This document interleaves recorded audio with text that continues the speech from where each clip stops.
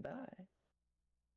How's it going, everybody? Welcome to Questing for Glory 8. I'm CorporateImage, call me Corp. I'm joined by the illustrious Blueser. Yeah, howdy. And we're going to get this run started. Get the timer going. 3, 2, 1, go.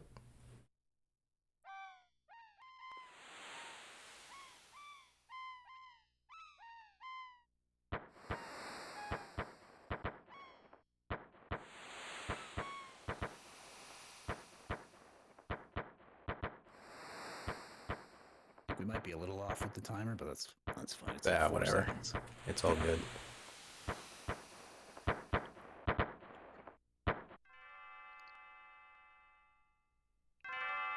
Yeah, hopefully you guys can hear me all right. If not, just maybe put a little note in the chat, and Palmer will probably fix that right up. That was something we were a little worried about. Yeah, so welcome to Chrono Trigger, a fantastic RPG for the Super Nintendo. Going on a journey through time with teenagers and a robot and a magic man and a frog.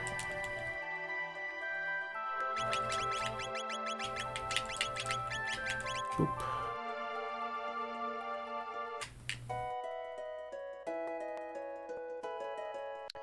That first menu there's a couple of things that are really important in that first menu. A few that we can just not talk about for a little while, but one of the things that Corp just did there we're pretty much going to be able to talk about in like 5 minutes is putting the battle cursor to memory. That's it's super useful. Not really useful at all in casual, but... Oh, and also I noticed he didn't change his menu style, but that's fine. I thought about it, but... Yeah. Number 8's the best. I like the green menu. The green one? Yeah. I think that's 3. I think blue's the 3 one.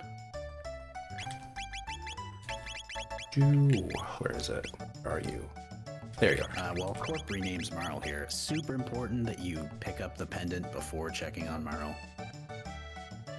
Another thing that's going to come up later, but we want to appear as guilty as possible.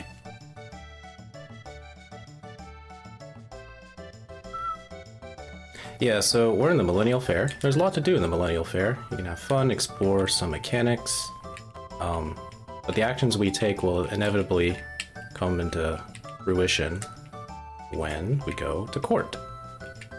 Because every good RPG needs a good courtroom scene, right? Sure. Multiple even. Mm-hmm. So here, Luca and her father, Tabin, set up a mysterious scientific device that allows one person to transport from one side of the machine to the other. And they're like, hey, try it out. It's a novelty. They're not doing human experiments. So we definitely don't try it out and say, hey, Marl, do you want to do it? And she's like, yeah. Because she's very cheerful. Really brave. Mm-hmm. Such a brave thing for Chrono to do. What a great hero. My best friend Luca made something? No, thank you. Yeah.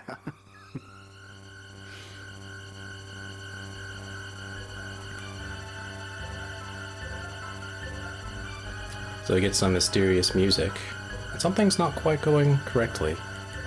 So what's happening is Marl has this mysterious pendant that we found on the ground, and it might be magical, just maybe. And it's having a reaction with this science. And there's some entity in this universe that's controlling things. He's like, yeah, we gotta do things, so that's also a thing that kind of talk about later. And Marl's gone.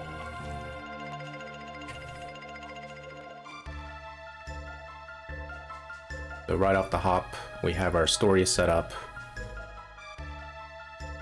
Bum swordsman goes to fair, meets pretty girl, takes her out on date. Date goes wrong. Gotta find girl.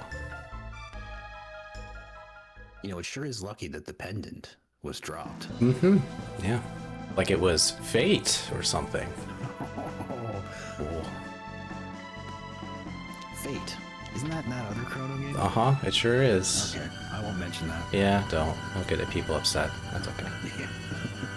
So, Chrono, being the brave lad that he is, says, I'll do something about it. He does so silently. And with Luca's help, they reestablish the connection and miraculously go to the same place that Marl did, you know? They must go through a lot of levers, seeing as, you know, you gotta smash it with a hammer to make it work, but Smash! that's probably a pretty expensive part. Alright, coming up on the hardest fight of the game. Wish me luck. Yeah, Corp is not kidding. This is actually one of the most technically difficult fights in the game. He's gonna try to kill all these blue imps before one of them can make an action. And the only way you can do that is by attacking them in a certain order and very quickly. So he's gonna attack the bottom right one first. I did it! And then he's gonna attack the left one. And then you can just hold X to... Well, I call it X. It's actually, the button is Y, but we swapped the buttons around. Anyway, you can just hold for that last one, and just like that. Actually, now is a perfect time. It's okay. Everything's fine. Yeah, it happens. This skip is...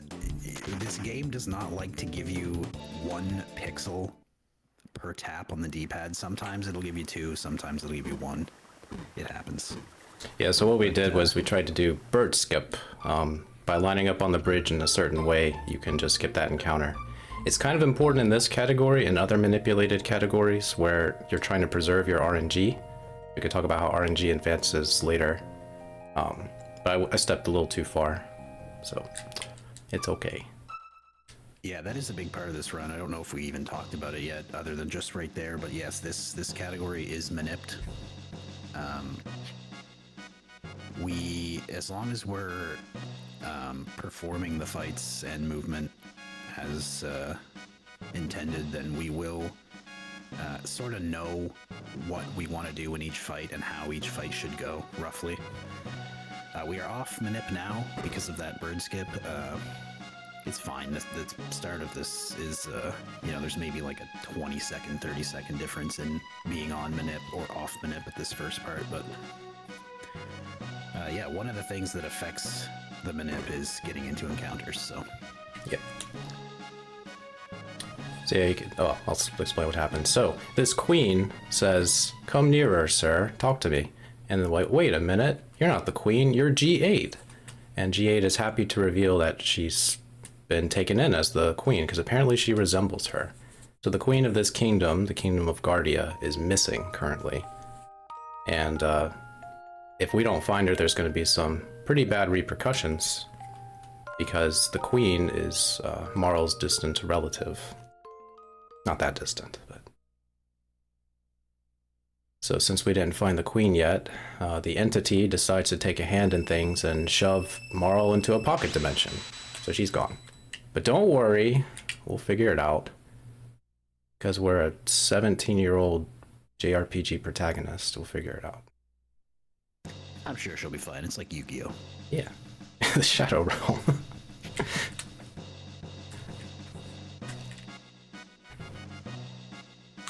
So Luca followed us. Now that's an amazing thing. Luca is able to get here without the amulet.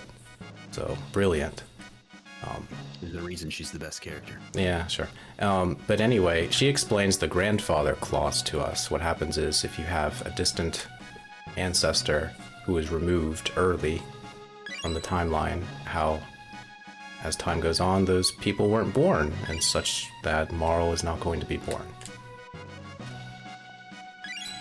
Nice little visual representation. It's a long cutscene. I don't want to ruin the sprite for everybody, but the bottom half of Marl's ancestors' dresses, they kind of look like frogs chewing bubblegum. I'm sorry. I've never noticed. Dang it. Okay. Thank you, Blue. I got plenty more where that.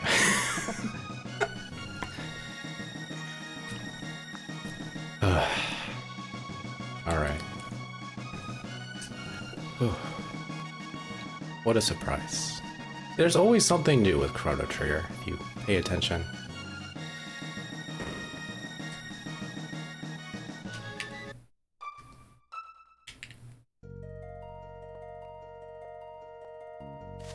Okay.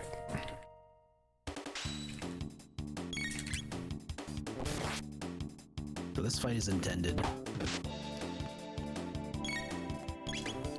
Depending on, yeah, this is probably just because we're off manip. Depending on how it goes, you can get them all down without them getting any actions in, but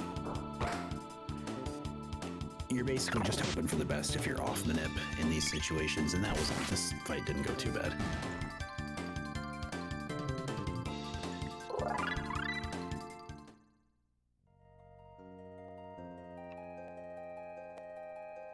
There are two paths you can take. I take the one I'm most familiar with. I think the other path is a little better, but not much.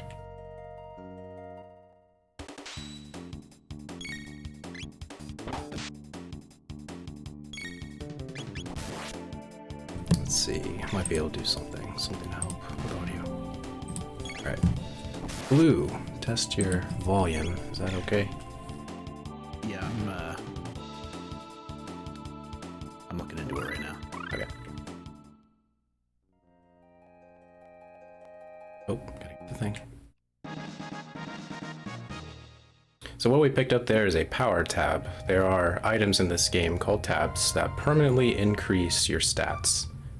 In this category, we don't pick up as nearly as much as we do in glitchless, because we're going to be able to make up for some stat differences thanks to glitches and exploits and manipulation.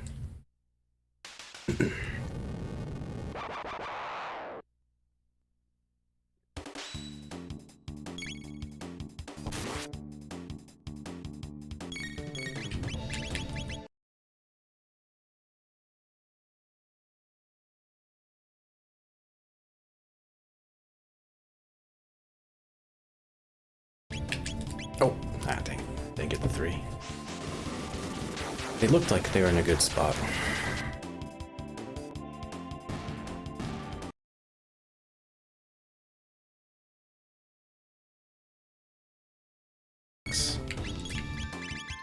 At least you got 2 physicals. Yeah, it's not that bad. They can use slow, which, believe it or not, makes your character slow. Mm-hmm.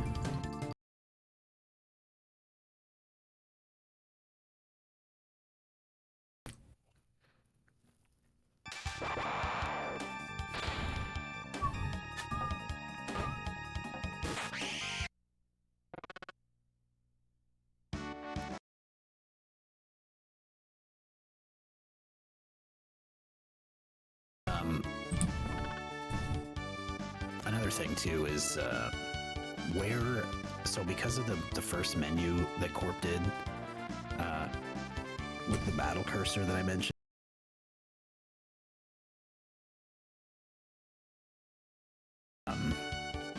during fights, whatever the last tech that a character used, their cursor within their personal tech menu will remain on that tech unless they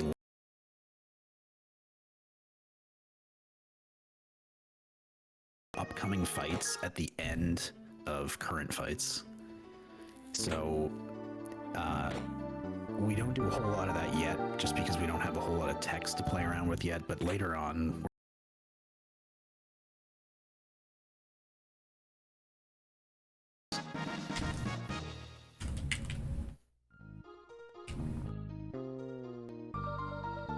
nice little power tab. Yeah, we're just navigating through the cathedral.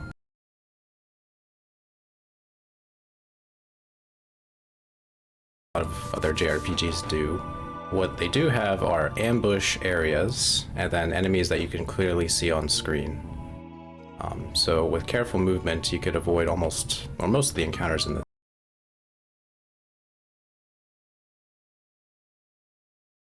That's not the hitbox for the bat, so you can be fine and not worry about it. It's actually like one of the main reasons we're able to manip this game.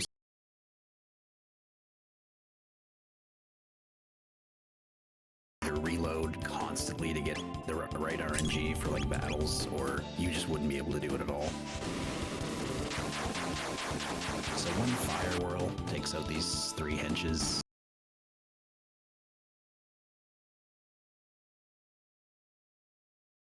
those, but one Chrono crit will not. So Corp's gonna try to. Oh, Yeah, Chrono's gobbling up the crit. he's trying.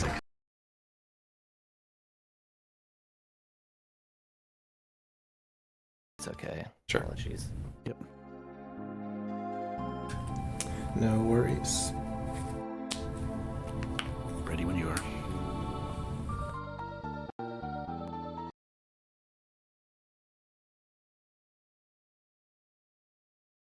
Mission, so we'll be right back.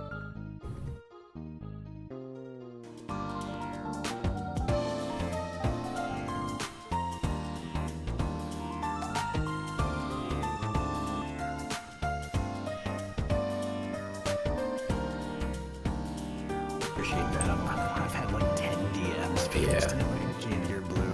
Okay, I put it up to 90. It went from like 50 to 90. So that should be better. Maybe turning myself down a touch. No. Keep it up.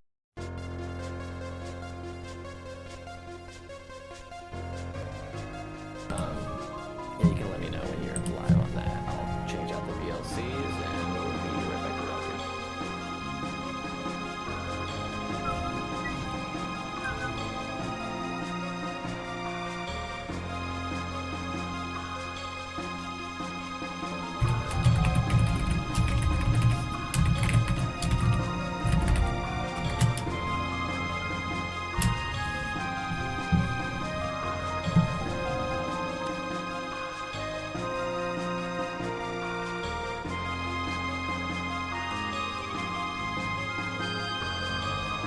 Oh wait, so I have to input this Palmer? Oh, yeah. Oh, sorry, I thought that was on Blue's end. So I have to. I DM'd it to you. Then. Yeah.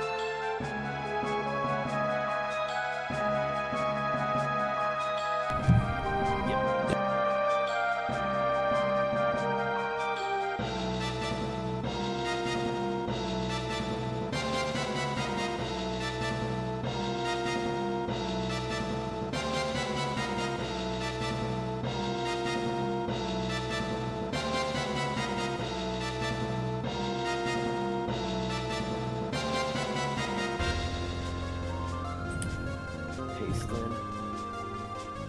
Boom. You are up and ready to rock. If you're ready, I'm gonna transition you right back. Okay, thank you. Oh, I think you guys are audible. That's all right. Yeah, that's alright. Go ahead, my friends. Take it away. Give me time, and I'll start you back up. Alright, 3, 2, 1, go. Alright, thank you everybody for your patience. We're gonna start by playing the organ. I guess I didn't keyboard cat. Yeah, what beautiful music. Alright, let's go. So we can do a little skip here, whoop, on the left or the right side of the stairs. You can skip an animation the second time you go down it.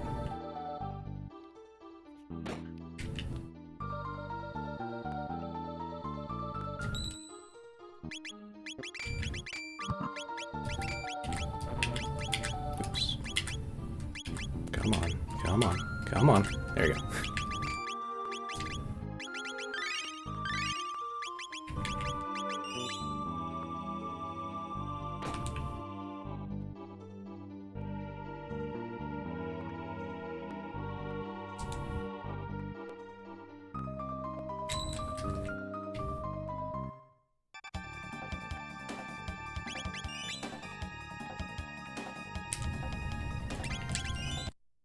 Okay.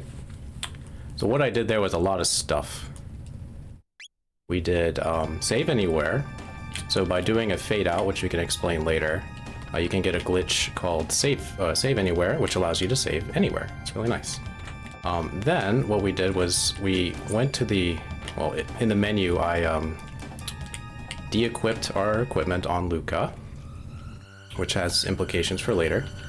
And then here I skipped the cutscene trigger, saved over it, allowed us to move during this cutscene. And by doing that, you can trick the game into thinking you want to fight. So if you are outside of the load zone for a boss, the game thinks you won the fight. So we're going to do this exploit in the future to skip entire boss fights. It's really nice. This allows us to not have to grind nearly as much for levels and to pick up extra tabs for strength and speed. So there are definitely some places you cannot use it, but we'll do our best when it comes to those things.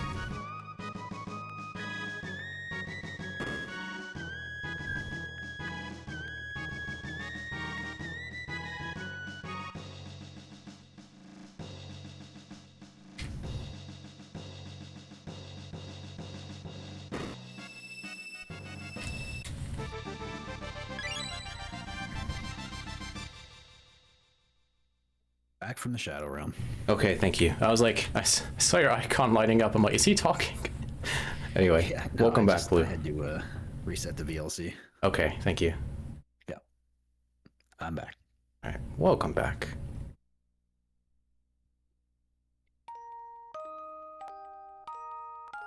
So by rescuing the queen, Marl comes back. Missed all the fun in Yonkers Skip. Yeah, it's all good.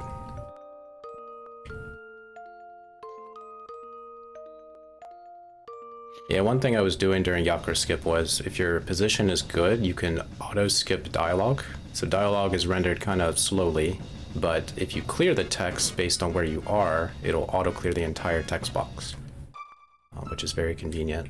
So you could save several seconds without having to wait for text to fully load. Yeah, normally like mashing in this game, you have to wait. It's not like a you have to wait for every bit of text to print on the text box before you're able to actually clear it. So being able to do that saves a ton of time. I'm gonna try to do this trick. Oh, hold on. Maybe I'm gonna do one more. Maybe one more. Okay. So what I'm trying to do is something called reverse bird skip. There are several places where it works. Oh, I need to actually do the correct time.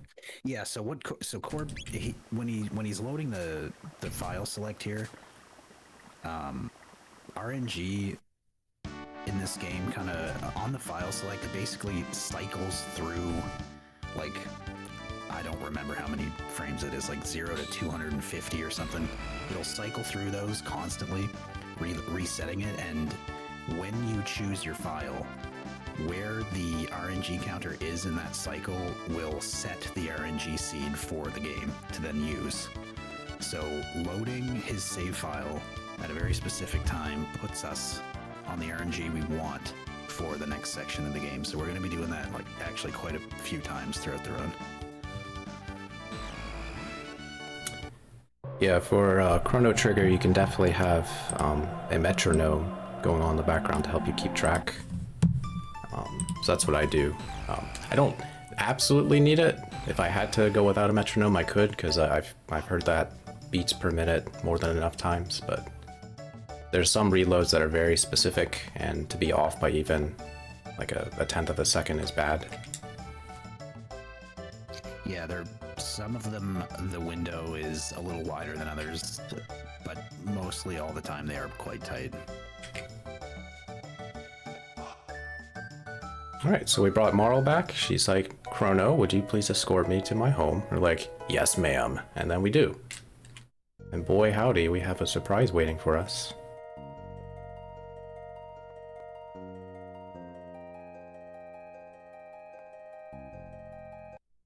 Yeah, nice dinner. Mm-hmm. A hero's welcome. Sword. Mm-hmm.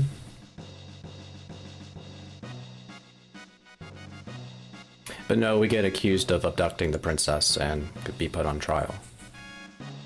And Marl is not having any of it, but she doesn't really have as much power as she thinks she should. There's a reason for this.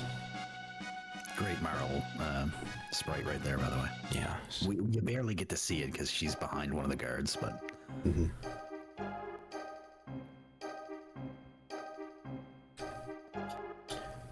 So in the very fair court of Guardia, we have a judge who essentially does nothing, a chancellor who controls everything, and a lawyer who's just not very convincing. But Chrono will be put on trial for abduction and his character. You know, so be good, everyone. You never know when you're going to be put on trial for being just a bad person. But our goal in this, our goal in this is to be guilty, believe it or not. On the Super Nintendo version of this game, guilty saves you a few seconds, like 4 or 5, because there's extra dialogue associated with being not guilty. Yeah, I think it saves like 1 or 2 text boxes, but as you can see, the text boxes, some of them take a while to print. So this is why we checked the. Why do I want to call it a locket? What do they call it? Amulet? Is it amulet? Yeah. Amulet could be like a jewel that's by itself, or a piece of metal. That's an amulet as well. Not quite as good as Miles. But anyway, this is why we got the amulet first, so that it would increase our likelihood to be guilty. There's other things you can do to be more likely to be guilty, but they don't save enough time to make it worth actually doing them. Yeah, so we have about a 48% chance of being guilty. And the second jury member will decide. So what does he say? He says, not guilty. Boo. Aww, Doesn't want the speed run to be extra fast. Okay.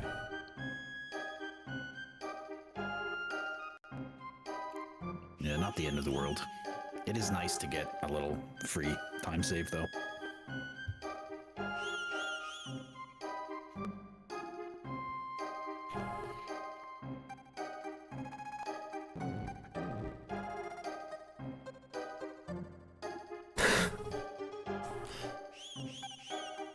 What a AMU letdown. Well done, Pojo.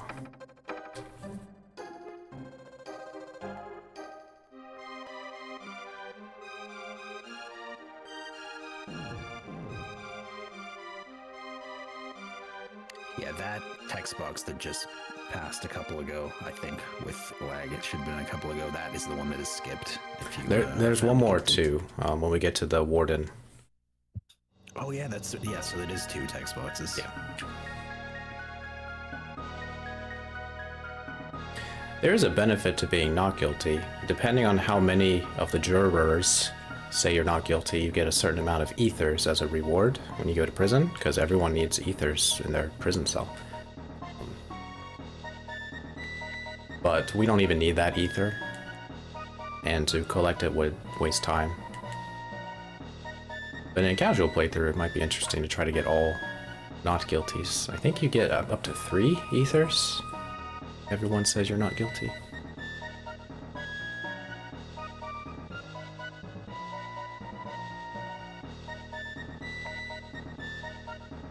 Yeah, Oh, go ahead. So go ahead. I was just gonna say, as our punishment, we were just supposed to be confined for 3 days, but the chancellor says we're going to be executed, and the warden's like, "Wait, I didn't hear any order of being executed." He's like, "Do what I say," and that's where we are. Yeah, we're being. Yeah, this is a good idea. Taking this save here, just in case Corp's not on Manip, is really important, because there are bosses that you can get through in this run not on Manip, but there are some also that you really are going to have a terrible time trying to do off Manip, and Dragon Tank is one of them. So we want to see 60 damage from this Cyclone.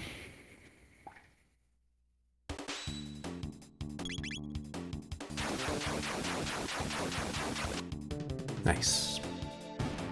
Easy peasy. Did we talk about fade outs? Nope, but it's a good time to talk about it. Yeah, I was just thinking a perfect time. So, by entering a screen transition and then opening your menu, you can effectively reset the screen transition. And you can chain those together by repeatedly opening and closing your menu. This means you can carry a screen transition around with you, and in this example, Corp's going to touch this middle of the bridge, an encounter's going to start. The fade out that you're carrying brings you back off the screen, and then you enter the screen again, and the fade out effectively cleared the flag for the encounter because, well, you got the encounter and now you're on a different screen. So the game thinks, oh, well, he did the encounter. He left the screen, so super. God dang it. Oh, Well, we get to see that all again. yeah. Like we said, the dragon tank is not a boss you want to mess with. You got to be on. And those guards, like, they have multiple positions they can face, but the length of time that they spend facing any position it's between, I don't know, I think they can switch as quick as like 1.5, 2 seconds to up to like 4 seconds in the same position. So yeah, you can get pretty unlucky there because the space at which you have to stand away from them for where they're not going to notice you standing there is far enough that if you get a bad roll on your amount of time that you're given for them to be looking away, they can look at you and catch you. So it's just something you deal with.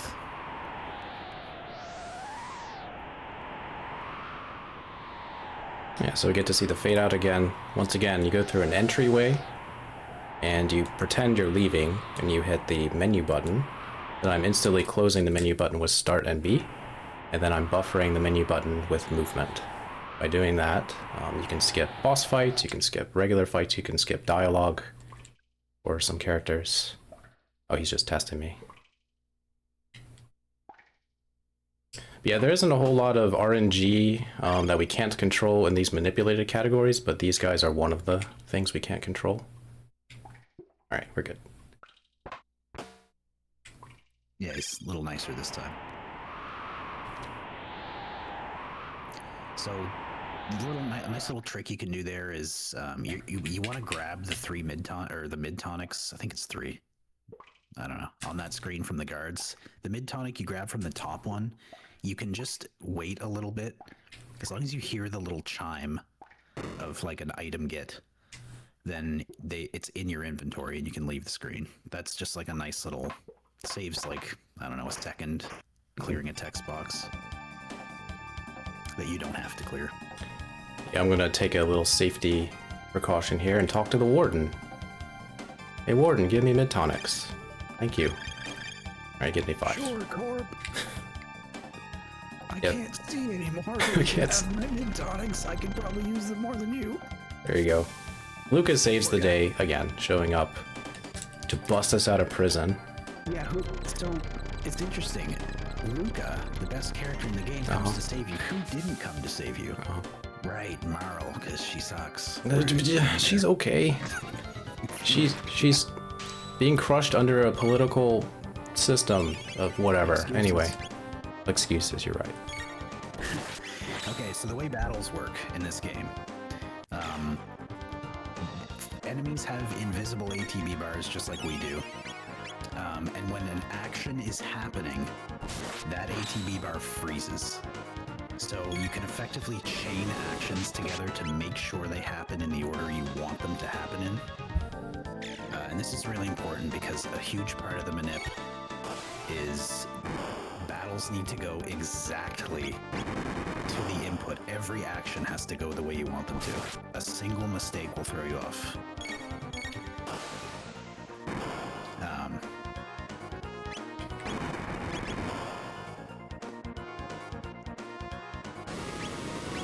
Waiting for a good time to, yeah, so this is a good instance of it right here. So during the fire, Corp inputs Chrono's action, meaning they're going to happen back to back. Nice. No gaps in between. And just like that. Corp, we have a slightly different strat for this. Mm-hmm. And when you started doing the slightly different strat, I froze instantly because I was like, oh no. Yeah. Yeah, that's one thing about this run is some fights do have branching paths depending on how you want to do them. But well, don't fool yourself. Anyway, I'm gonna pick up shelter. We're gonna do a little skip here called guard skip, where you just walk and then go straight down. It skips a couple dialogue boxes.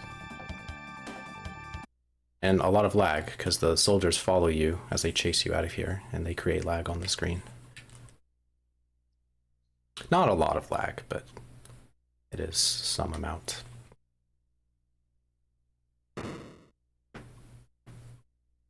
Managing lag is a fairly big part of this game. In battles, you don't have to do it, but some tech happening during tech menuing during like really laggy animations can slow it down quite a bit. Mm-hmm.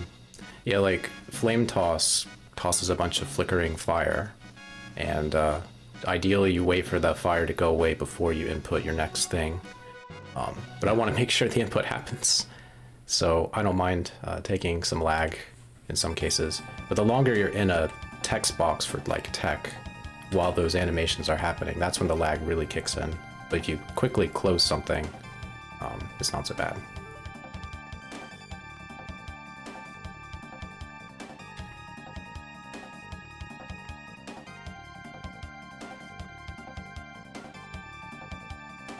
So we conveniently find another gate.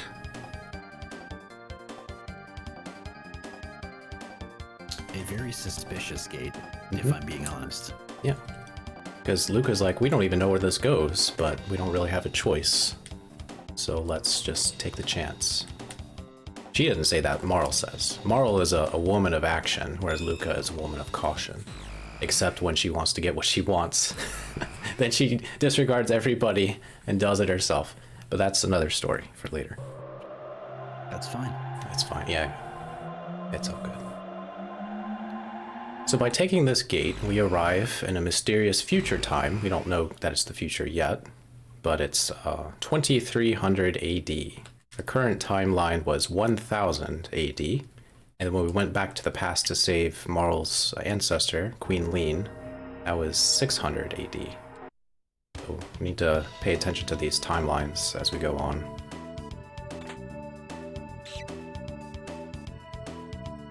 So a cool little trick here is Corp's gonna open that chest and then interact with one of these rats that steals your money or basic items by having one text box up and another text box queued behind it. This deactivates encounter triggers, so you can walk right through them. Otherwise, you'd have to. There's no way to get around those encounters in the first screen. There's the triggers are. Yeah, you can't walk over them or around them. You can take a very long path around, but it's usually not worth doing. Yeah, it's but really slow. Almost nobody does it.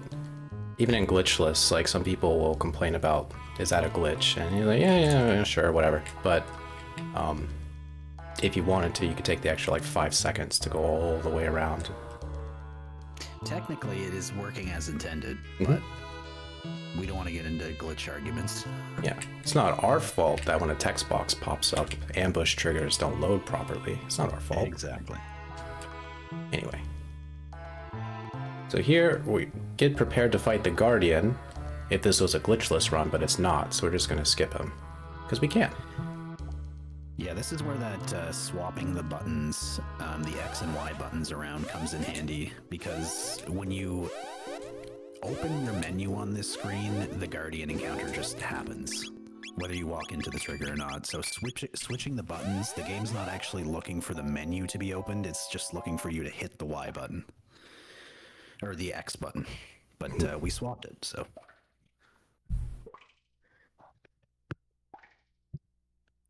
Yeah, the Guardian fight is a pretty tough fight, because even in glitchless, you are pretty much underleveled. You get 2 levels for every character in that category, but we are even far more underleveled, so it's a very dangerous fight, as we are. But pretty soon we're going to get tanky and have the ability to clear encounters thanks to RNG manipulation.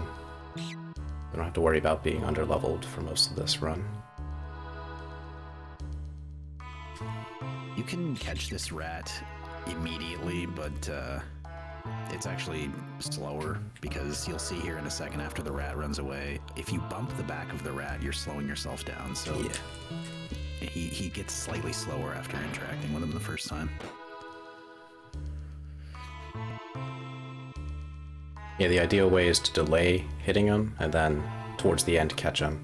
But I once missed that and I said never again, so I don't do that. But it does save time to delay it as long as possible. This game has a lot of little time saves that adds up, such as diagonal movement on stairs. You can, by walking diagonally, not all stairs, but most stairs, if you walk diagonally on them, you'll move faster than if you were just holding a cardinal direction. Speaking of fast, we just skipped a cutscene with fade outs. So normally Luca comes into here and she's like, oh look, consoles, and they start fiddling with them and they see a movie of the arrival of Lavos in 1999 and how Lavos pretty much destroyed the world. But we skipped all that and we get the reaction. So Marl is very passionate. She says, we can't let this happen, right? And Chrono's like, I don't care. And Luca's like, I don't know. But then Marl says, right? And then says, okay, let's do it. Let's save the future. I'm a hat and a pair of boots. I don't know anything. And boom, she's there. Yeah, this you skip half of the total cutscene, and it's the half that you skip is way more than this little bit here. So very nice skip there. So we get this nice heroic theme. We're driven to save the world. We're only teenagers, but we got a plan, and that plan is no plan.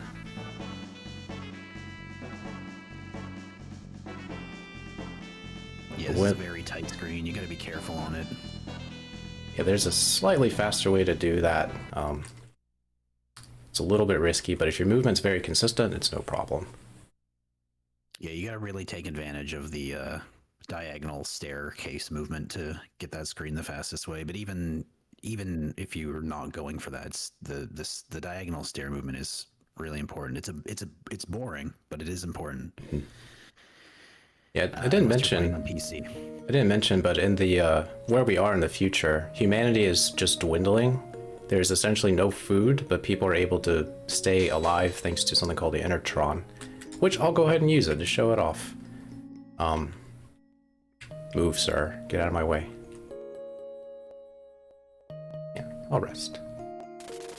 So when we arrive, they're like, hey, why don't you go find... You're still hungry. Why don't you go find the seeds that might exist in the refrigerator downstairs, but it's blocked by a terrifying machine. So we found the refrigerator, but all the food is gone, but there was a magical seed. Like, hey, plant this and have hope. Goodbye. So we just leave because we don't like 2300 AD, and most people don't.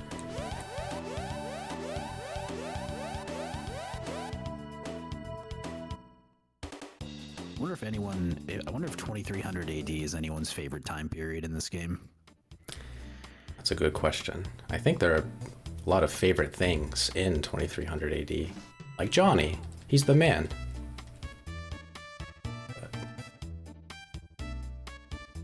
I know a lot of people told me that... What? I was just excited for Johnny. That's oh, okay, yeah. Get hyped.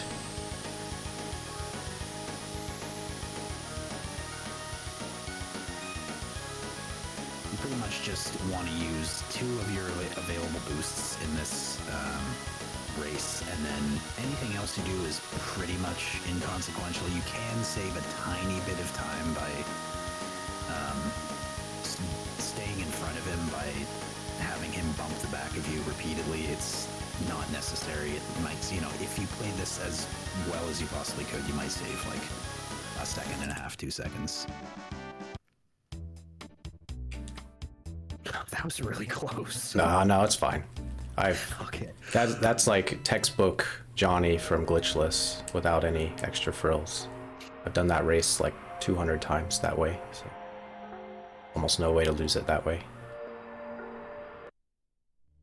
But yeah, there are optimal ways to do the Johnny race. I don't do that just because.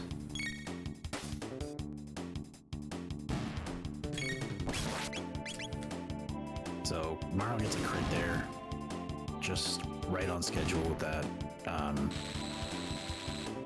That's the beauty of Manip, is we can count on things like that. We know when things like that are going to happen. So she takes care of those 2 buggers, and then yeah, you just clean up the other one with an attack and a flame toss, nice and easy. You make sure you walk through there, or you get an encounter. Yeah, that's a unique ambush area. So if you walk, you don't get the encounter. If you run, you do. And if you start the encounter, you can't run from it. We'll talk about running very soon. Running is very interesting in Chrono Trigger. But it's a pretty big time loss to have to fight that group. So Luca finds a robot, and since she's a wizard with machines, she fixes them up. Get everybody's favorite character.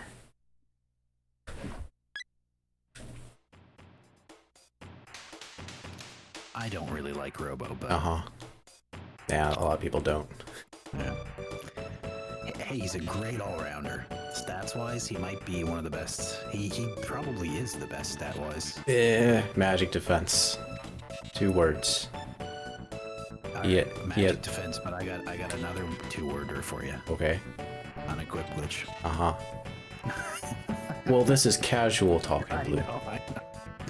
I'm trying, man. I'm trying to give Robo something here. Just give him an F. An F for effort. There we go. Beautiful. So yeah, Robo is unique.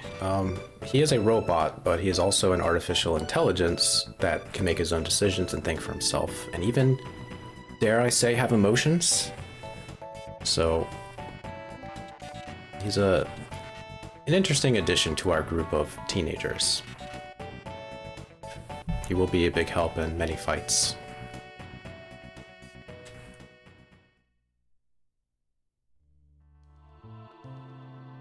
Yeah, he's got some pretty good damage output later on.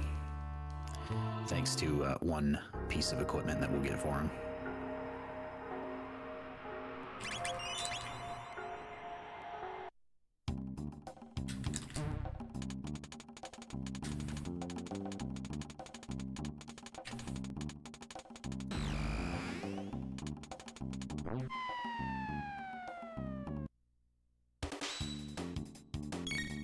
This is another encounter that we're very happy to be on Manip for. Chrono's going to attack once. Robo's going to attack with a crit. And here, Corp's going to set his items to mid-tonic. Doing that, the item cursor is party-wide, and it is also on memory. So wherever you put the item cursor on in your items, it will be at the exact same spot for every character. Very, very useful. You can set up using items in future battles like that pretty easily. Yeah, it's also critical in this run because we're going to need the cursor to be on a very specific item to take advantage of a glitch. So it's a very nice feature for Chrono Trigger to be able to keep the cursor wherever it was on that item party-wide, so anybody has access to it. Anytime you see Corp doing movement that you think looks a little weird, it's probably because he's skipping encounters. The top of this screen up there has one or two encounters that you can get into. Just hug the top and you miss them. And then the hallway in between also has an encounter. Oh, so this fight sucks. You want more green guys than red guys. The acids are the red guys, the alkalines are the green guys. Alkalines have much lower physical defense than the red ones, and they also have a little bit less HP. It's completely random what you get. There is a manip to get all greens, but it's not really worth going for. So you kind of just play with what you got. Chrono can use Cyclone, but as you can see, it barely does anything most of the time, unfortunately. And one other little thing about this fight is if you attack a green and red one while they're close together, they will fuse and cause a fairly powerful AoE effect on your party. It does like 50-ish damage to everyone. You want to avoid that as much as you can, but it can be really difficult because Luca! She didn't need that, but she got her max damage roll. Nice. Yeah. Yeah, Luca oftentimes does more damage than Chrono in this fight for me. Chrono's useless in this fight. His cyclones are great, but once you get to 8 MP, as Corp is here, we need to save 8 MP for the next fight coming up, so he can use, what, 3, I think, in that fight? I think so, yeah. 3 or 4? So once he's out of cyclones, usable cyclones, you're kind of just attacking with them. Anyway, that fight went about as expected. You can't ask for too much out of that fight. Here, we don't need to know the password. It's the same every time. All of the face buttons.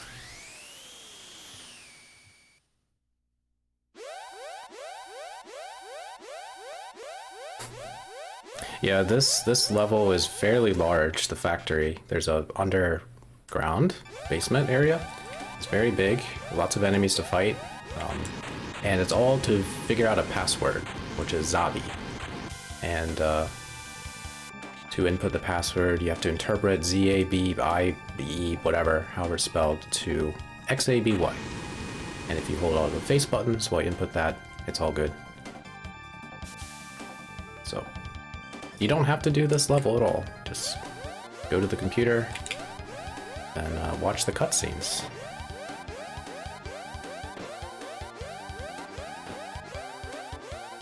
Alright everybody, get your Bible thump emotes ready in chat, if you have them. If you have any compassion in your heart for a robot, now's the time to demonstrate it. The Robo, he's a defect compared to everyone else. He recognizes all these units as his friend, but they say he's malfunctioning because he cares about humans.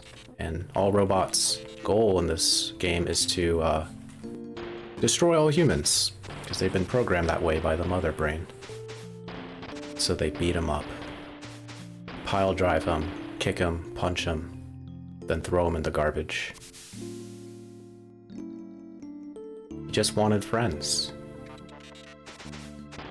He just wanted friends.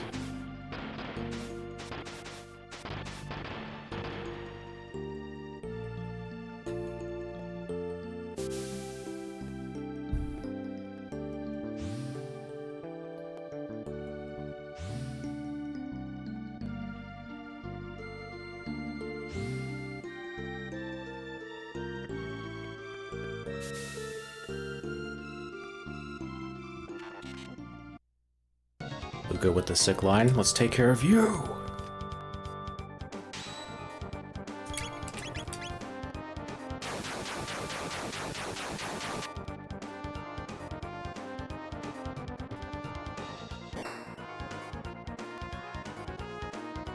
This fight can be really scary. You want to hopefully get in with at least one of your cyclones before any of them get an action in. Otherwise, it becomes like really, really, really tight. Everything's looking fine here. This tonic isn't always needed, but it just makes the fight flow a little easier if you use it. Because now Chrono's ATB is going to come up before Luca's, or at least Luca's ATB won't be up, so you don't have to switch it over to Chrono.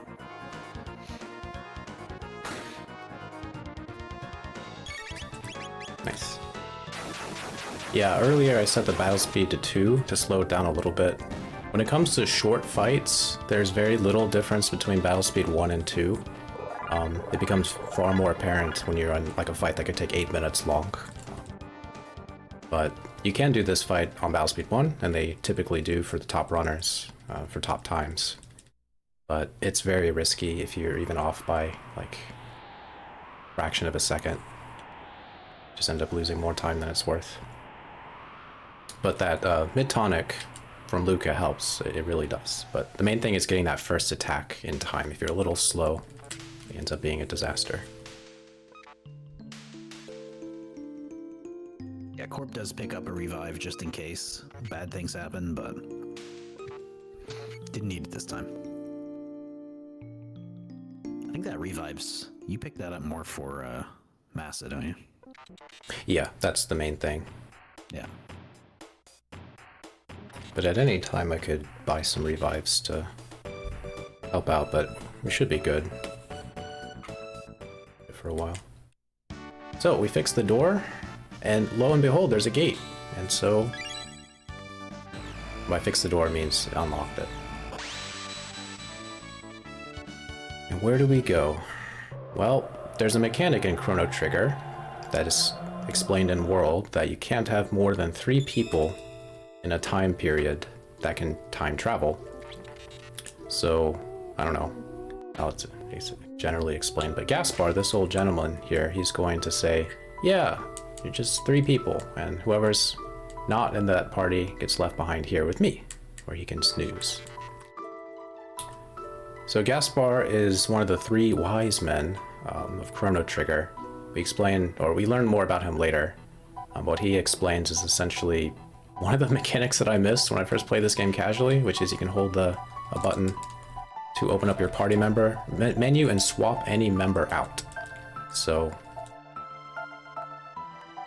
I used to think you had to come here to the end of time every time you wanted to swap party out. That's not true. It's locked. Wait, so you were just stuck with the same party the whole time? No, I would, if I needed somebody else, I would just go to the end of time. Okay, and then just go back. Yep. It wasn't until I started learning the speedrun, like, wait, there's a button for this? Great.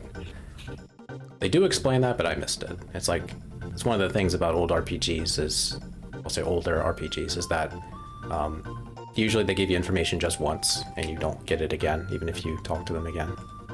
Which I'm fine with that, but it does force you to pay attention. This is Specchio.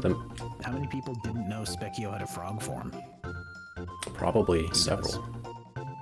Specchio takes your average party level and converts into a monster. So since we are very low level, we get to see frog form. This is kind of interesting because every time you challenge Specchio, you get a reward, usually a magic tab. And so every form of his has rewards associated with it. So many people playing casual would never see the frog form because you'd be like level 10 or something by this point. So we chose not to fight Specchio because I don't need the magic tab and it takes a while to get it. Yeah, if you fight Specchio, you're very sad.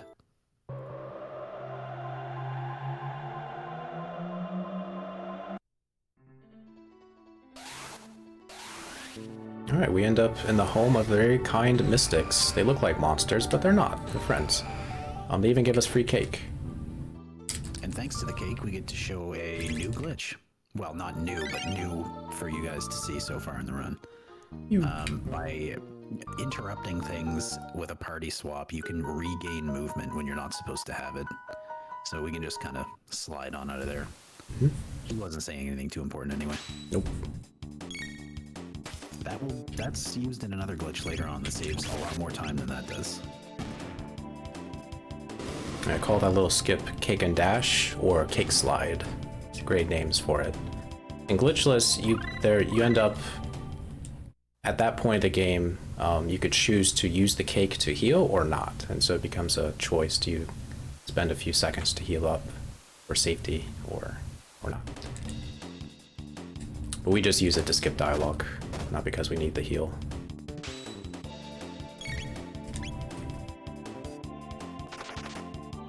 It's quite a bit of dialogue too. It's probably like 15 seconds worth of text. Mm-hmm.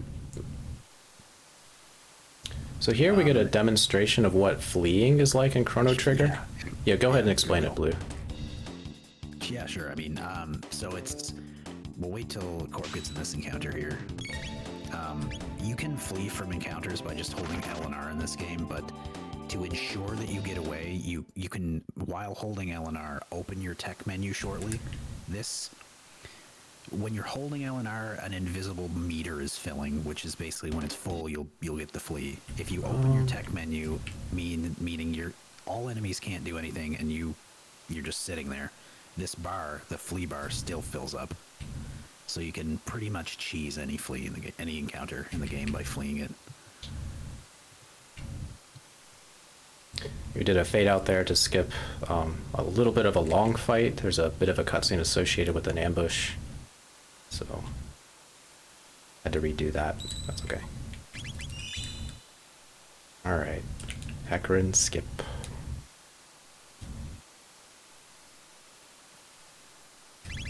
Oop. Okay.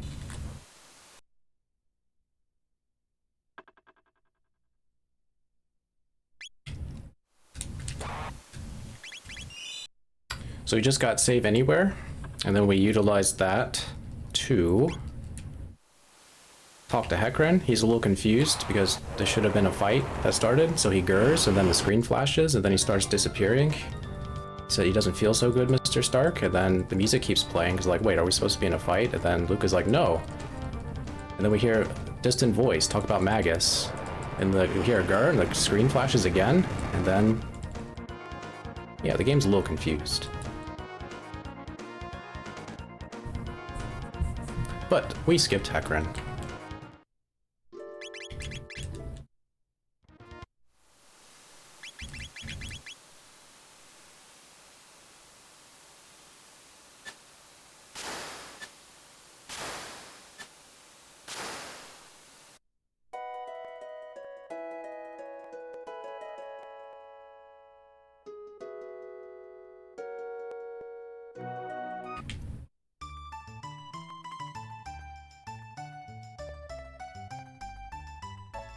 So coming up, we're going to try to set up a nice skip. It's not guaranteed to work. It's based on a frame. So you get a good frame or a bad frame. And there's a way to time it so you're likely to get it, but no guarantee. So here I'm holding B and upright to stagger Robo. It's important that he's staggered. We talk to Gaspar. We preserve his dialogue. It didn't work because I closed it too early. Alright, there we go. Preserve his dialogue. Step on the save point. Go into this corner. Then hit ABA. I didn't get it. And if you hit the right frame, you can have the opportunity to swap out your party a little bit. And you carry the glitch save anywhere with you out at the end of time. Really cool thing to show off. I'm sorry I didn't get it, but the run must go on. Come on. Yeah, there's a pretty convenient way to back it up. God dang it. Too much time. 2 for 2 on failure. Sad. It's okay, it doesn't matter because if you had the save anywhere glitch, that would be important not to get that encounter, but since I don't have it, it's all good. Just a matter of pride. Sad.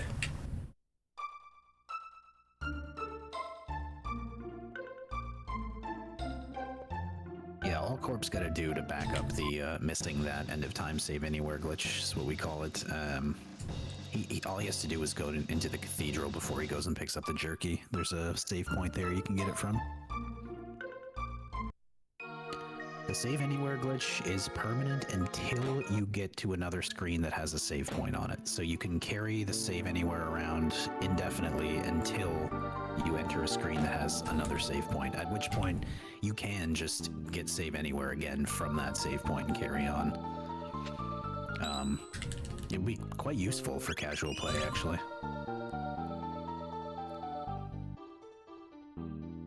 Yeah, it definitely opens up a lot of convenience for traveling around maps if you have this glitch.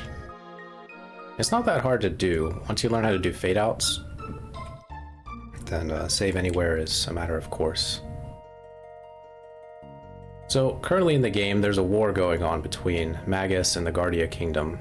Magus is taking control of the Mystics and Ozzy and his Necromancer group and so forth. And the kingdom is not doing very well. So there's a battle on a bridge, the Zanand Bridge, and their supplies have run low. So we go to the kitchen and talk to the head chef. And his brother is the captain who requested help. Excuse me. Okay. Good. Anyway, and by talking to them, we get a key item called the jerky, which will be important for this category. And all categories for 100%, all quests, however you want to call it. And he gives us a power tap.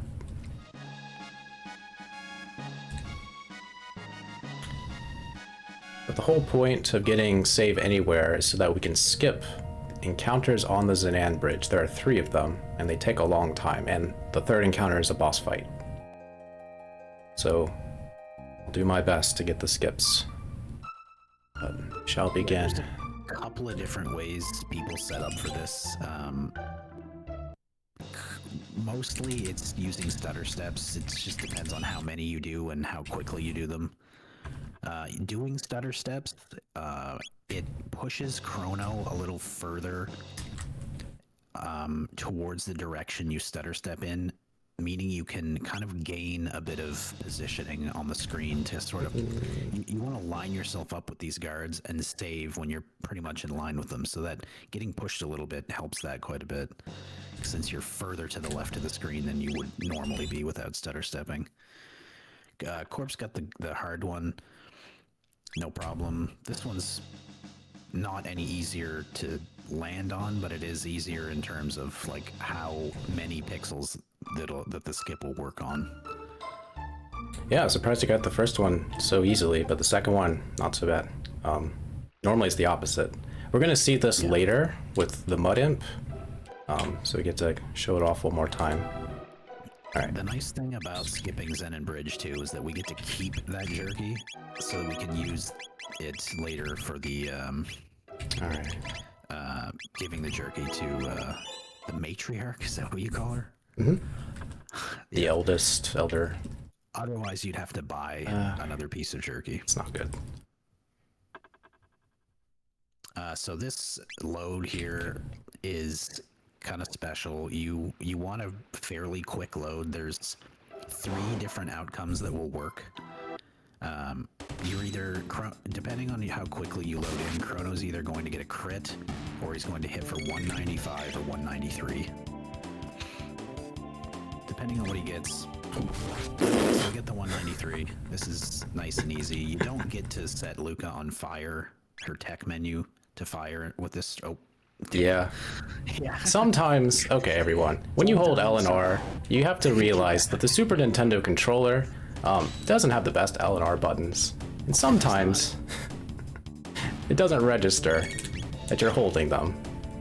Okay. So what do we get for round 2? Same thing. 193. 193, okay. Yeah. So Corp's just gonna get his hit in. 1 hit with Luca, and we're out of here. The hit with the Luca is strictly for setting up RNG.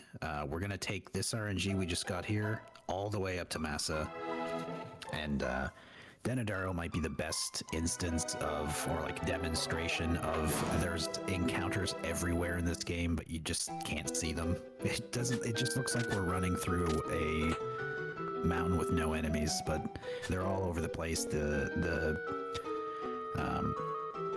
are the invisible encounters called again? The Ambush. ambush. Yes, there's ambush encounters everywhere. There's like 2 on this screen, maybe 3 on this screen. There's 1 or 2 on this one. They're everywhere. Yep. We're just This schmoovin'. one's really tight. The waterfall. Nicely done. Are you gonna say it or am I saying it? You can say it. Mountains are nice. And they are indeed.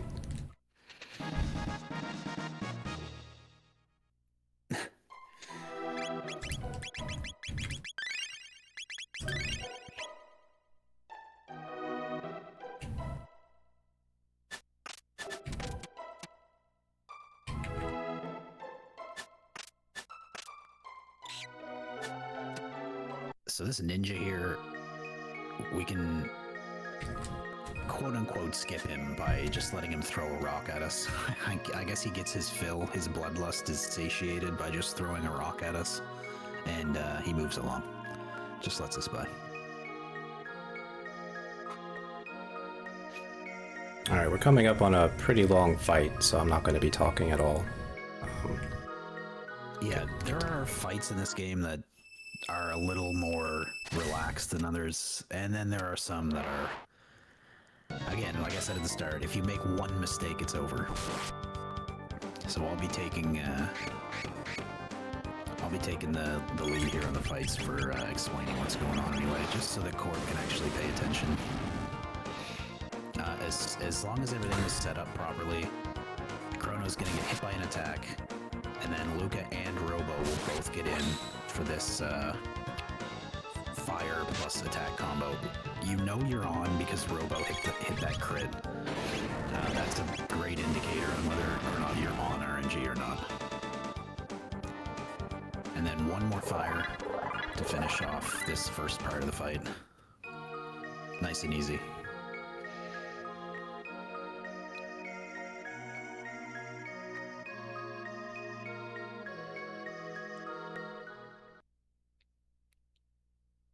So now they're going to get serious, if you will.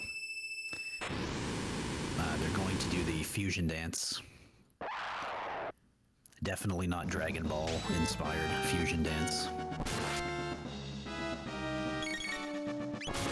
To become whatever Massa is. I don't know, he's just a ball with legs. So this fight can go a couple of different ways. There's a few different strats. I think Corp and I use different strats for this fight. So I will do my best. Really, all you care about in this fight is that you finish it with no one down.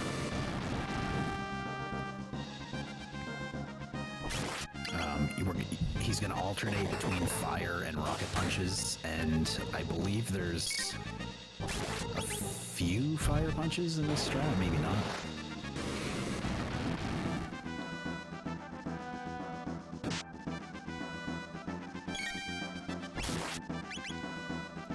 The nice thing about this, both of the strats, is that Chrono's got the Berserker equipped.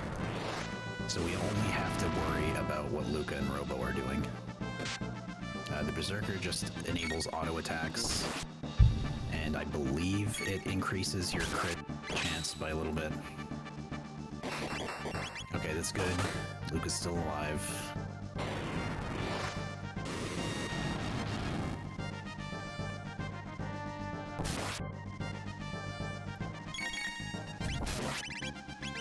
And whenever possible, Corp is chaining actions together.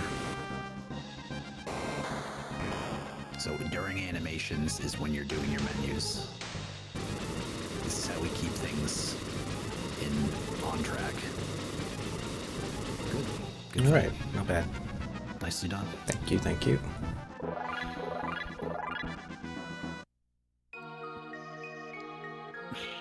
Oh, so coming up we get a really fun demonstration of the de-equip glitch. We're gonna go shopping. So I don't know if you want to explain kind of what the de-equip glitch is, or how to do it. I could if you want. Yeah, so normally in this game, if you've played it casually, you probably noticed that you cannot have nothing equipped in one of your slots. You always have to have something equipped in your weapon and armor and accessory slots. There's a glitch that allows you to unequip items such as your armor or your helmet. And you might think, well, what's the point of doing that? Wouldn't that just make you really weak? You'd have no defense. It does not, actually. It gives you plus 10 magic attack, or magic power, and I think it's plus 10, and plus 15 magic resistance, which is not magic defense. Magic resistance is like a hidden stat. So it buffs you up quite a bit. I'm not sure exactly why this works. I always kind of thought it had something to do with when you lose all your items in the Blackbird. But yeah, it gives you a boost in magic attack and magic resistance, which works kind of like magic defense. It's really good. It's performed here by, you want to hit the R or L button to go to the next party member over, and hit the A button at the exact same time. And that will allow you to de-equip the slot that you land on of the party member that you land on. Yeah, I usually have a much better time hitting L and down, so going from Luca's gun to helmet, Chrono's helmet, versus right and up. So it's a bit tricky, but with really good timing, you can do it very consistently. Yeah, it's easy on paper, but hard to actually do. So we just exchanged the jerky that we got from the kitchens in Guardia to this matriarch, and she's very grateful. And what this does is activates the start of one of the quests that we're going to do later. So normally you would not have the jerky by this point in the game, because you would give it over to the guard.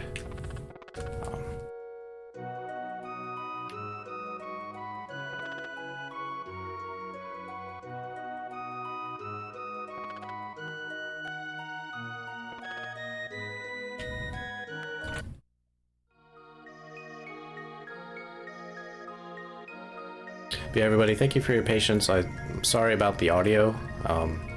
Everything is on max, as far as I know, from my end to what's going on control and with Blue's end. Sometimes it just happens, and we're no wizards with tech, although sometimes we appear to be. Problems arise, so apologize, but just have to make do.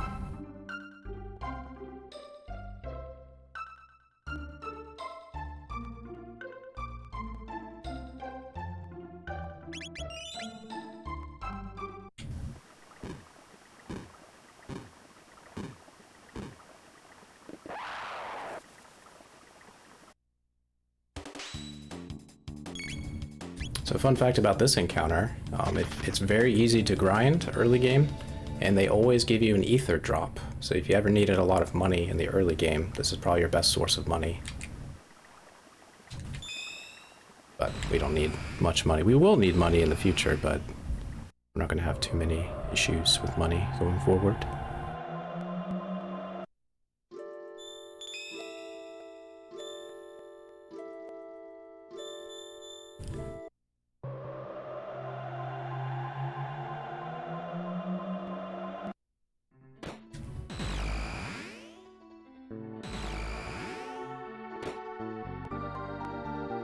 We're gonna go inside this house to pick up one tab. There's a magic tab upstairs, but we're gonna skip it because we don't need it. And then we're gonna go talk to Melchior, who is one of the three wise men. And we're gonna fade out his dialogue. He has quite a bit.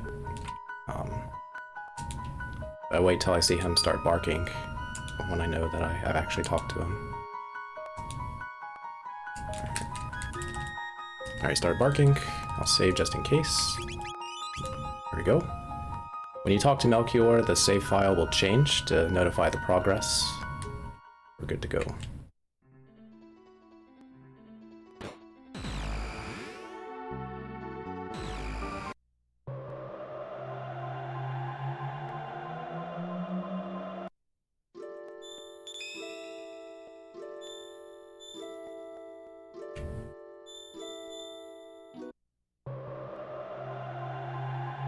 Alright, coming up is an interesting... Oh, go ahead, Blue. Yeah, it's funny, we're just saying the same thing. Yeah. This manip's a little weird. It's got nothing to do with loads or saves or anything, but it's when you clear the final text box before these reptiles fight you. And I think that looked okay. Yeah. Yep, all good. This just changes how they move. If you time it right, the two on the left will be lined up perfectly for Chrono to just take them both out with a slash.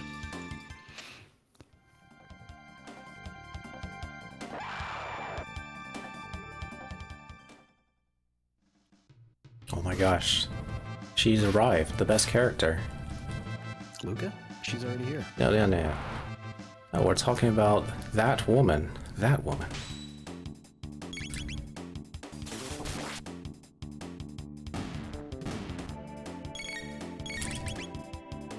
Yeah, so that's Ayla. I really like Ayla as just a character and to use in fights. She's a really fun physical build character. She's got one magic attack, and it's not good. But we often put Ayla in the lead going forward, or at least when we have the ability to swap.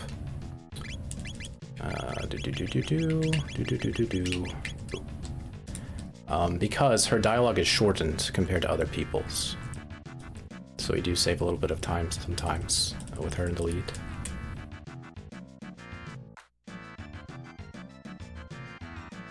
So Ayla is the leader of a tribe of prehistoric humans. She's very strong, and she likes to party. And here's a fun thing, if you wait for Ayla right here, she gets to join you on your journey to the valley.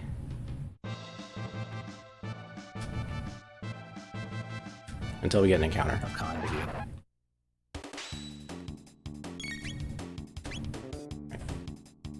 Corp's gonna do a menu somewhere along the line here to get Marl out of the party as well. Marl likes to party a little bit too much. So yeah, we swap Robo in. During the soup drinking festival. Soup. Yes, soup. Bug soup. He has the shortest animation that we have to clear. You'll see it here in a sec. Yeah, well, Ayla, her hair's too big. Okay. So yeah, we watch Robo. Really hard to sneak behind her. We watch Robo dance 4 times. 1, 2, 3, and then 1 more. Then talk to him about soup.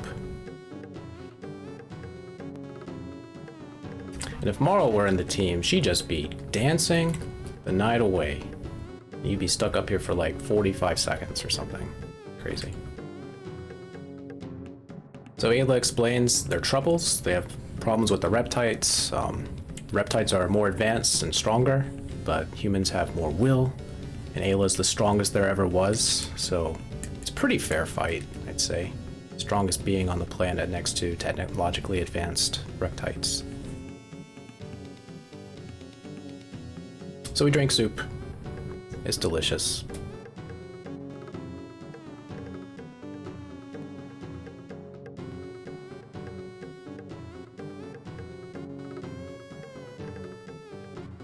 And then I love this transition. From very dark to stark brightness. What a morning.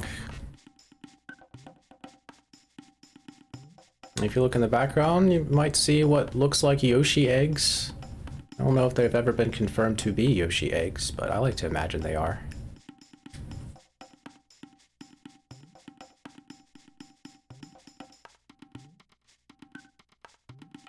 What do you mean snore? Wake up, sleepyhead. I've never seen that. I just wasn't talking to her. That's what was happening.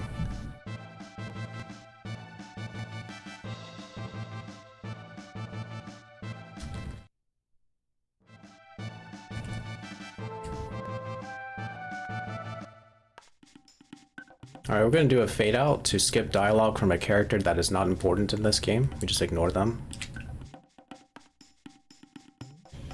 Pretend they don't exist. Alright. See? They don't exist.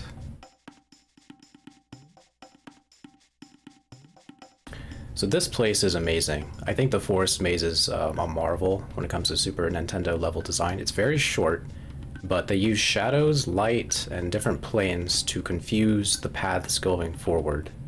I know the path, but if you had to like collect every item, it'd be rough. And of course I'm skipping all sorts of ambush triggers as well.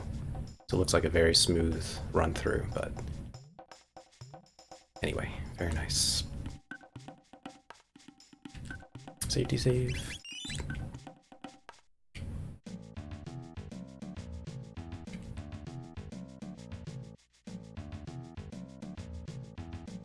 So we've been keeping RNG to a certain value, and if it works, then Chrono should be hit for 34 damage here.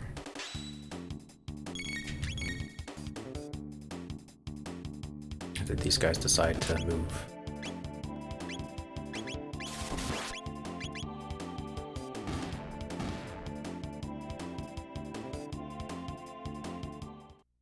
I've never seen them take that long. Yeah, it's been happening recently, and I don't know why. It scared me the first time I saw it, but...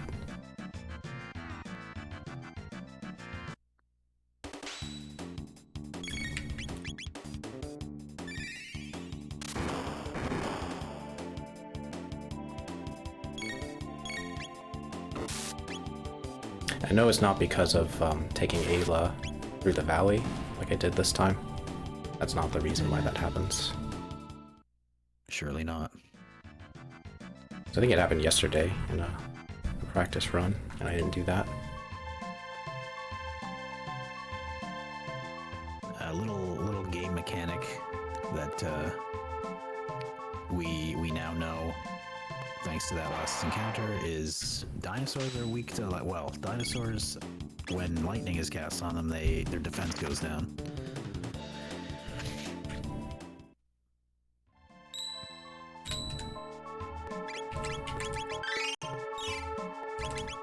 If only there were more dinosaurs to fight. Oop. Shit. So quick little de-equip for Ayla. She has a very good piece of equipment that will be used later, but by de-equipping her, her magic defense will go up tremendously. And we will have no trouble in this fight. Normally in Glitchless, this Nizbel fight, you have to use a lot of mid-tonics. Chrono ends up being the healer. But we don't have to do that, thanks to everybody being de-equipped. Yeah, we're basically taking no damage throughout this fight. It's very hard to die during this fight.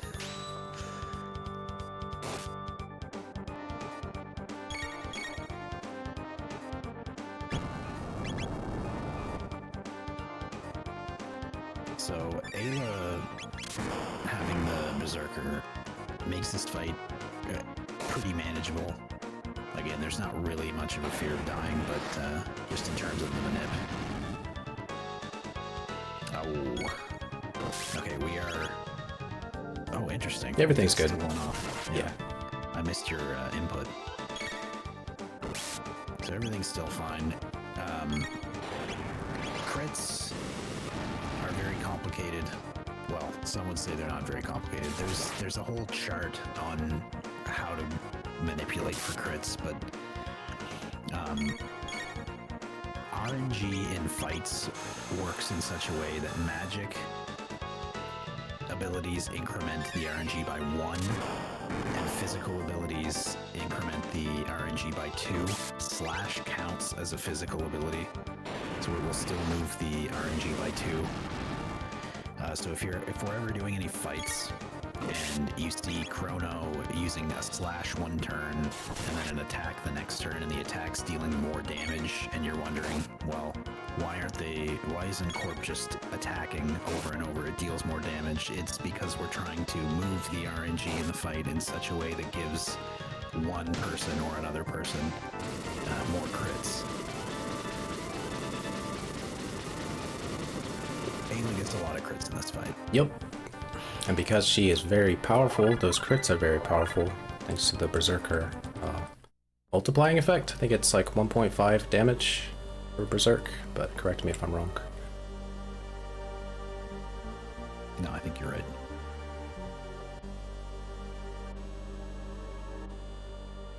Alright, Reptite Part 1 cleared.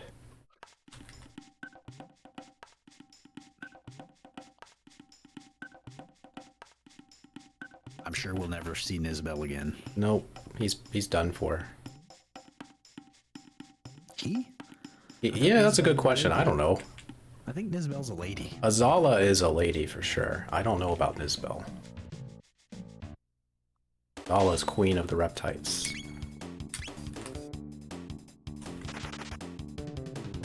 Okay, very important thing. We're gonna pick up another item. Can you guess what it is?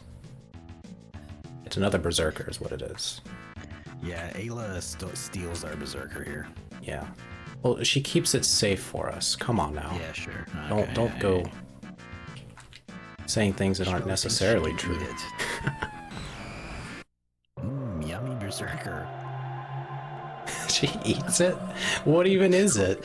Why else would she want it? It seems like all she wants to do is eat everything. Hey, look, she needs her strength, okay? So she could shatter the earth with a punch. Yeah. Is that why she wants to eat Frog? Because he shatters a mountain with a sword slash? Yeah, of course. She acquires his strength. Yeah, yeah. And she eats the sword, too, because she can.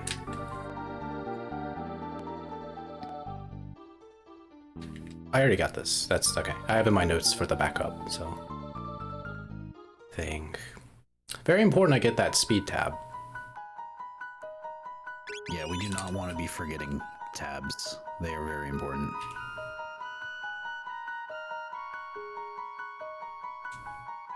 This is another nice little fade out here where we can change our party during the fade. Ugh, sorry. Oh, he got it. Okay. Sheesh. Okay. Yeah. So you I totally panicked because changed it. Luca was going to be selected. I'm like, no. Okay. Go for it, Blue. He got it. He got it. Okay. Everything's fine. So what happened was we changed our party menu. We did a fade out, which means the game thinks we're going to go to a different loading zone. And just before talking to Melchior to initiate this cutscene, we swapped out Robo for Marl, and then talked to him. The game thinks that Robo is in our party, but he isn't. And so normally Melchior has a helper. It's either Robo or Luca. And since prioritizes Robo over Luca, I think, the game just skips all interaction, and Robo is shoved back into our party because the game thinks Robo's supposed to be in there. And so Marl is very nice to be able to swap to. We save a lot of time, more than you might think. You might also notice Corp was. It's hard to tell because the only animation for it is like that character's head shaking back and forth. But Corp was pushing, is what we call it, where you run in towards a character to an NPC to make their actions go quicker. It's kind of like what we do in Yakra skip at the very start, where if you push into Yakra will spin extremely fast. You basically, you can just speed up NPCs' animations. It saves a little bit of time. It's not super important, but... Okay, time for revenge. I must get this. Please, game. We gotta get one bird skip at least. I did it! Yes! It's possible! Okay. Alright. Bird skip's not that hard to do, but when you're going fast, sometimes you make little mistakes. Alright. So we got a nice shiny Masamune sword. You can pronounce that name however you want. It's a fantasy game. Most people say Masamune. Some people say Masamune. You can do it whatever. I prefer Masamune. The surfer lingo, dude? Yeah. Alright, speaking of surfer lingo, I need to catch a wave by using the restroom, so I'll be back. I'm currently using Turbo, by the way. I know, shocker. Okay, I'll be back. Yeah, we don't have a whole lot of great bathroom break opportunities during this. I mean, there's two if you're not using Turbo. If you're using Turbo, you're fine pretty much. I mean, this cutscene is like 4 minutes, and then right after this one, when we get to the magic cave, there's another one that's like 3.5 minutes ish. I mean, in 100%, there's plenty of cutscenes where you can just smack Turbo on and then go take a break, make a sandwich, make a tea. But if you're not using Turbo, you've got like one, maybe 45-second break in Magus Castle, and that's about it. That's really about it. There's one pretty short one after Black Tyranno as well, when Lavos is. You get that nice Mode 9 Lavos cutscene, flying through space, and then that really is it. I don't think there's one other time you can hop up. Turbo is good. What I'm saying is Turbo is good.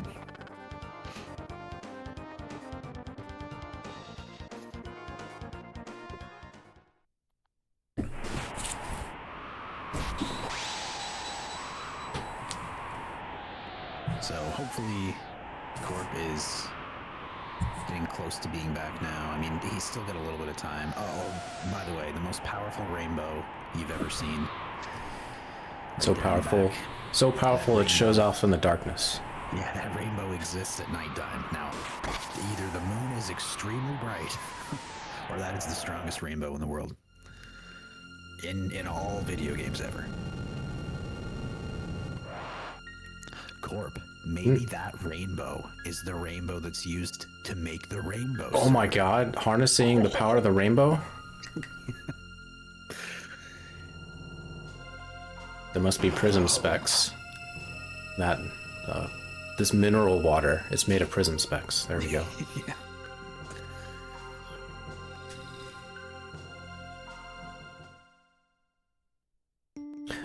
So anyway, I don't know if you introduced Cyrus. Cyrus is Frog's big bro. Not actually brother, but he treats him as a brother, and his inspiration, reason he went to be a soldier. And Cyrus got slapped with magic, and Frog vows revenge. Also, he has my favorite line in the game, awaketh. I should say my favorite single word, awaketh. Love it.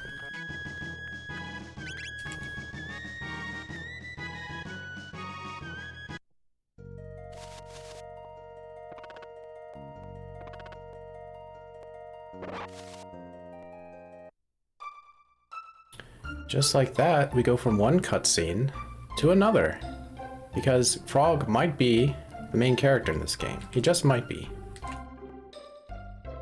I should warn everybody who's listening with headsets or is in a place where you're blaring out speakers. There's going to be a very loud noise at the end of this cutscene. I'll warn again as it's just about to happen, so you might want to lower your volume.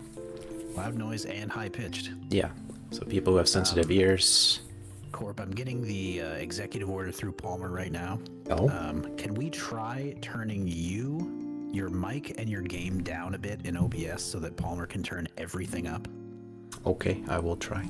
If it doesn't work, we can just go back to... Let's see, that's... So I'm down now, and the game, you said turn it up or turn it down? Down. Yeah, turn down everything as a whole in OBS, and then Palmer can crank that soldier boy. Don't. Okay, let's try it. Hopefully we can get an answer quickly during this cutscene bit, so that... Alright, turn the game audio down just a little bit, but my mic should be more reasonable. Yeah, apologize everybody for all the audio tech.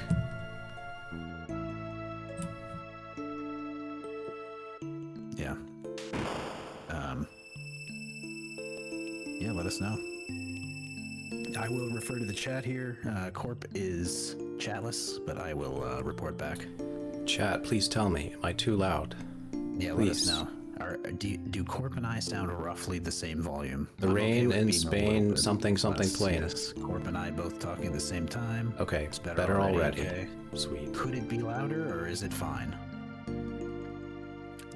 We need to be quick about it though, because this is like the perfect time for us to be messing around with stuff while we're in a cutscene. Much better. I can still turn the game down easily. Off, but better. I can turn myself down too. I'll take it down a notch. There we go. Yeah, go down a little bit more. Maybe if only just your mic, and then. Yeah, I'm seeing Corp is still louder. Corp loud. All right. Loud noise incoming. There you go. Yep. Definitely put your volume back down, guys. Everyone's probably cranked trying to figure this out. Yeah, I'm seeing it's better across the board. So we're fine. We're good. Yeah, I apologize everybody. All my volume settings are cranked. That should affect like Discord and Blue's voice. Anymore. Yeah, exactly. We tried everything we could without actually having to go into OBS, but now's the perfect time to do it, so. Awesome.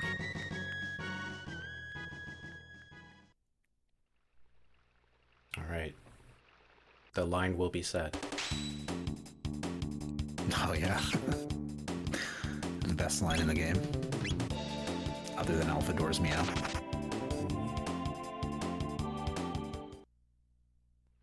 Be that magic you use. The magic of running away.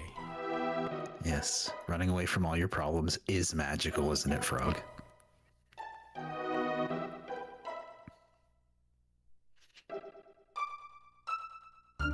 It's a pretty bold assumption on the devs to have a line referring to something that you cannot be sure if someone actually did in an encounter, but...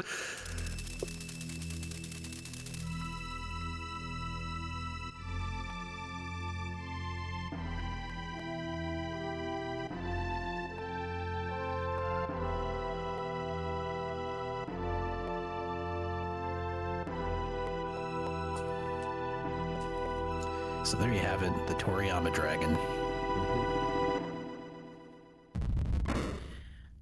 It's ready for the best dragon must be the soundtrack. boss fight. Are Are you ready, Blue? For the best song in the game? Yeah. It's coming up in like 20 seconds. I mean, already this is a great soundtrack. It's too bad we can't hear it because Frog's Masamune animation deafened everyone. Yeah. What? Yeah, what? Man, the Magus Castle theme's great. What? So you get to see the ghosts of everybody who is the most important person in each individual life. So Chrono, it's his mom. Frog, it's Queen Lean. Legasp. And Robo, it's Luca. Because they're the most important. I always thought that was just Marl thinking she's the most important person in her life. I'm sorry. Jeez, Too man. much Marl hate. Shade. Too much Marl hate. All right, do you hear it, everybody? It's such a great track. Yeah. Just a violin cranking an E. The longest violin bow you've ever seen.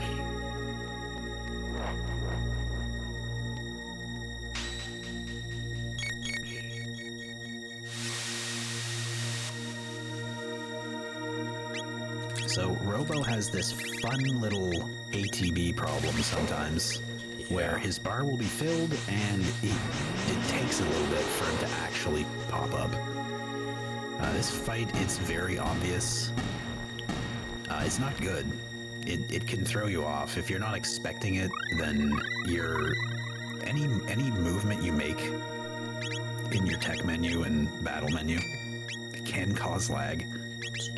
So if you think something's going to happen and then it doesn't happen, you might just input the wrong thing and actually go fully through with it. And since this is a manipped category, that can lead to, well, it can snowball very quickly. Being extra careful. Yeah, exactly. You just got to watch for it. Know when it's going to happen. Basically, it pretty much always happens at the same spots. So I had a little bit of a slow menu, and the reason is funny because sometimes I still don't understand why. Sometimes the where your accessories are in your list, they change around, and I don't think I did anything different. But no, I'm right there with you. I do even with no menu mistakes, sometimes stuff will be jumbled. I don't know. They just move around in there by themselves. They're having a party. Yeah. Anyway, so like, where is the power scarf? Yeah. I know I have this thing there for some reason. So Flea is an interesting fight. I quote unquote fight. Because of a speed tie with Frog, and Frog having the Berserker on, also in part to her first attack hitting Chrono.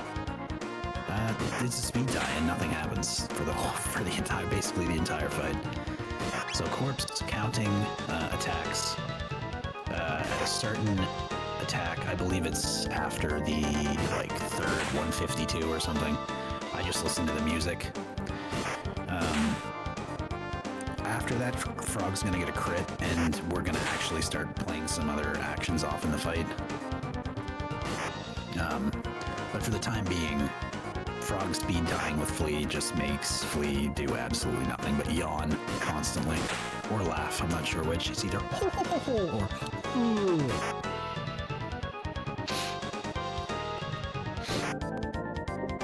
You have all the time in the world to get ready for it too. It's pretty simple at the end. It's a robo attack and a slash, and then a chrono attack to end it.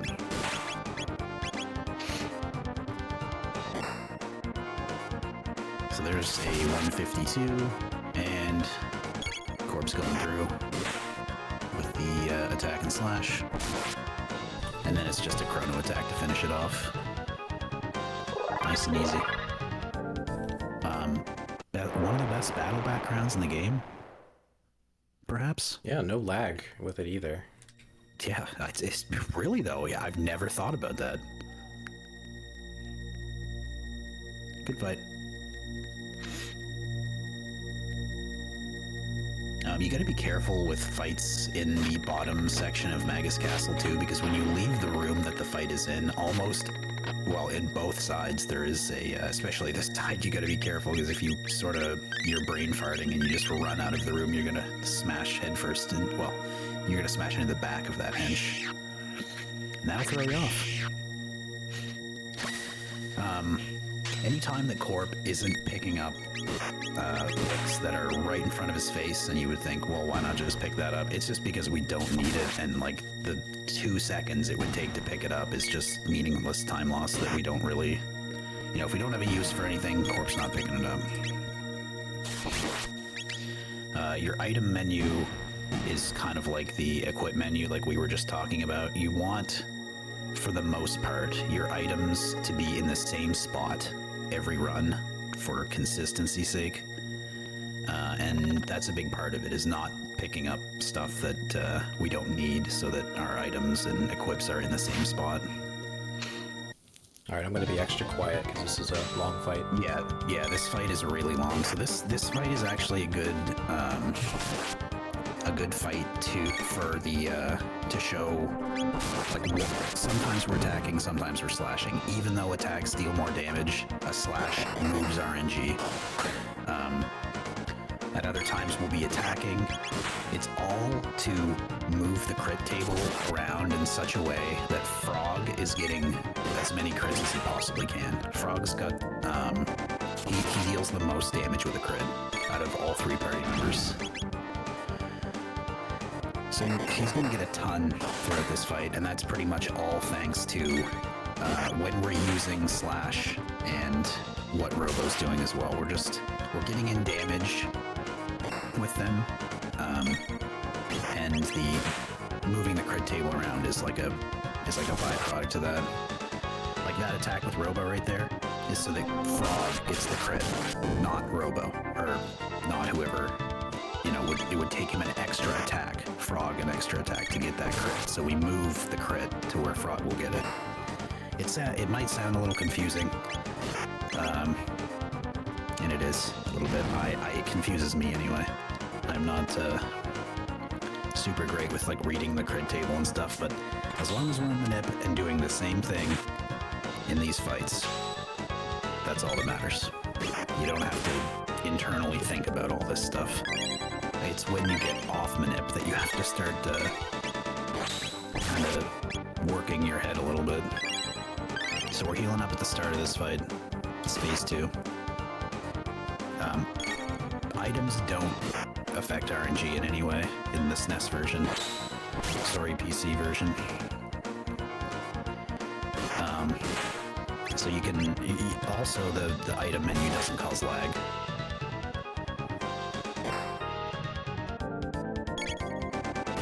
Which is nice.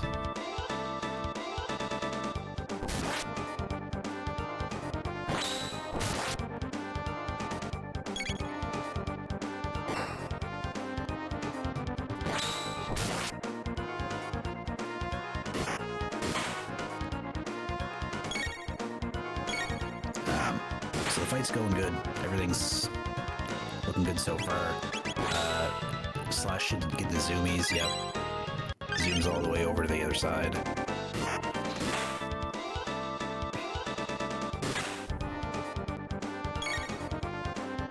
Getting close to the end now. We're just gonna let Frog do his thing for the rest, or not the rest, but the next couple of actions, because as you can see, he's getting all these crits. We don't want to interrupt that with anyone else doing anything. Until this turn.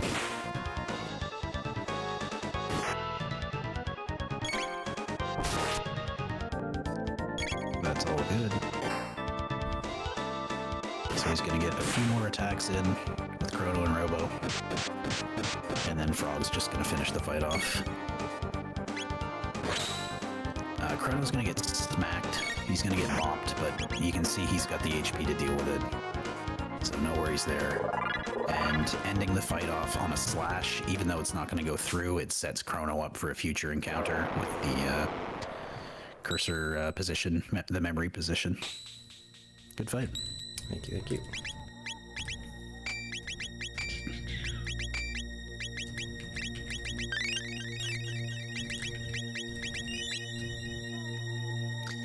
So we finally get a better sword for Chrono, and we also put the hero medal on Frog. The hero medal just makes Frog's crit rate I believe it's a 50% increase to hit Frog's hit rate, or crit rate. Well, he's got the Massive Mune equipped, of course.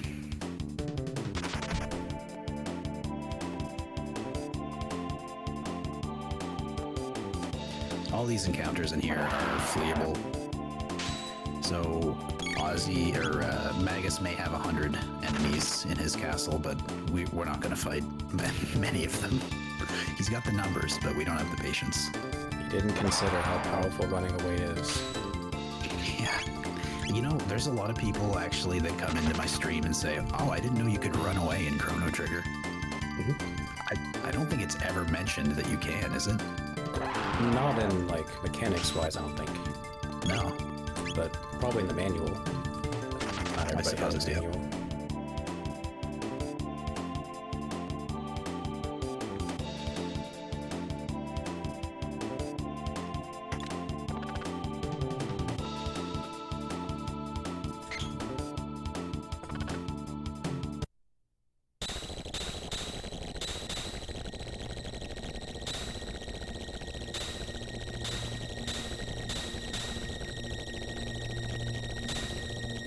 This room is something else.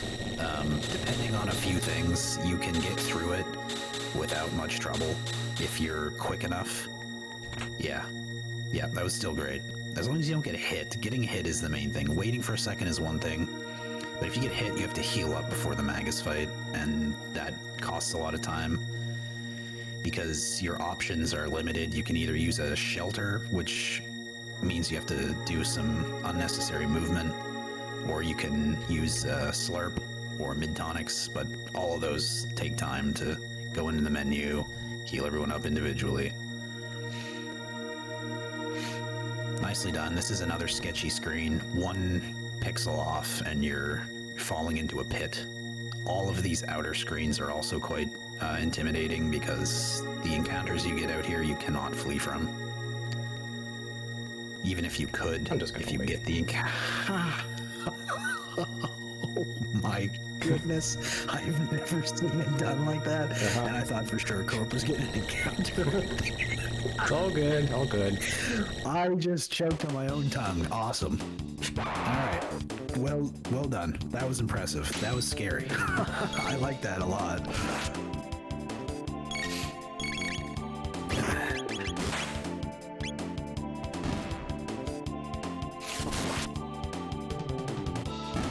Yeah, the key to those skips is not holding a diagonal. You want to be holding directly up when you cross a threshold. You're rounding a corner on the stairs. If it detects a left or right input, you'll get caught by the, whatever they're called. Ninja birds. Allah.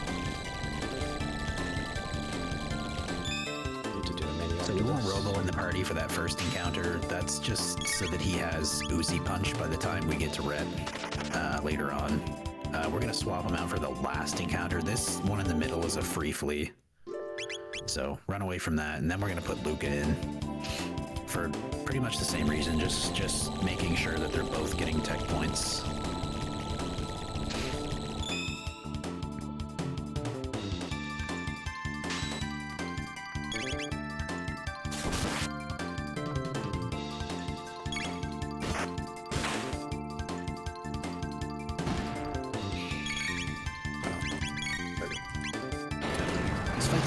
Special. It's got a little bit of tech that we weren't able to talk about early on, just because Corp wasn't on Minute and we didn't really have to do it.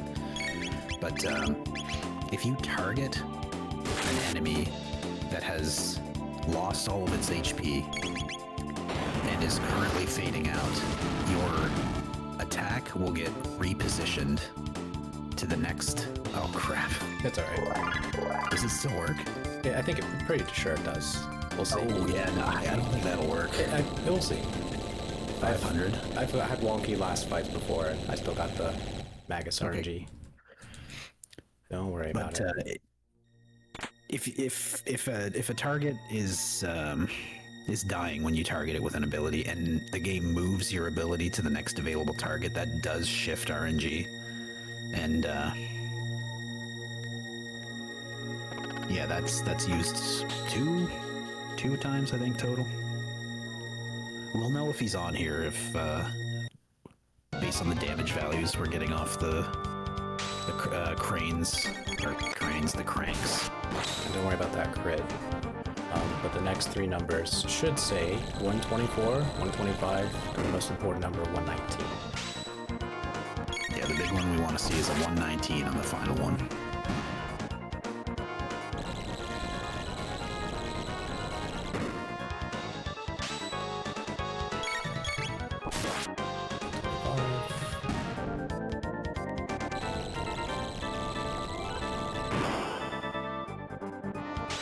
Yeah, with that 125, everything should be fine. Yep, all good. So if we didn't see those numbers, I'd have to reset to get onto the proper RNG for the Magus fight. Corp will probably take a safety save anyway. Yeah. Yeah. If in the Magus cutscene before the fight, you have, like, during the auto mash section where it's mashing text for you, if you can turn game audio down a little bit again. Okay, I sure. know this is getting annoying, sorry. Okay. All good.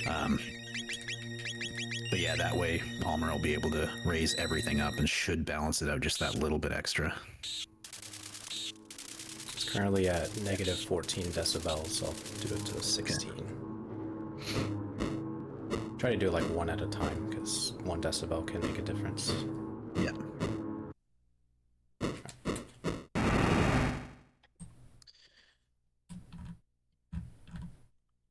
Yeah, that should be better.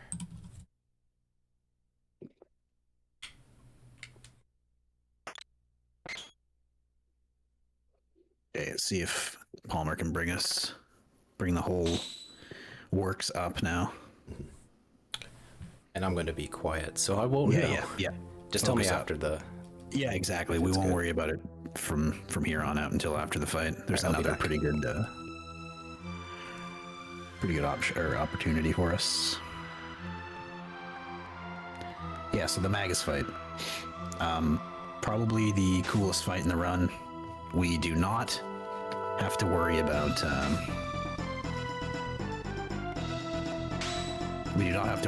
his barriers. Okay, sorry. What was that? Anyway, yeah, we don't have to worry about his barriers. Oh, what happened? What happened was the thing I've mentioned before in our race, which is sometimes you hold the Y button X. and nothing happens. Yeah. So Might have held it a little early, maybe? What? I've done that before, where I've held it early before the battle menu came up. I always wait for the sound effect when I hold it down, so... Yeah. Anyway, I shouldn't have done it, but I've been doing it lately. At least that's... we didn't get into the fight. This is fine. This is this is basically no time. I mean, it's a little bit of time loss, but nothing like having to reset in the middle of the fight. Yeah, so for those who don't know, you could essentially instant select an attack if you hold the X or the Y button, depending on what is set to attack. For me, it's Y, X, Y, whatever. You did the count reload, right? Yeah. I did 11. Yep. Well, we'll see if I'm wrong. Oops, sorry. All right, I'll be back. So yeah, this fight is pretty nice for us in this category since we don't really have to worry about barriers. We're gonna get 2 shadow barriers and 2 lightning barriers provided we're on. Once you're done with the first phase, then the rest of the fight is pretty much, you know, you can lose time to the second phase, but you can't. It would be pretty hard to outright die. You'd have to probably fall asleep playing the game. So geysers coming out. This is something that we do have to kind of keep an eye on if things go wrong. Geyser is a ability that slowly drains the HP of your party. And if you get to the end of the fight and you're sort of winging it because something went wrong, then you really have to watch out for Chrono's HP, otherwise he'll... Oh. Sorry. Yeah. I think the reload's 10.5. All right, we're just take 3. Don't Take worry, 3. everybody.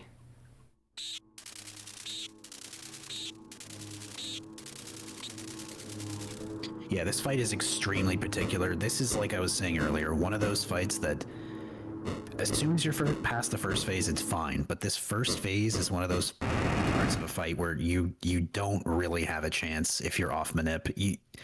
Like, if you got extremely lucky, you might have a 1% chance to get through it, but you have got to be on manip for this first part.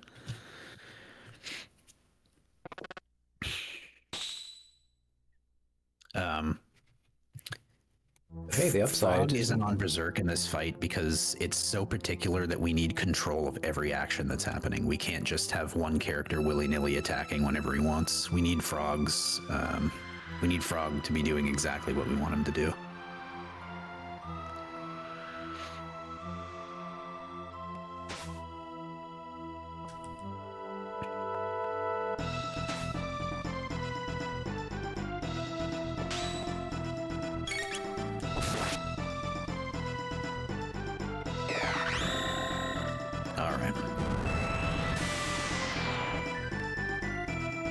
So Shadow Barrier comes out, it's exactly what we want.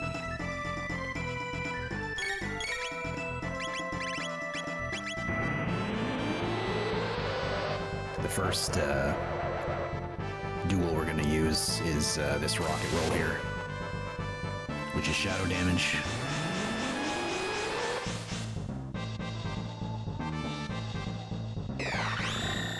And then we squeeze one frog attack in.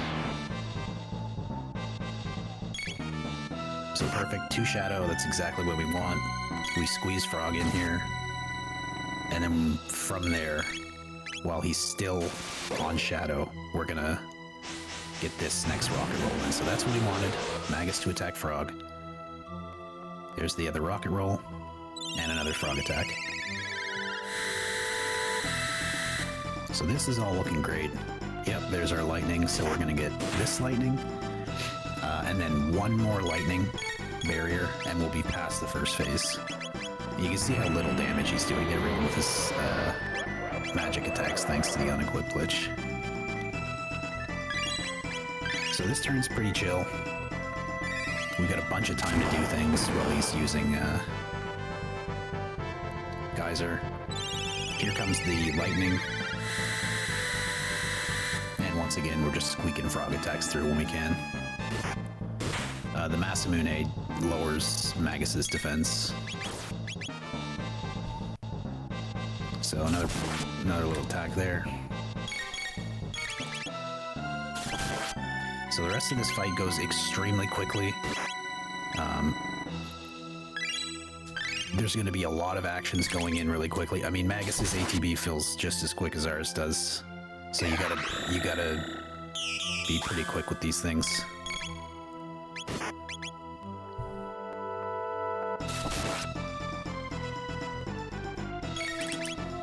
We're basically just trying to combo as many frog attacks with Chrono slashes as we can. This turn here, we're gonna actually hold, pretty much always holding Robo until this one. Yeah, Robo's gonna get an attack in, and then hopefully this frog attack goes through before. Just look at, okay, so you can see how close Frog's ATB is to being filled. That is by how much ATB we missed this. This isn't a huge problem, this just means we're gonna have like a couple of extra rounds at the end.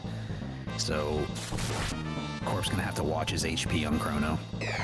And at some point during the next few rounds, he's probably gonna heal Frog up. Frog will die from the next dark matter. If the fight's done perfectly, then you'll skip the second dark matter, you'll only get the one, but because of that tiny little ATB gap on Frog there, we're gonna have a second one. So you can do it one of two ways. You can heal Frog early, or you can continue the fight and revive him after the dark matter goes off. It doesn't really matter which you do. Continuing the fight as scheduled, though, is probably a little better until the very end when you can heal him. right before the dark matter, like Corp did, because then you're staying on the crit table should still stay the same, and Frog will be getting crits when he's supposed to. If you heal really early, then you're throwing a turn away that messes with things and yada yada. But Yes. So like I said, we got through it just fine. yeah, there was Well a part where you had to go from Robo's turn to Chrono, and when you do that, you got to make sure that Frog is ready to go. He's queued up. Yeah. But his ATB hadn't popped up yet. So when that happens, you're going to get hit with a second dark matter, and Frog will not survive. So I just did a preemptive heal. We learned recently that it's not that important if Frog doesn't survive for the run. But Yeah.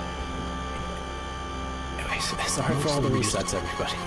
Yeah, you really want to make sure. I mean, if Chrono doesn't survive this, you're in trouble. I've been in that boat. Chrono won't learn Fire Sword by the time you get to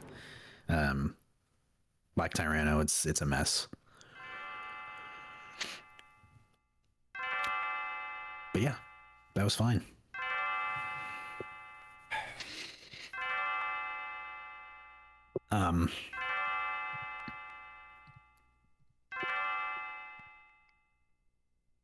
If you guys can just let us know if the volume, if audio seems good now, we'll just leave it where it is. Now is the time though, because we're in a cutscene. Yeah, So now's it's a great time to lower the game volume even more if I need to. yeah, if needed. If we're still a little low compared to the game, just let us know now. I'm seeing volume is great, so Great, cool. we're good. Yep. Sponging. We're sponging off of Marlstad. Yeah, they could have said mooching, but Yeah, sponging. It works. Very interesting translation there. So, fun fact here, one, Ayla's the best. But no, the fun fact is that if you mash after this cutscene, you'll go right back to sleep. So, also Ayla says a great line of dialogue, yummy frog. But, so for anyone who uses turbo or is just over hyperactive with their mashing, give it a rest. Because Kino, I mean, somebody who we don't know, is supposed to walk into the tent and say, hey, Ayla's over there. But right here, if you're mashing A, you go right back to sleep. I remember the first time that happened to Frog me. and Robo switched beds. Maybe Robo was had the comfy one, and Frog was like, you can't even feel the bed. Give me the comfy one.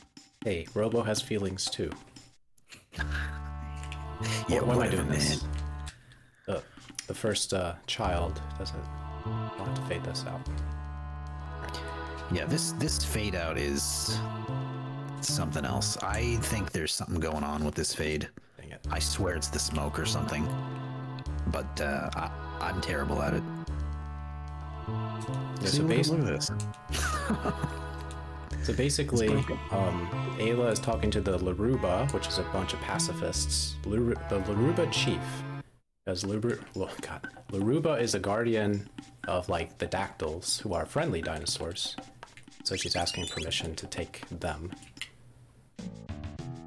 Hopefully I faded that out. I think you got it. It's questionable. We'll find out. I did just save. It's very close, Oh. but I think you got it. No. This is bad. Hold on. Man, it's gonna be bad. Oh, yeah. Yeah. Right. So if the Magus fight goes awry and you have to use items during the end of the fight, your cursors will be a little wonky because you were just using items where normally you'd be on tech. Using the flee method with the menu in items causes a bit of an issue because L and R buttons scroll through the menu in items, and if you're holding L and R and you open the item menu, your cursor is like lost to the bottom of the page, like 10 pages down, and it can create some pretty big problems in fights. So I think Corp managed it just fine right there. You got it all fixed up. Ooh. Still got it. Yeah, these are pretty tight skips. Again, oh my, dude, I did not know you do that skip like that. That's crazy. That saves like 3 seconds over the way I do it. I'm slow, confirmed. Yeah, if you get encounters in here, you're off manip. So, yeah, they can be scary. They're on paper, they're easy to set up, but sometimes it can be hard to see exactly where you are, and especially with that one behind the the schist, I believe they're called. The one behind the schist there is extremely tight. You have like a 2-pixel window. Who needs to buffer a setup when you can just be Corp? And that was crazy, man. Well done. I'm glad I was able to do that. It's hard. Yeah, that was amazing. Oh, Glenn, thank you for the cheer. That was a huge one. Thank you.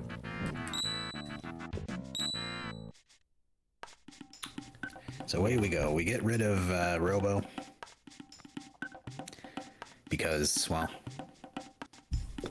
the other option is getting rid of Ayla, which we cannot because she needs to be in the party for this section.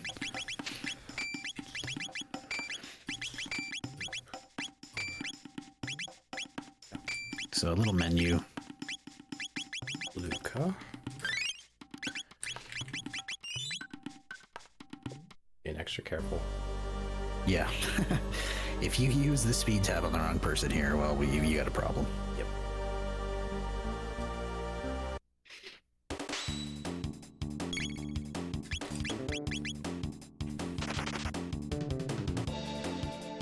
Okay, reptile lair. Tyranno lair. So the story is the villagers have been kidnapped, either to be eaten or executed or whatever. And Ayla wanted permission to get to the Tyranno lair to rescue them. So she's going to do it all by herself because she could, and she's awesome. But we help her out, and she's grateful. And so we're on a rescue mission, essentially. Although when we rescue, we kind of keep going. So I don't know why we keep going, but we do. It goes from a rescue mission to a revenge mission pretty quickly. Alright, you get to demonstrate Ayla's power. Yes, demonstrate Ayla's power and Kino's complete lack of anything, really. He's got a cool hairstyle. I'll give him that. I would say he's got a good heart, but he is a thief, so no. Yeah, There he's still... hairstyle. That's about as much as we can give him. Alright, here she goes. Just breaks the door. A bone.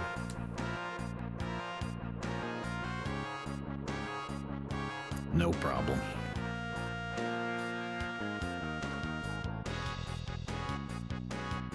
I can get ahead of Kino here. Take a little bit of time.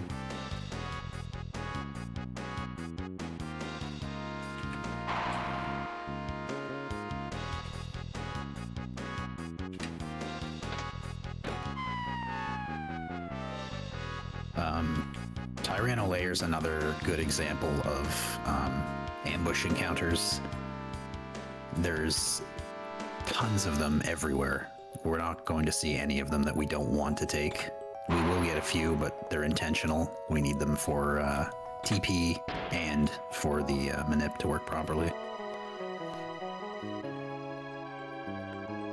A lot of the encounters in here also are not fleeable encounters, so if you get them, you're stuck. You gotta complete them. So this is an intentional encounter. Corp set up Cyclone earlier in the first set of reptites. This encounter is skippable. It's hard to do, but again, we don't want to because we need the tech points, as Blue said.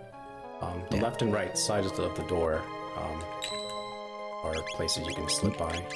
Yeah, you can kind of squeak in. Alright, I'm gonna do a safety save. Good idea.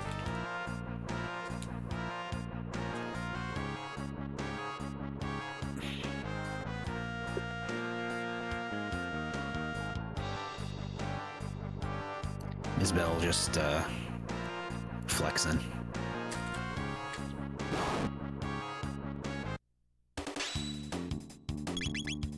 Okay, good. So this is, again, another encounter that we have to take, not only for the tech points, but also for the manip to work properly. Same thing, exact same solve, Chrono Cyclone, and then Ayla's gonna come in with the Berserker and finish it off. Just learn Smack. Fire Sword.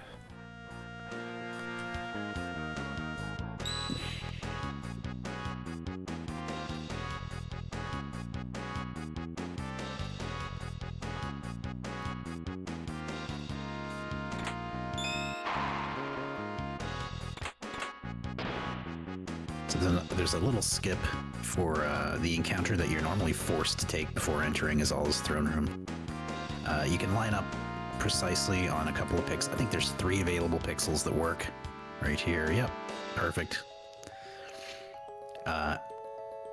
When you hear 3 pixels, that might sound like, oh wow, there's only 3 pixels that work. That doesn't sound like a lot. It's a SNES game. Pixels are pretty chunky, but I mean, it is still pretty precise. But not as bad as you'd think. Yeah. Alright, Blue. I hate to do this, but I'm going to leave you with a Black Tyranno fight. No, This is you don't have to apologize for this one. Well, this is a like, long fight, and it's... I make the joke that this is a 10-minute fight every time, so it's not 10 minutes, but it is like a 7-minute fight. And there's quite a bit going on as well. So if you've seen other runs of Chrono Trigger, specifically like glitchless runs, you might be used to seeing a sleep on Azala. We do not have that luxury because we need to use a big part of our strat is Ayla with Berserker. And if we sleep Azala, Ayla's just going to attack Azala and wake her up. So we're going to kill Azala first, and then focus on the Black Tyranno. In doing this, when there's more than one target that you can highlight, you gotta be really careful, because even one mistargeted attack will throw you off, and in this fight, at least before you get Azala down, you really do have to be on Manip, because you're not going to get through with both Azala and Black Tyranno. You can, once you get Azala down, it gets a little more chill, mostly because there's only one target, but also because you can kind of wing your way through the second half if things go poorly. But everything's got to be spot on for the first part until Azala goes down. So this is all expected. Luca's getting low. Well, she will be getting low. So keeping an eye on that.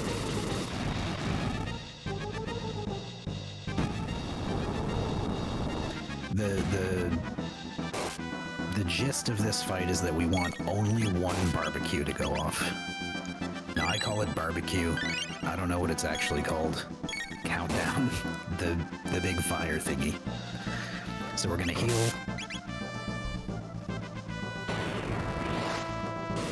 And we're just gonna wait until defense down comes up, at which point we're just gonna start throwing fire swords at him.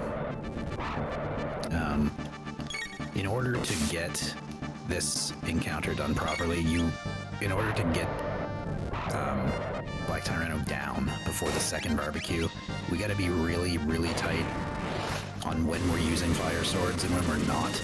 Like, we're not going to be using fire swords when Black Tyranno's defense is not down. So we're spamming them here. Now, Chrono, we gotta use a full tonic on Chrono. This turn is really scary. Okay, he's just gonna use a mid-ether. That's perfectly fine.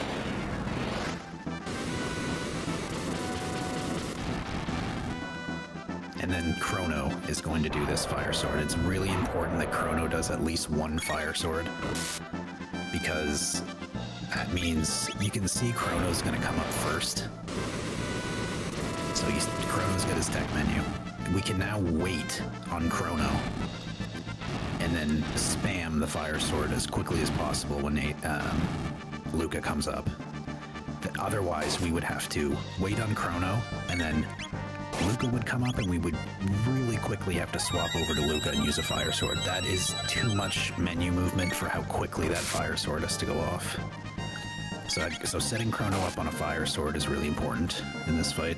So now both Chrono and Luca, their tech cursor is already on fire sword. Both of them. That Luca death is fine. This Chrono death is also fine. Because again, we're gonna try to get in before the second barbecue. That's the whole strat in this fight, is beat Black Tyranno before Black Tyranno beats us. We don't care about anyone's health because we're expecting to finish the fight before the next round of fire. So there's the death down. We're gonna start throwing fire swords again.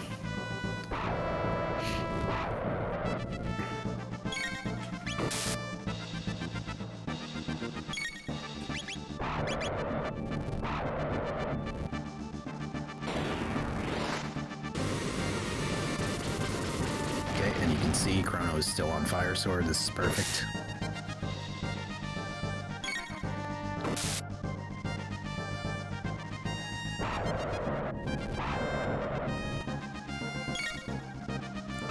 Ayla is just, as you can see, this is why we want Ayla on Berserker. It's faster to do this and having all these Ayla crits than it is to come up with a different manip to sleep Azala and not have Ayla on Berserker, because this Ayla Berserker does absolute work. Now this last one, it's not as tight as the first one, but you still don't want to be lacking on it, or you're gonna get caught. So as you can see, the countdown was on 1. Last fire sword comes in, and we got the fight down. And if you take a look at everyone's health, everyone was below 50 health. If that fire would have came out, it would have been, the fight would have been over and we would have had to do it again. But nothing to worry about. Corpse got it down. All good. Great fight. Thank you, thank you. Yeah, some of these fights, once you learn them, they're not too bad.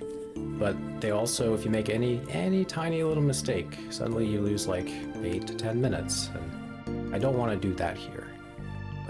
We're doing okay in this run, just resetting Magus a few times. I think we're still on time to be underestimate. Yeah, that's not too bad.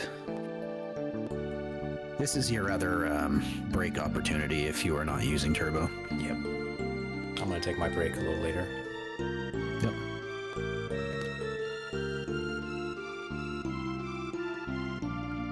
Yeah, the Reptides were so advanced they knew about this red star that was approaching the planet. Ayla calls it Lavos because Lavos is whatever. She uses her own language, which she's been speaking this entire time to us, and names it. Anyway, it's the most confusing bit of dialogue in the game.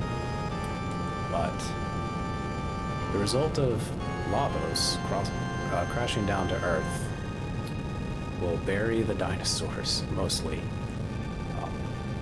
And initiates a bit of climate change. So you could talk to some of the villagers, and they notice how cold it's getting. And places in 65 million BC will have less dinosaurs out and about as a result. If you have a second, can we do one? Oh, sure. Little, yeah. What's up? Game of audio down just another little titch, and we should be good. Bored. Okay. I know. I'm just doing as I'm told. I'm not blaming you. This is impressive. Yeah. All right. How is that? Okay. I'm sure that's fine. There's no way that, like, I thought we were fine the last time, but I'm sure this is fine. What do you got here? You're doing some text and up to 12,000. Yeah, I'm just going to pop up for a little restroom break, yep. Corp. No worries, no worries. I will be right back. All right. So, as Lavos buried into the earth, we learned that Lavos has the ability to create these time gates, because Lavos is immensely powerful, as Luca says. So we're going to take this, because we're adventurers. We don't know where it's going to go. It could be over the pit of a lava caldera in a volcano, but no, it doesn't go there. It goes somewhere very cold, very windy.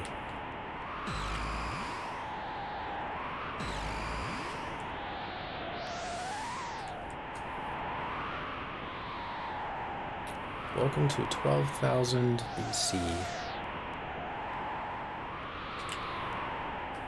The Ice Age.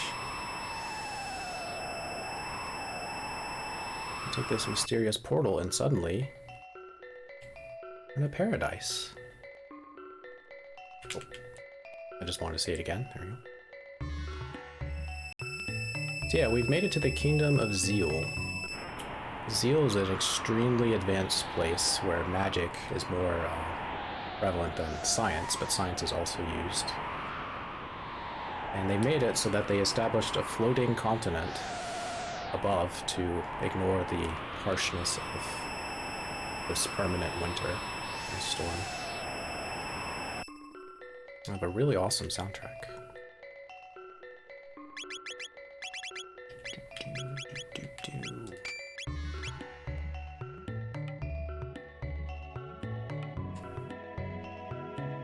But yeah, in Zeal, you could talk to all sorts of NPCs. They talk about the things they're researching, like dreams. Dreams is very important. Plays into the Masa, Mune, and Doreen interactions, which eventually play into Chrono Cross lore.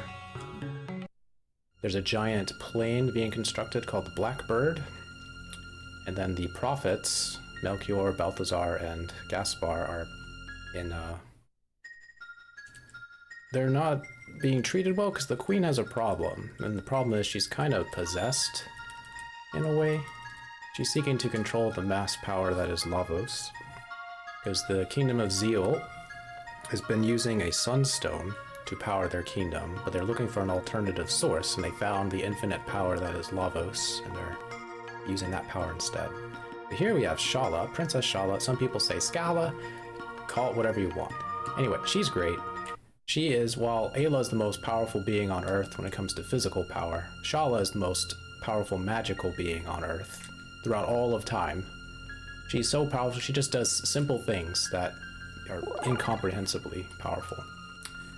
But she's the princess, and she's torn because she knows her mother is kind of dwindling, descending into madness, and her little brother, she's trying to protect him, and she's trying to be a good role model for the citizens here. And also down below, there are humans on the surface of this planet who are treated not very well by the people in the Kingdom of Zeal, but she treats them well. So she's going through some rough stuff. So we're gonna help her, because that's what we do. We solve problems with time travel.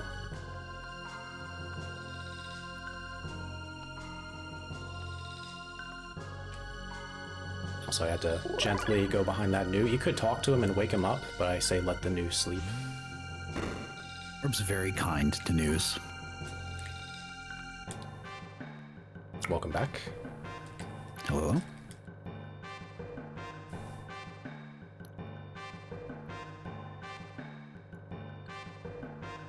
So there's a prophet here, and the prophet is whispering words to Queen Zeal to say, hey, we don't belong here, we should deal with them. So they sent out a golem.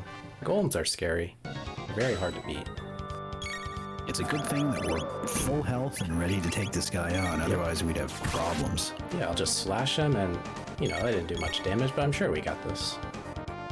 Yeah, he doesn't really... I mean, he's got some AoE he might use, but we're probably not going to see that. Well, we're in trouble because Ayla went down, and when she goes down, that's not good. Well, okay. Surely we can get into...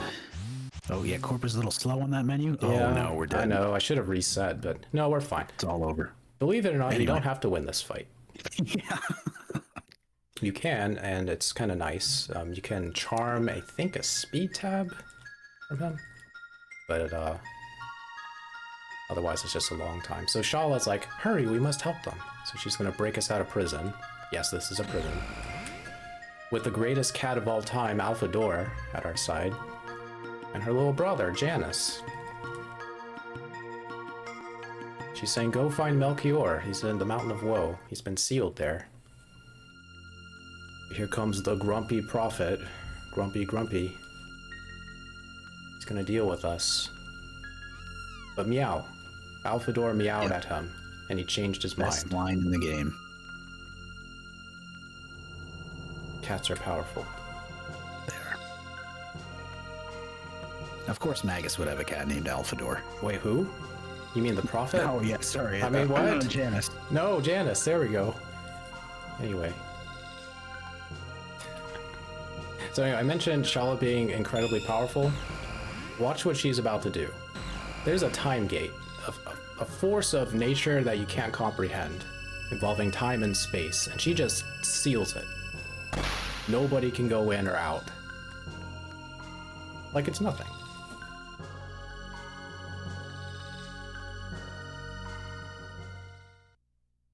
Now, it's not the same as, like, getting rid of it, but sealing it is the next most impressive thing.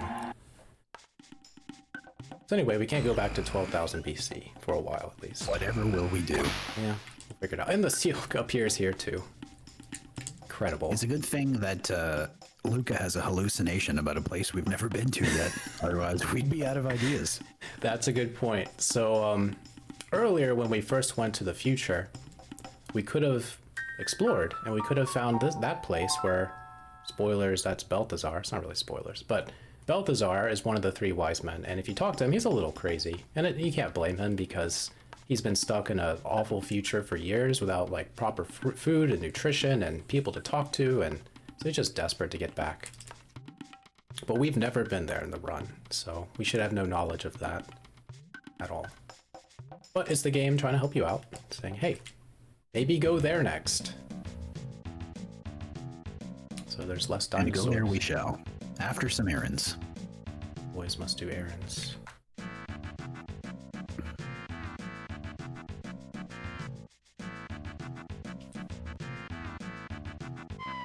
You know, proper nutrition, a lack of proper nutrition might be one of Ayla's problems. What do you mean problem? She gets all the protein. That's all she needs. I mean, bug soup. She's living. No, you know what? That fits her perfectly. I know. Living off bug soup. That's a very Ayla. And dinosaur meat. Yeah, yeah.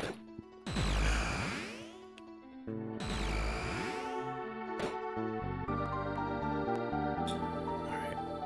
I'm gonna do a safety save. I don't normally do this, but I feel like maybe, you know.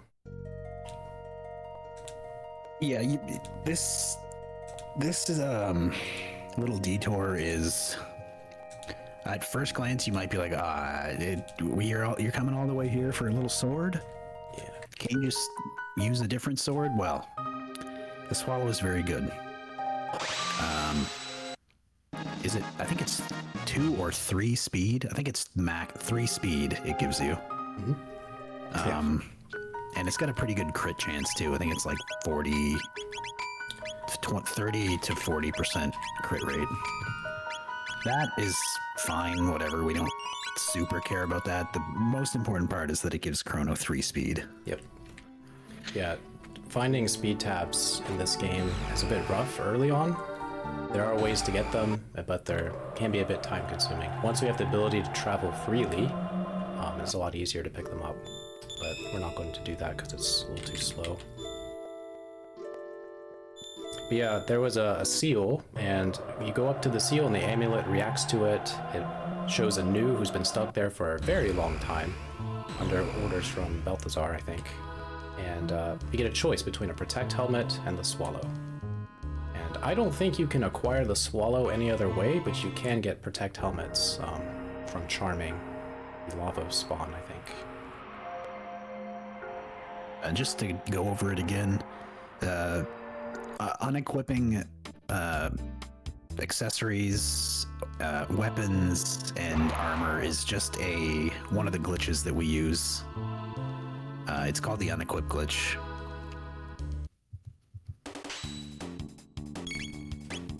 Yeah, unequipped. For anyone who might have missed it earlier. We took off Luca's weapon. If you're to ask me why we did that, I don't have an answer, but I believe it's for the Blackbird, so that her and Robo, I think, is in the party, don't have ATB bars, but I think think the that just weapons are happens unequipped normally, anyway. because everybody except Ayla is unable to attack until you find an item.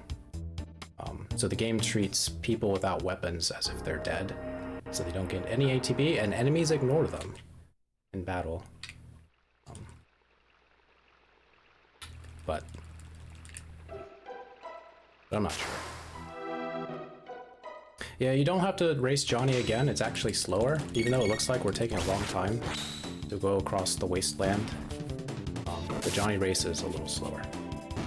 And it affects RNG, because we had to run away twice to keep RNG going.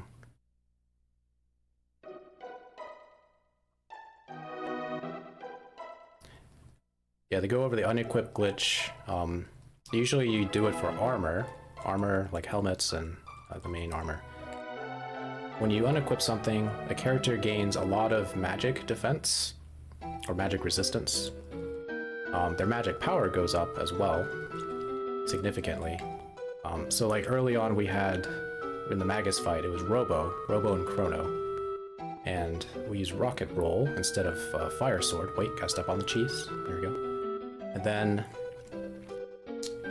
we were able to do a huge amount of damage, about 600 damage to Magus, just because Chrono and Robo were de-equipped, or unequipped. And it allows them all to survive magic attacks. So earlier in the Slash fight, Slash was hitting Robo for like 8 damage.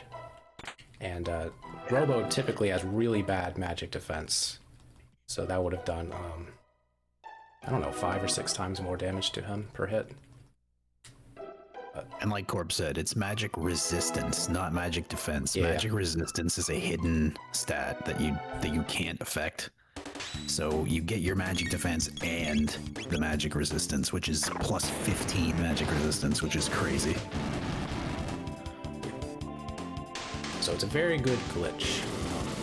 A little bit hard to do, hard to set up, but you just can't do it in a casual playthrough because you need a certain amount of items. So normally we have items for accessories, but we don't have anything for armor and helmets.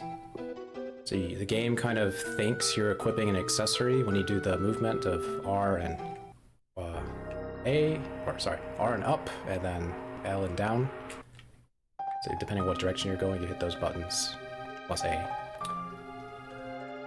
If you do it right, it thinks you're equipping an accessory, so it exchanges the armor for nothing, because it won't give you the accessory on armor. That's something you'd see in like Final Fantasy VI. Glitches that way.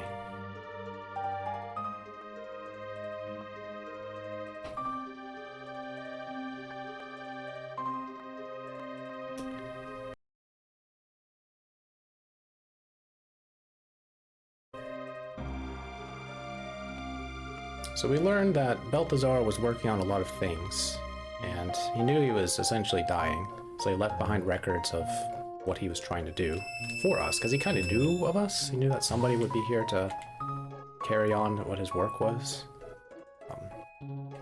So he made a time machine.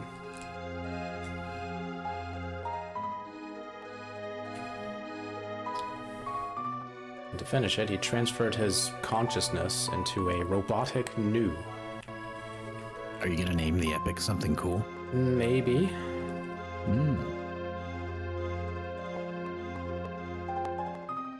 Maybe not. It's probably going to be boring to everyone.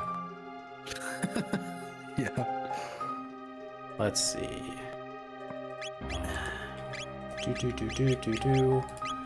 Blah, blah, blah. There you go. Nicely done. I don't know why I was humming the Superman theme. Just ignore that. For a second, I thought you were going to call it the Tupac, and I was very surprised. No, that's been done so much. Yeah. Not that I disrespect the joke.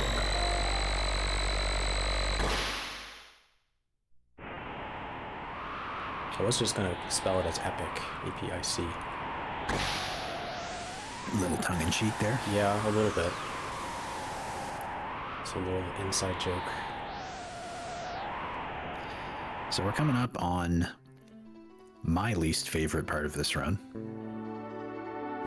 Well, you don't like mud imps? They're great. Yeah. These skips are special. Depending on how long you're on the screen, the position for where you get the event trigger will change depending on how long you're on this screen. You just have to have a setup that works for you, and you just have to roll with it. And sometimes it's going to take you 3 times to get it. Sometimes it'll take you 8 times to get it. I forgot to call out Kid Skip. Oh, that looks good. Yeah, it wasn't. It's too far. See, so Corp does this setup on the left. I prefer a middle setup, but again, you got to do whatever works for you because these skips are bizarre. So what we're trying to do is open the menu on a very specific part, so Chrono is in a specific place. There we go. That works. Yeah, this is a very picky skip, especially this first one. The next 2 are a little more lenient. This first one's very tricky. Oh. Yeah, I bonked into the beast. So yeah, there are 3 fights, 2 beast fights, and then the boss fight with Mud Imp. That might work. I don't think it will, but try it out. That's a great question. I think it might. Yeah, it did. Nice. Perfect. Eh.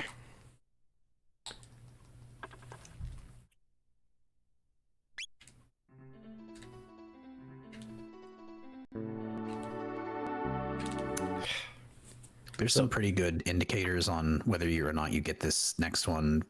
One of the indicators is that your save file name will change to the Guru on Mount Woe. Wait, another one is that you can exactly like that. Another one is that you can see most of the feet and legs of the one of the beasts. I look for the blue beast. If I could see that he's blue, then I got it. Oh, interesting. I'll have to look out for that next time I do it. Like that. He fluctuates from yellow to blue because of the glitch. You might have missed it too. Corp did a nice little reload here. We want to be on a certain RNG value so that we can deal with these rebels. Perfect.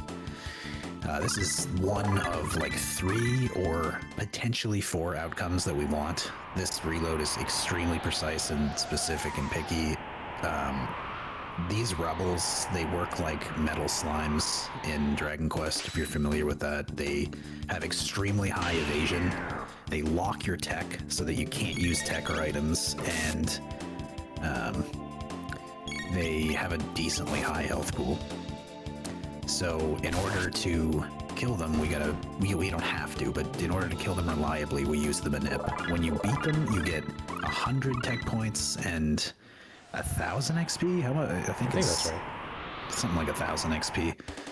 This is really important because the way tech points work in this game, if you have, let's say you have 20 tech points left. Let's say you have 50 tech points left to learn your next tech. You kill a rebel, you gain 100 tech points. Your tech points don't, you would think that 50 would go towards the tech that you're just learning, and then the remaining 50 would go towards the next tech. You get the 50 that you are required for your next tech, and then you get an additional 100. When it rolls over, the tech points reset, and you get the full amount of tech points again. So you get 150 tech points out of a single 100 tech point battle. So a lot of the routing is, at least for like levels and tech points and stuff, is based around that, so that we get the most tech points possible out of every encounter. And these ones are huge for that because you get so many.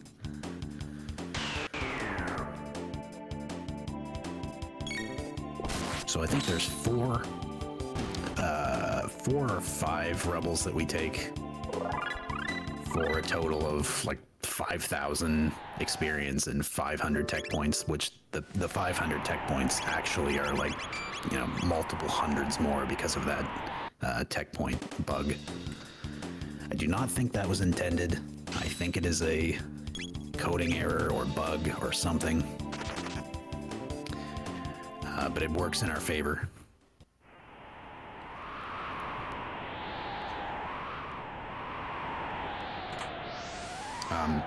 We actually, because of this,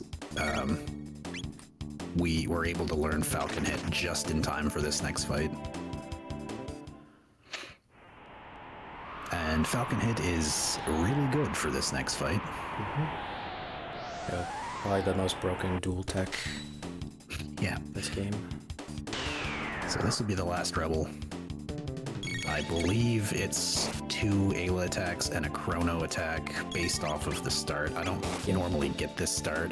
But like I said, you can't really pick your start. It just happens. This is a slightly slower version, but it's all good. All you care about is getting the tech, or the tech points and the XP. So Yeah, this place is a little scary.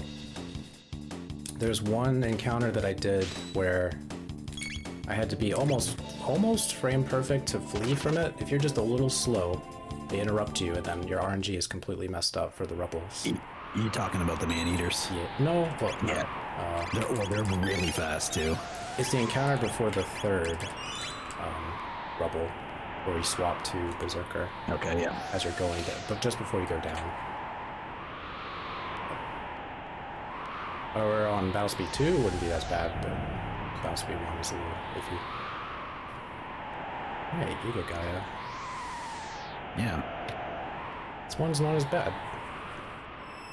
This fight is weird. I personally don't like how this fight feels. It's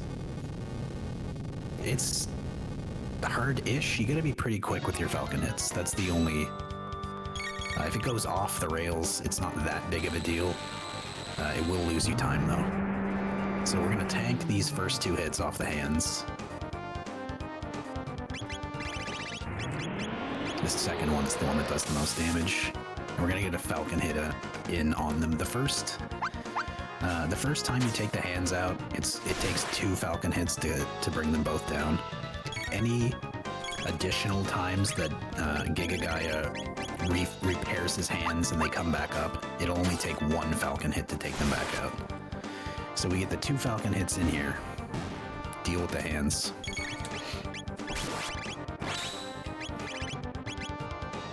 Now we're going to focus on Giga Gaia. So because we're on Manip, we can get these crits with Chrono. He's going to take 1 there that we just saw, followed by a flame kick. We're going to get another Falcon hit in quickly, and if we can squeeze Chrono in again, he should get another crit, and we back it up with another flame kick, and then from here on out, the rest of the fight is just getting really fast Falcon hits in.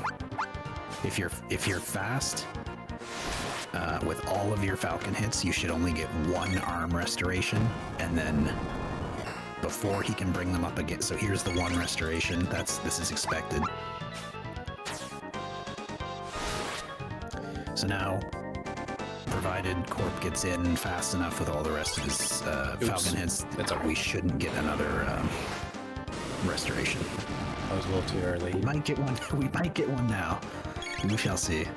This is interesting. It's okay. I've done this before. I just had to add at the end. Fire. A fire, yeah. He might. Yeah, he's probably going to be able to just back it up at the end with a fire. Luca has a dead turn. That, yeah, exactly. You can use it whenever you want. That makes... Yeah, so if he's not able to take Giga Gaia out here before the end, he'll be missing like 20 damage, which is unfortunate, but I think he should be fine. I think actually at the end, Luca might have another opportunity to squeeze something else in, but we shall see.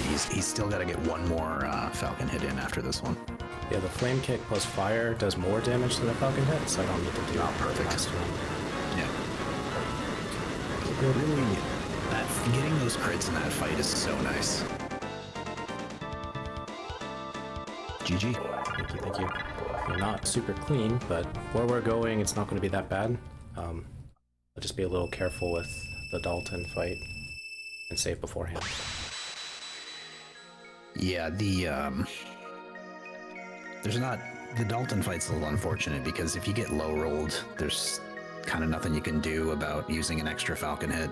You can use Luca to like you can use her for a fire and then like heal her and then a slash with Chrono, but it's slower than just doing another Falcon hit.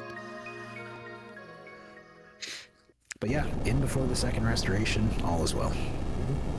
If it loses maybe like 15 seconds or something because his arms come up and then you have to watch the animation for that. You don't have to take the arms out again. You can just Falcon hit him and it'll beat him, but you do have to watch both of the arms like disintegrate after you win, and that's a little slow too. But that was avoided.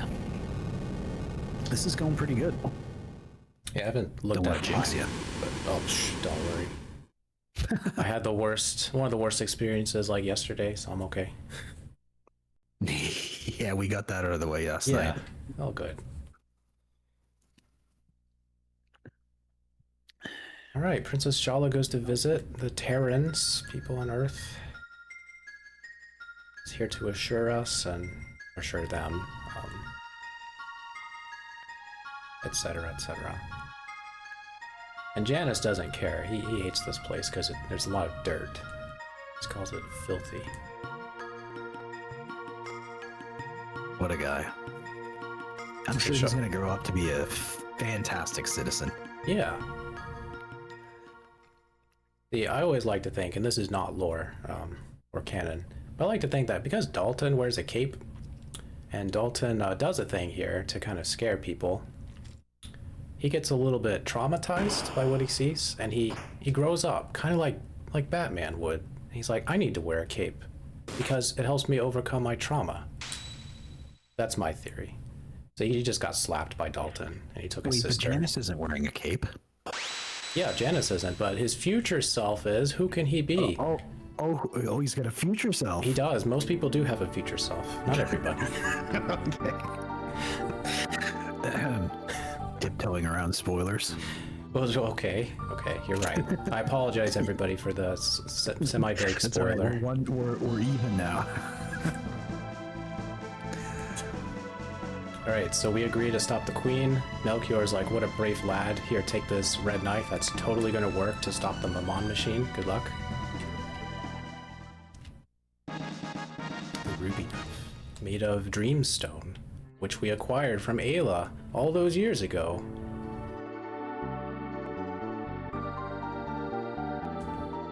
Thanks, Ayla, I guess. Hey, Ayla did it. She just found a rock, okay?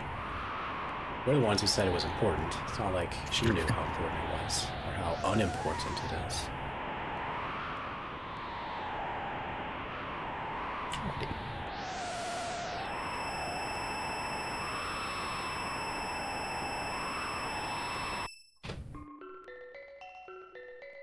Have you ever had the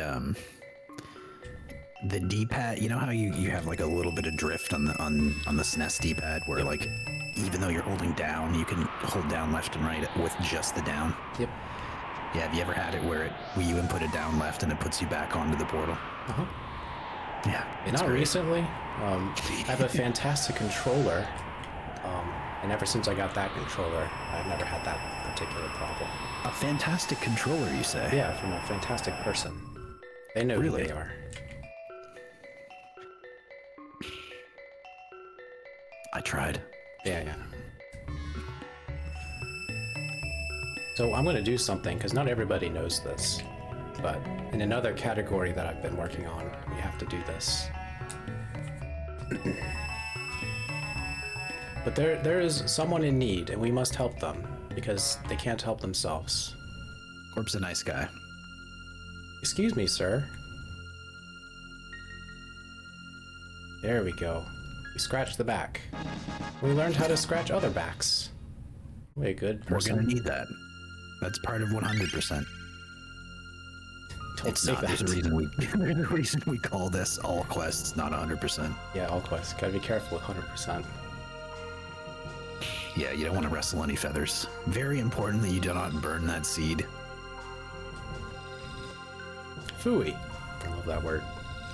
You don't hear it very often.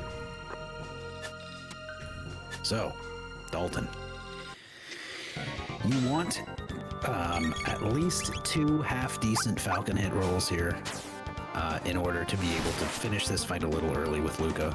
If you do not get... So there's a good roll. 1080's good. If you do not get good rolls, then you have to finish with an extra Falcon hit. 1062 is not great. I mean, you can risk it. Luca has a range. It's like 293 to 297 she can deal with fire. So we're at 22 right now. Yeah. I'm gonna go for it. Go for it. But it's probably not going to work. 297. Come 94. on, Luca. That's it. 1 HP. We got it. 1 HP. See, she's the best. So yesterday I got 293, and he's still and lived. he'll be 1 HP short. So perfect. All right, good. Ugh. I'm glad that worked. Yeah, me too. I was prepared to do the Falcon hit, but yeah. What? All right, Ocean Palace. Great soundtrack. Better than Black Omen, I would say. It's In my debatable. I like them personal both, opinion. but they're both amazing. I think if you prefer like a surround sound ambiance, then Ocean Palace is great, superior to Black Omen. But Black Omen's got that melody, man. It's fun.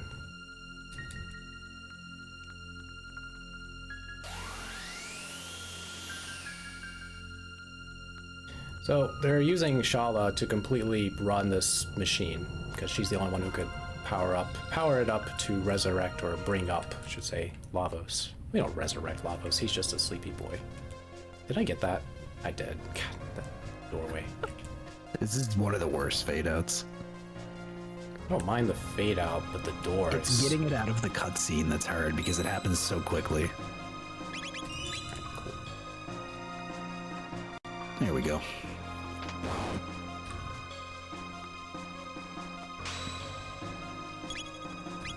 The game is kind enough to not remove the theme and put in the battle theme like normal. With the ocean. Such a nice touch. I know.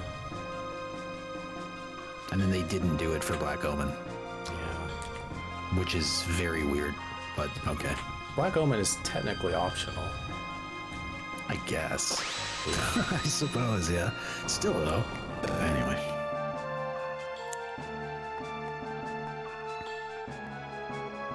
That's probably the reason. If I had to guess, that might be the reason. So we can skip a couple of encounters on the way down to the elevator. It's not necessary, but it is nice to get. They can be kind of weird, especially the staircase ones. The position of them can sometimes stagger. Nice. And then you can make it through here too, but it's a little tight from time to time. Yeah, this one's hard. It's all good. Yeah. All right. Changes nothing RNG wise because we're doing a reload down here anyway.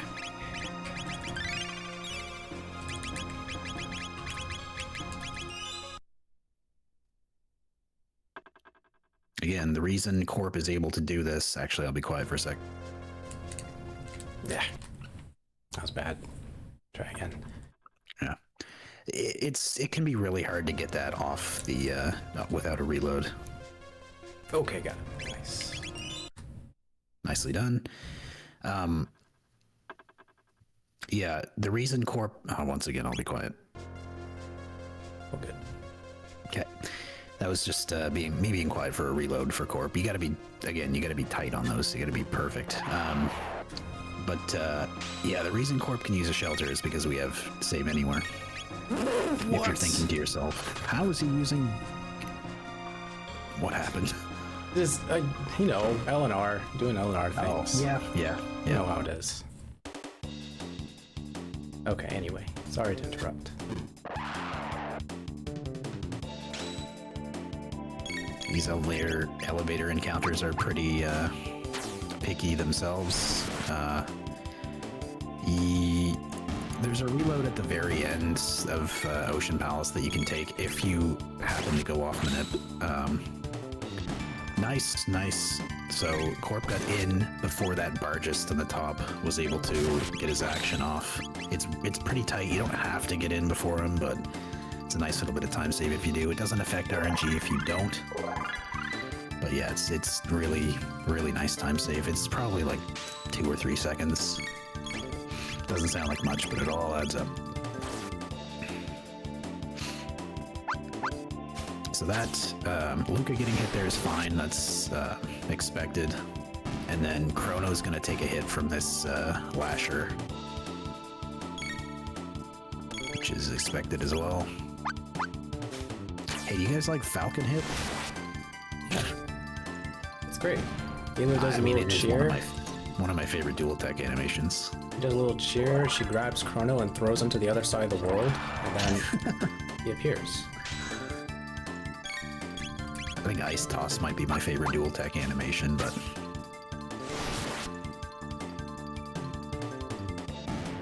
Ice Toss has the nice animation and it's such a crunchy sound, such great audio.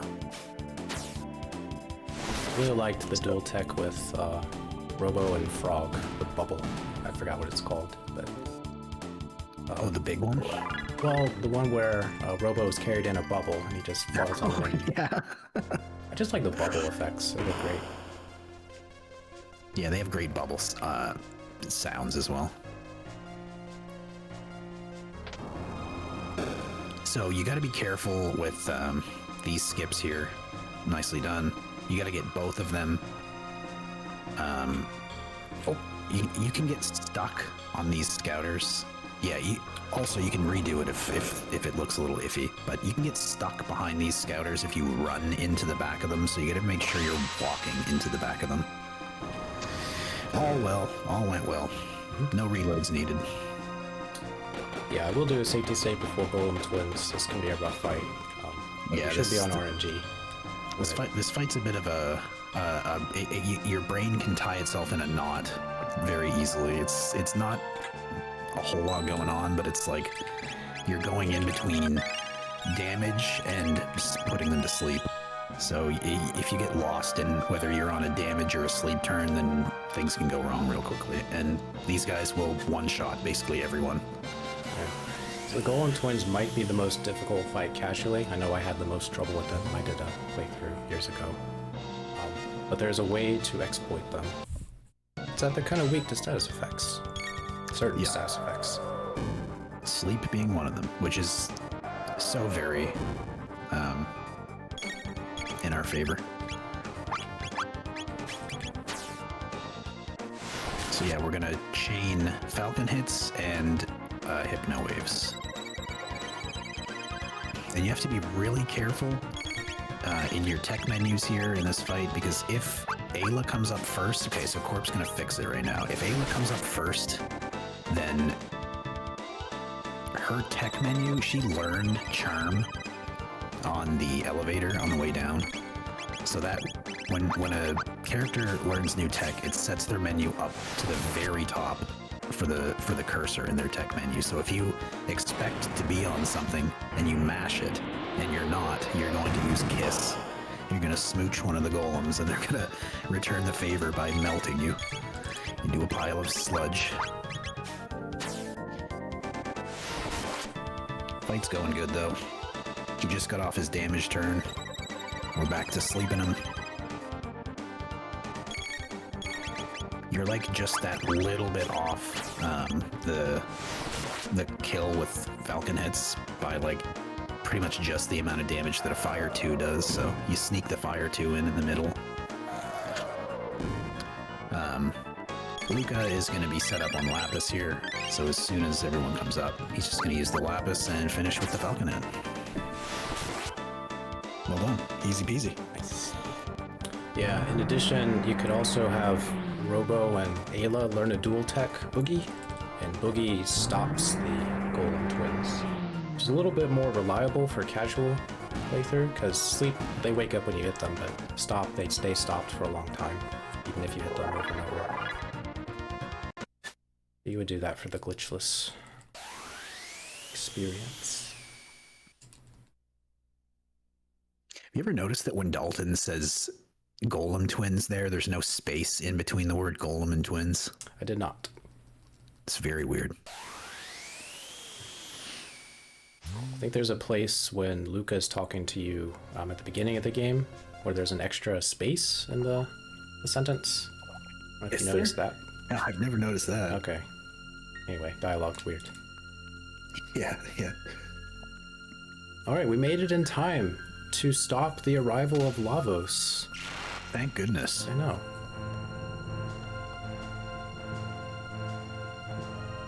Good thing we have the ruby knife. I know. It's a fantastic item. Quick, Chrono, throw the ruby knife. He doesn't throw it. Oh. No, weird. The ruby knife kind of looks like. What's that other sword? The Mesa Mine? What's it called? Sabre? Oh, what's the name? Yeah, and just before it was thrown, Masa and Lune said something. Like, hey, let's go, bro. And then they went. And then they forged into a blade. And then, well. I'm sure it's just a coincidence. And there he is. The Lavos. A little ominous. We got this. We're at like 50 HP. We should be fine. Except destruction rates. For destruction. Oh. Yeah, oh, no. 2,000 damage. It's okay. It's only, yeah, it's only doing like 2,000 damage. We're probably fine. Should have had the green dream. Yeah. So fun fact, you can defeat this version of Lavos. It's usually done on New Game Plus, but it is possible. Otherwise, you just have to be really high level and have the right equipment. And have the de-equip glitch. Yeah, I believe that's the dev ending, isn't it? Yeah. Oh, is it? It's either that or the Millennial Fair.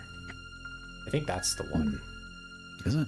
Yeah, because it's like right at the beginning of the game. And they're like, hey, you went through the game really fast. I guess you like going fast. Well, here you go. We're going to speed through the credits. Congratulations. Alright, speaking of speed, I am going to speed myself to the restroom after I manipulate Chrono, because Chrono sees Princess Shala. She's in danger. She's in danger, girl. And he's like, I gotta do something. I'm a hero. It's Lavos clearly... I'm sorry, Lavos. Magus clearly isn't a hero. He tried to do something and he failed. You know, I never noticed Queen Zeal's doing a Shala cosplay up there on top of Lavos. What? Nani? Alright. Too much? Okay, I'll be back. Alright. I don't think Corp liked my joke, guys.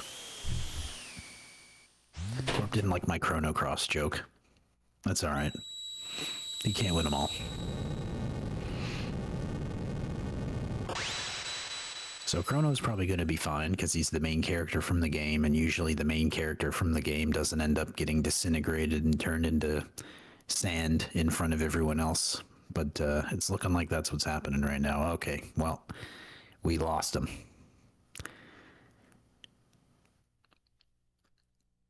Too bad. I guess the game's over. I guess now we're playing Luca Cross. Cross. Freudian slip. Luca Trigger. Although if anyone was going to be in Luca Cross, it would be Luca.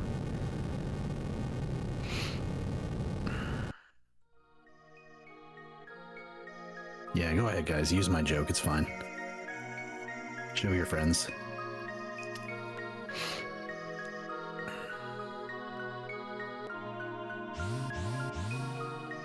Luca Cross. Oh, I mean, she is in Chrono Cross, so. Although, it is missable, now that I'm thinking about it. Seeing Luca in Chrono Cross is missable, I'm pretty sure.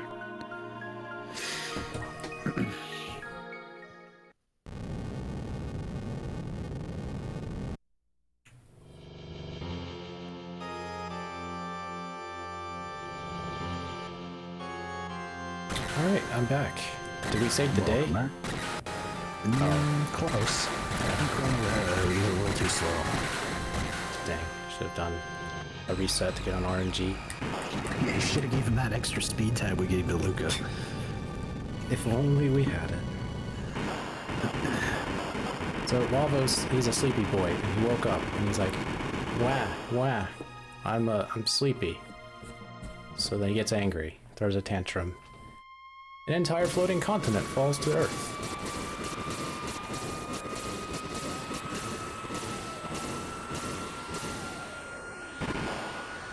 Oh, and poor Shala. I don't know if you mentioned it.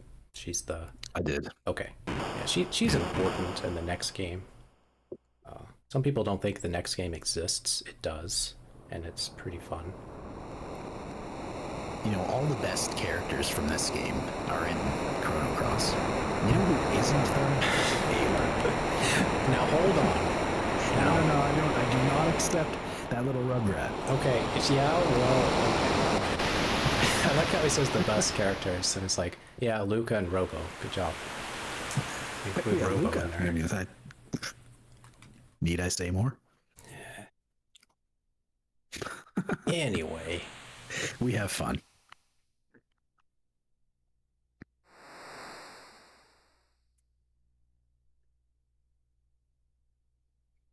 Dalton is your favorite. Nice. Good reference. Who hurt you? Yeah. Some people just want to watch the world burn. Yeah, well. Should join Dalton's army if they want to do that. Yeah, so you can get yelled at. I think that's the only thing that you see Dalton do with anyone from his army. It's just getting yelled at in this game, at least. Yeah, he's a I bit don't of a think they do bumbling, anything. fool. Kind of. It's just he's surrounded by so many other genius people. Okay, Sounds like a Dalton problem. yeah. Quick little party swap here to get Marl out of the party. This isn't going to work, but I'm going to safety save. There's almost no point to doing a safety save here, but just going to do it anyway. You never know. Yeah, it's funny. There's something coming up where we have to be very, very precise, and if we miss it, there's like no reload, and none. It does exist, but it's like impossible from a human standpoint to get the reload. It's like this sub-frame perfect input that maybe a task can do. And it made me very sad because it's a very important part, and it costs so much time if we miss it. There's no reliable reload. Luca very haphazardly here deflects an attack and almost blows the old guy up in the background. Careful. Whoa! Somehow Dalton is overwhelmingly powerful. Maybe you could think of him as like a utility belt. He's got all sorts of things like Batman. I don't know. I don't know why I keep He's making only Batman powerful when references. everyone's turned around, though. Yeah.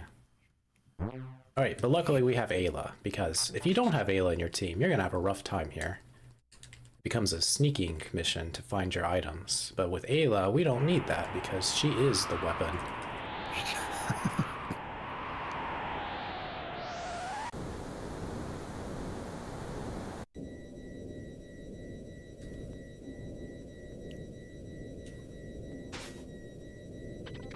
Luca's raring to go.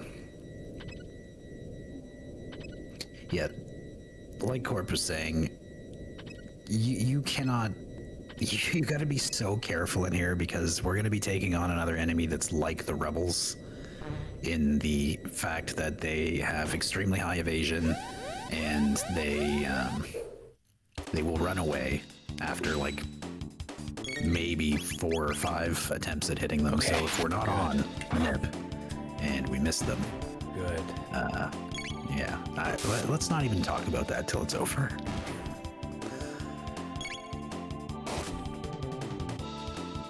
It's like we were saying earlier, Robo and Luca, they don't even have ATB bars because they have no weapon equipped.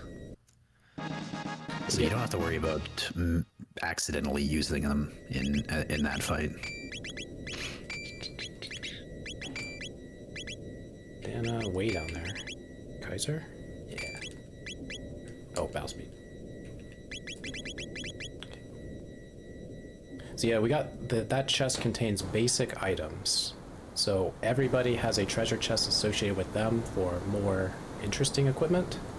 And then there's a chest for money. And then that basic items, which fills out the rest of the list. You got the battle speed? Yep. Okay. So 1 Ayla attack. And then we're just going to wait for the second laser. And another Ayla attack, just like that. So yeah, same rewards. You get your 1,000, or actually this one's 1,500, so a little extra XP, but 100 tech points, which is huge. Right, For everyone? reference, like there are fights you can do near the end of the game that have 6 enemies in them, and you only get like 30 tech points from that. So hope everyone's ready for the best boss fight. Yep. Golem boss. Hardest. Most challenging. It's the best. So we challenge the Golem boss to a staring contest. And little does he know, he's up against Luca, who has goggles, a robot that doesn't blink, and Ayla, whose eyes are rocks. So he gets a little intimidated and runs away. Yeah, Ayla's eyes are like, she will never blink because she's almost always smelling like an oniony smell wafting up from her shoes. What? So her eyes barely ever water. She's just used to it. You know, she's a cave lady. She stinks. You know, Blue, you could say she lives by volcanoes, and volcanoes have an odor, and then she's used to it because they're... Okay. Anyway. See, look, Dalton's yelling at his employees.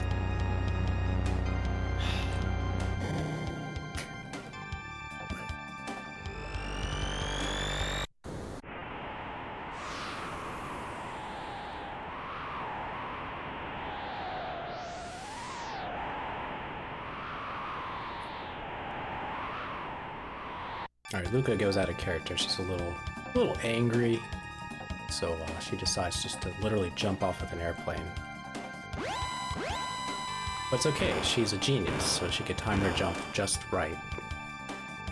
Momentum, and physics, and gravity. You know, math. The power of math gets her to that ship. Look at that equation. Perfectly performed. This fight can actually get scary. There's a good reason that we're on Manip. Also, we get a Rage Band proc here, which enjoy it, because it's the only time you're going to see it. Look at that. How cool is that? 2 attacks for 1. If anything happens leading up to this fight, and you cannot finish Dalton off in with this final dual tech with Luca and Robo, Dalton will react. He will respond with a opposite magic attack, and that will pretty much wipe everyone out. I think Robo survives with like 100 HP, but you're never going to be able to stabilize after that. So, perfectly done. All is well. There goes Dalton. Not so much Dalton. He makes his way to Chrono Cross. Yeah, and with that, Dalton has just entered Chrono Cross. So true. Look at all this concern for QFG. Is it okay? Is it okay?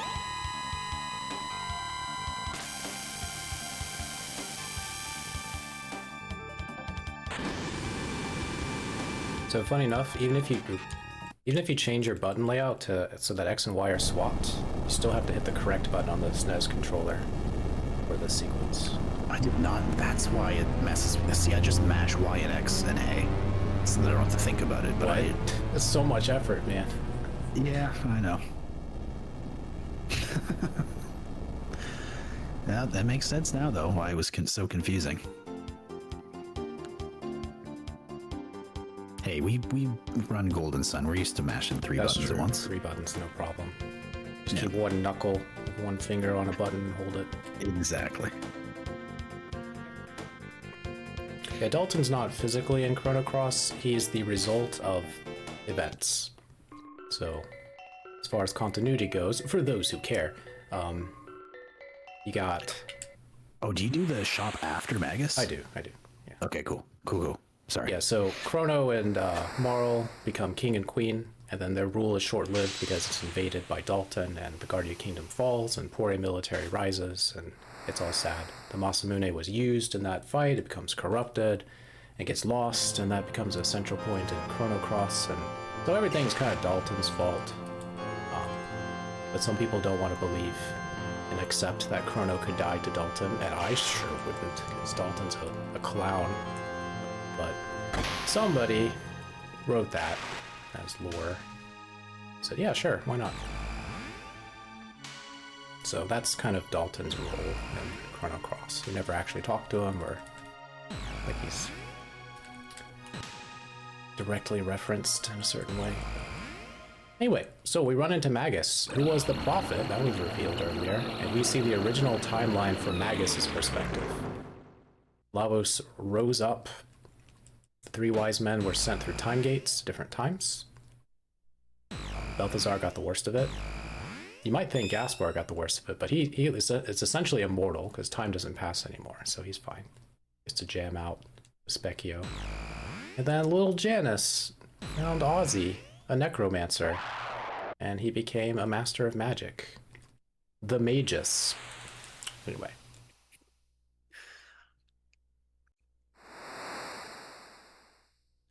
Worth mentioning, you got to be so careful with your mashing here.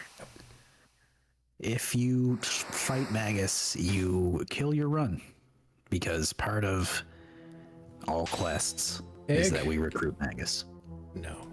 They're extra careful. So yeah, you just watch for the pig, and then take your time. All right, what do you think Magus's name is going to be? Maybe 8, wouldn't it? Maybe. Okay. Corpse got a surprise. Boom.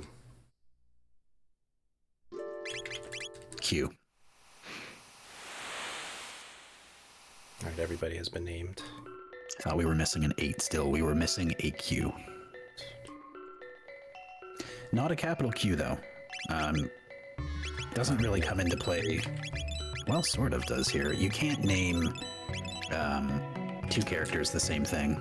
I'm going to do this for safety. There. Okay.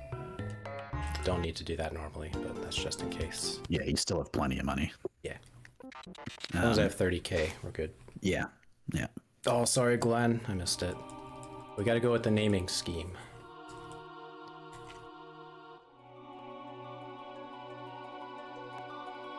That'd be kind of cruel to name Magus Glenn, you know? No, it's justice.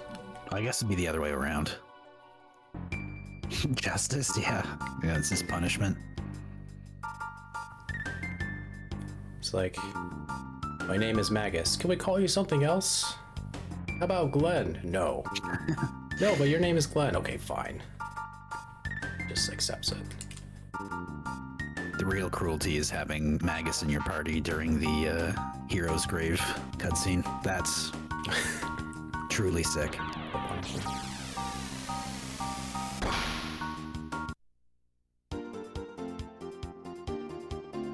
Where am I going? Down.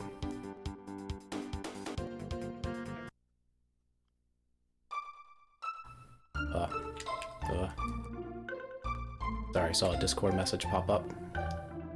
Little rattled. All right, everything's good. So what we're doing is we're initiating all quests.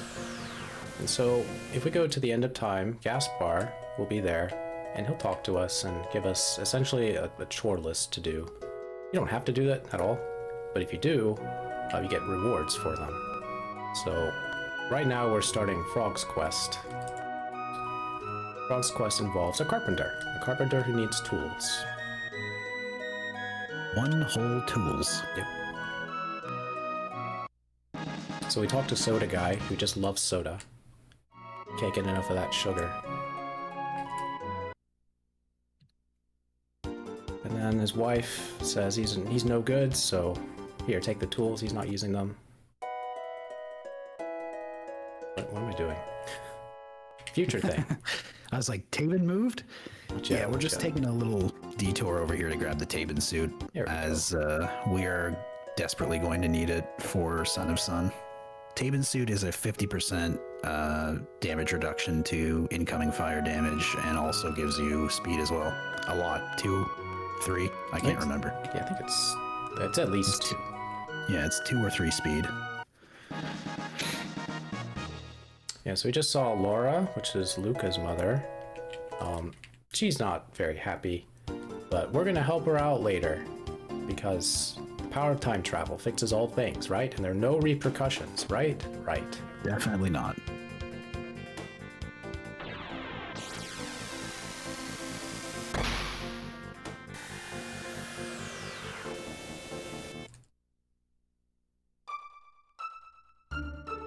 nice parking spot. It can be a little weird where you park the Epic here. Like, you can't park it directly on top of the fountain, but the fountain's in a different place when you go to another time period. Okay, good. Yeah, you can fade this this first one out. Saves a little bit of time. You can only fade the first one out though, because the second one you actually have to pay him 2,000 gold to actually fix the ruins. The first one's on him.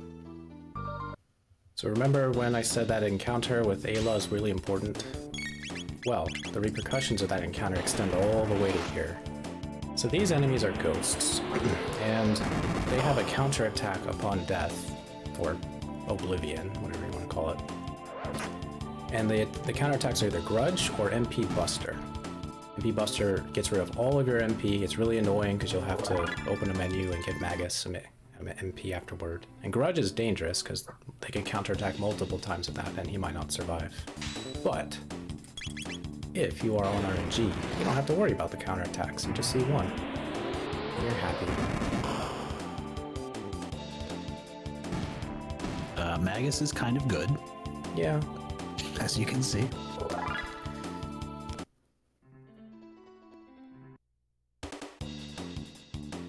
He has the upgraded version of all the basic elements,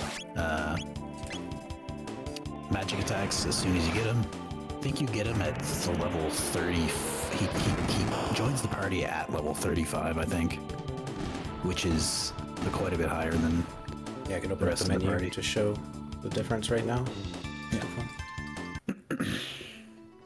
So 24, 37, which you got some levels.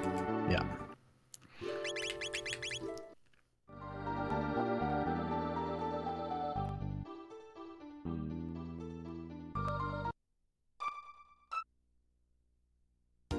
So we did a fade out for the carpenter because the moment you talk to him, he will automatically fix the first part of Northern Ruins. But every other time you have to confirm that you want it fixed. So fade outs don't work if there's a confirmation menu of yes and no.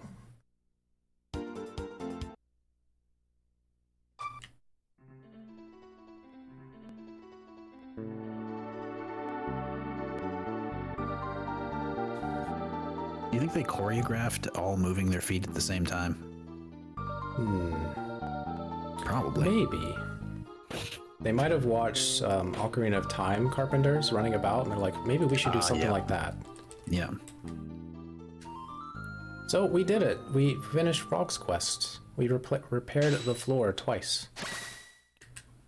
I think this is the fastest one. Maybe Ozzy's Fort is faster, but That's a good point. I think Ozzy, yeah, I don't know. I think it's either this one or Ozzy's Fort. If you exclude going to get the Tabin suit and just get the tools and go straight here, I think it's pretty close. Yeah. So Ozzy's Fort is faster if you don't, if you do include the Tabin suit for sure. So yeah, Frog's Quest is a mental, emotional journey for Frog. He's coming to terms with his best friend and mentor's death. And by doing so, it unlocks his true power. He's had a block this whole time, and you think, didn't Frog cut a mountain in half? Yeah, he did, but that wasn't the true power he had. And only those worthy, clear of mind and heart, can wield the true power of the Masamune. Which, your crit rate stays the same, it's like 23%, which is still good. But your power goes up significantly with the sword. So it is Frog's best weapon. There's one that has a special effect that's useful on magic users like Magus, but Masamune is to not be trifled with.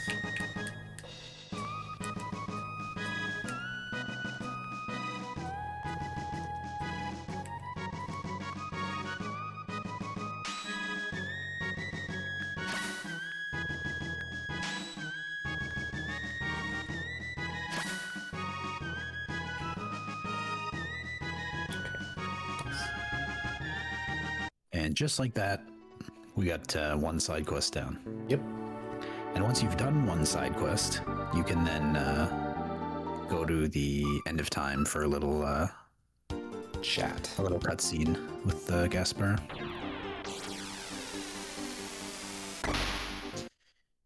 Where he will question where the... How does he describe Chrono? A healthy boy? With a radical haircut. Yeah, a healthy boy with a radical haircut, yeah. Where's the healthy kid with a radical haircut? Yeah. You know, Chrono.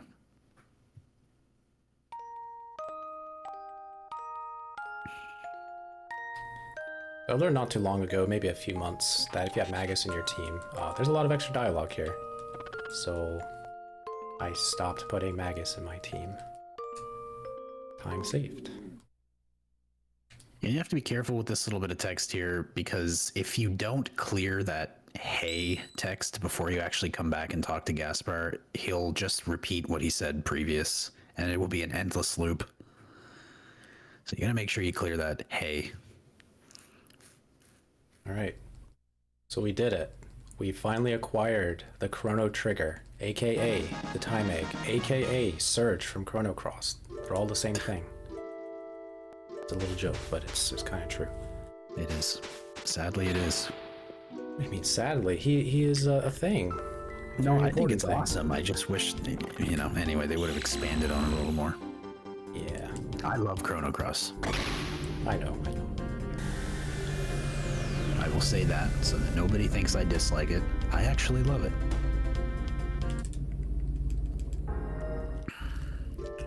Full Ayla Robo Magus. Yeah, we want to make sure our party is not only our active party, but our the backup party on the right column. We want to make sure everyone's in the right spot going forward, because we're going to be doing a lot of on equips and menus, and depending on where characters are, you want to be able to do your unequips with the least amount of movement in between characters as possible, as well as equips in general. So we're just smashing the tape and suit on Luca for this fight. This fight is different. It has a gimmick where you don't need to deal X amount of damage. You need to correctly guess which flame is the active flame 10 times. So you hit the active flame 10 times, you win the fight. The caveat here is that the Son of Sun has extremely powerful AoE magic spells like Flare, and then single target like the Beam, which both do a whole ton of damage. So you're kind of balancing healing up and hitting these the targets, and every couple of turns the flames will rotate. So this right here, the shuffle, that's going to change where the flame is. Because we're on Manip, we know where the flame is that we need to attack.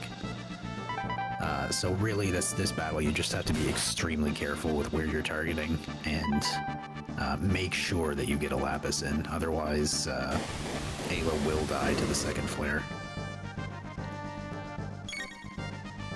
She survives here with, yeah, like 18 HP. Oh, yeah, this could be a little problem. Alright, that's Ayla. Let me think. Where are we going next? I think we're... Yeah, the rubble. I think you're okay. Aren't you? Well, if Magus is supposed to go first. I think all that's going to affect is your Lightning 2 set, hopefully. Well, this might affect the rubbles later when we go to Giant's Claw. We'll see. We're fine with this fight. We got through it. Yeah. We can take a safety save before Giant's Claw. Or are we? Oh wait, he just does the shuffle. Yeah. So just a little time loss. Yeah. Plus potential uncertainty later. So Corp's setting Lightning 2 for a string of future encounters. You gotta be careful with that Lightning 2. I have done this before where you use the Lightning 2 too early and it actually goes through. You don't want to do that after you've already won the fight. But yeah, that was fine.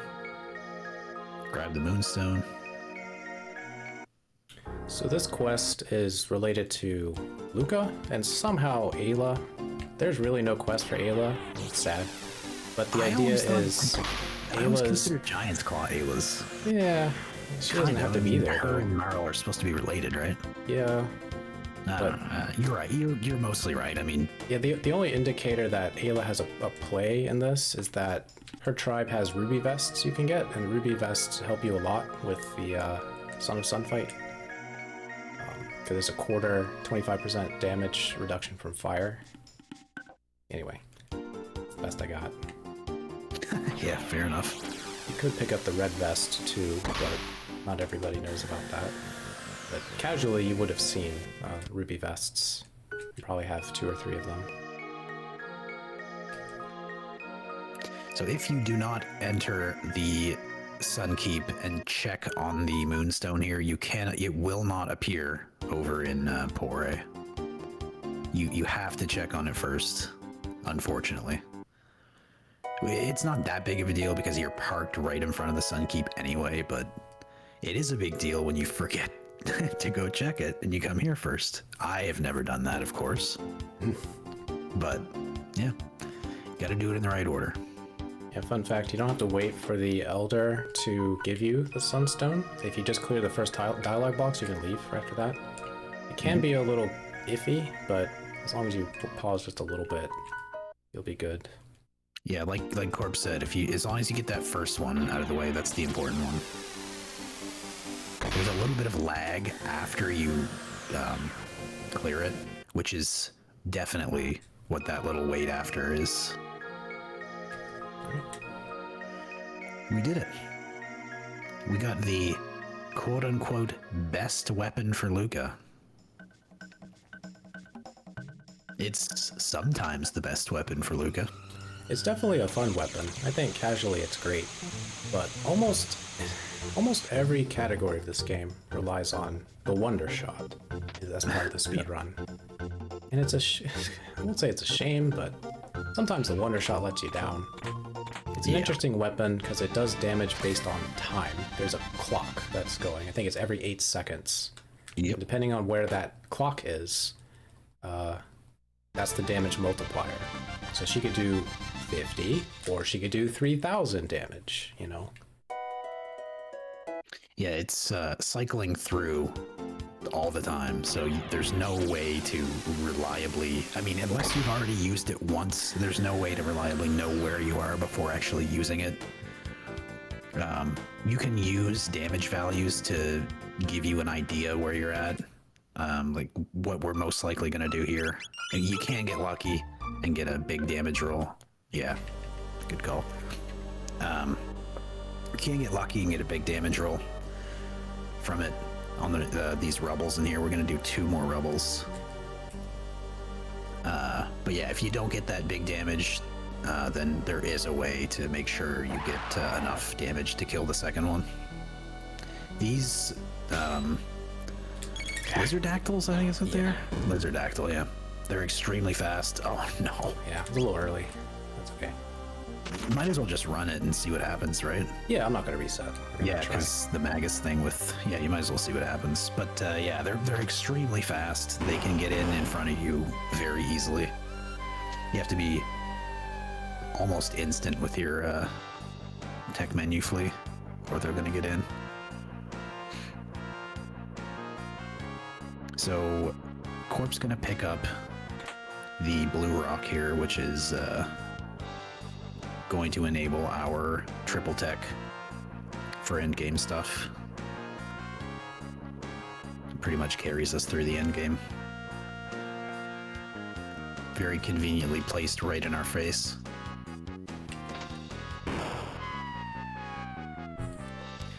This button that Corp just pressed there, that is a scary button. If you go too far to the right, you'll start an encounter. It's really, really picky. So quick little menu. All right, cross our fingers. Yep. So he's going to take a swing with Magus, which should miss. And Luca should hit here. Oh, a physical 323. A hit. Yeah. All right, we're in guest land here. Yeah, so. we're in uncharted territory here. Yeah, we're in hold your breath and cross your fingers territory. So we don't have really any idea of where we're at. I mean, the 323. Okay. All right, just one hit Yeah. from Magus, or a decent hit from Luca, or a crit from Robo. Yeah, anything. Oh, okay, Magus. got it. We're good. Got it. Good. So everybody but Magus has really bad accuracy against Rubbles, and Magus could have better accuracy if you give him... could have better accuracy if you give him a couple levels. And in Glitchless, he is a few levels higher, so he can more reliably hit the Rubble, so you don't have to worry. But yeah, we don't have that, so we gotta kind of cross our fingers. But if you're on RNG, you don't have to worry. You know when you're gonna hit.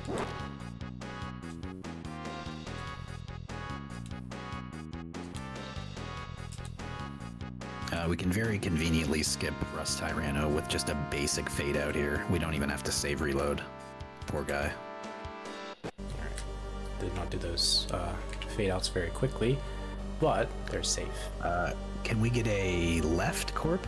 You want a left? Okay, I'll give you a left. Thank you.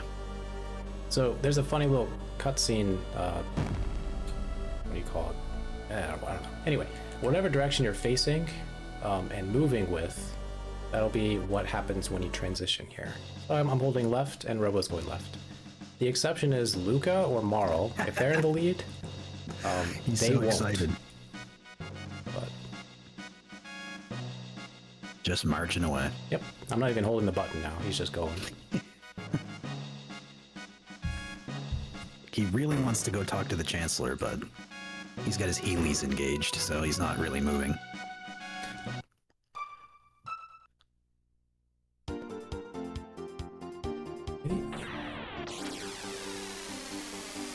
So what we did was start Marl's quest by doing that.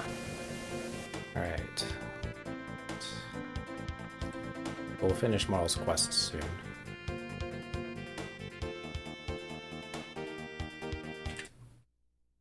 Wrong button. Still have old muscle memory. It's amazing how you run a game for years and then you learn a different category. And suddenly your muscle memory is messed up because they do different things. The defender on Luca here might look a little weird. It's just so that she doesn't outspeed Magus in these elevator or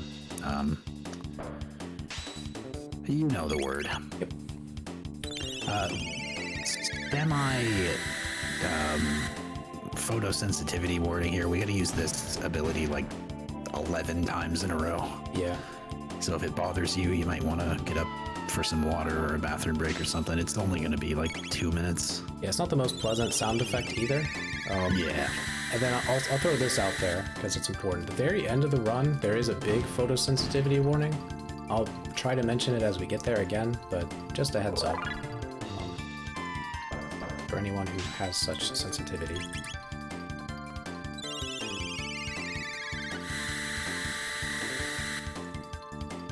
But here we are doing Robo's quest.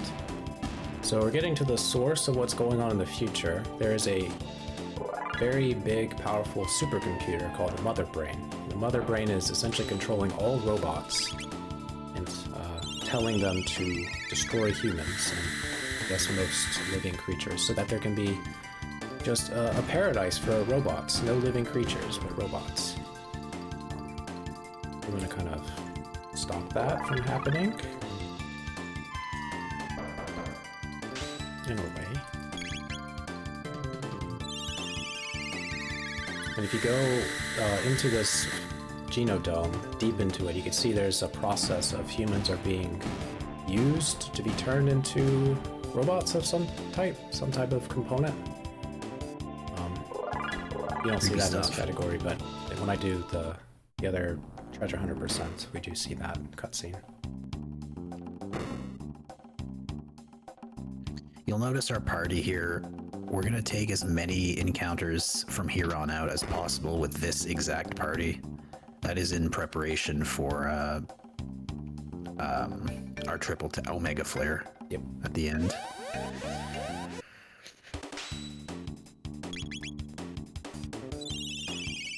Yeah, to get Omega Flare, you need Dark Mist from Magus, Flare from Luca, and I don't know about Robo. It's either Laser or Double V-Bomb, one of those two.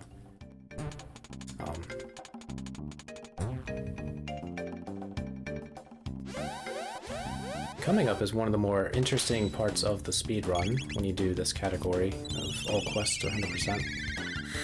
We have to do very specific movement. There is a conveyor belt, and the conveyor belt is flowing in a certain direction. And the game expects you to explore this place, find a lever to reverse the flow of the conveyor belt. Because the gimmick of this place is to get Robo electrically charged. And then while he is electrically charged, go into these receptacles that channel the power so he can go through a door. It opens the door, he goes through. There's one receptacle we have to reach, but it's very difficult with the conveyor belt going in the direction it currently is. So with very precise movement, it's doable, it's possible. But I probably will fail it once, or maybe twice. He's gonna get it first try. Maybe, I don't know, we'll see. You never know, because this is a very finicky trick. It's a lot easier on the PC version of this game. Very easy. Yeah, I think you're able to make one for sure. Come on. Mistake. Bonk. There we go. You can make like one mistake. Sometimes two if the second mistake is extremely small or if the first mistake was extremely small. This looks good to me, but sometimes the game says no. Yeah, perfect. If you miss it, obviously you have to walk. Did you not get that chest on purpose? It's okay. Yeah, okay, you got backups, I'm sure.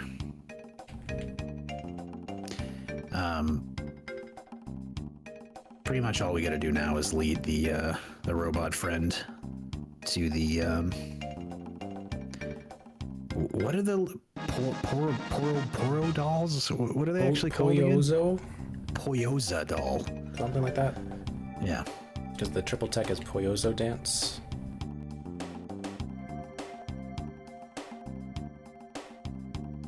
Alright, we got our robo buddy. We carefully navigated him around so he could walk through a barrier. That was pretty good overall. Took a while to set up the charge, but technically it was first try. It's better to be careful with it because you can take a charge all the way to the end and walk straight in and it won't work because let's do this. Alright, tonic. Gotta be careful with this menu. yeah, I'm just gonna shut up. That's all good. Okay. Luca. Yeah, you want to make sure you do not heal Magus in this menu. Where is it? There. Did I do the speed tab? I don't think you get his speed tabs. Alright, Magus. Okay, now save different file. Just in case I messed up.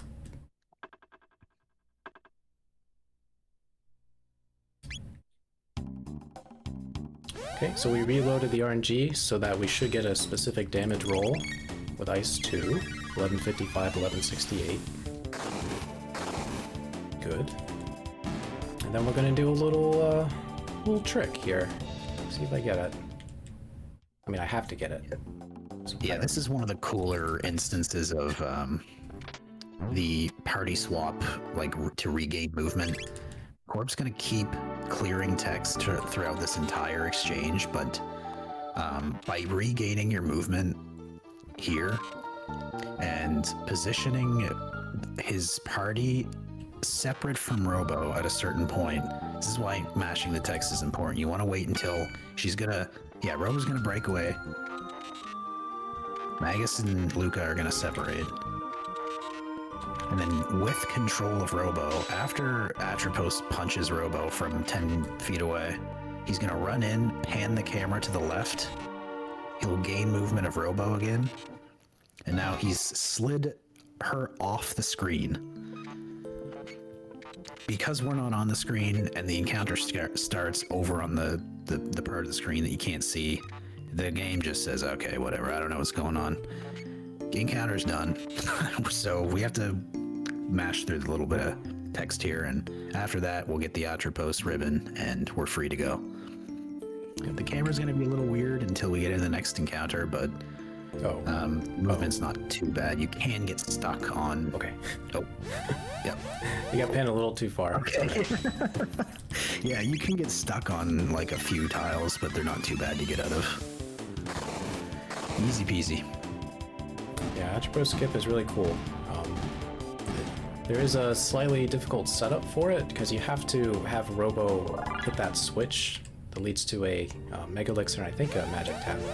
But Blue showed off a better way to do that for me, so it's far more consistent than it used to be. So thank you, Blue. No problem.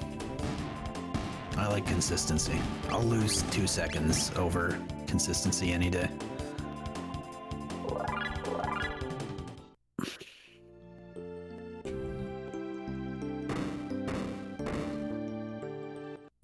So part of the reason why we're setting up RNG is to set up for not only this fight, but the next boss fight. And if the RNG is proper, we're going to get a good result for a damage roll that we need for the next boss fight.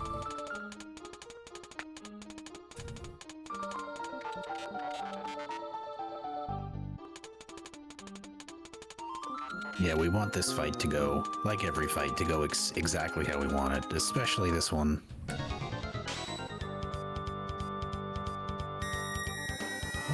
This is another fight I am personally not a big fan of. I find it awkward.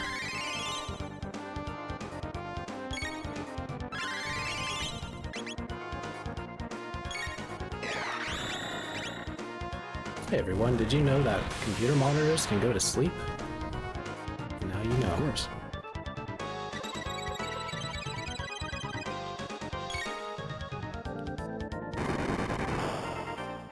So Robo's gonna throw out a... nothing, because it doesn't matter. I always throw a heal beam for some reason. The important part is that Robo gets confused.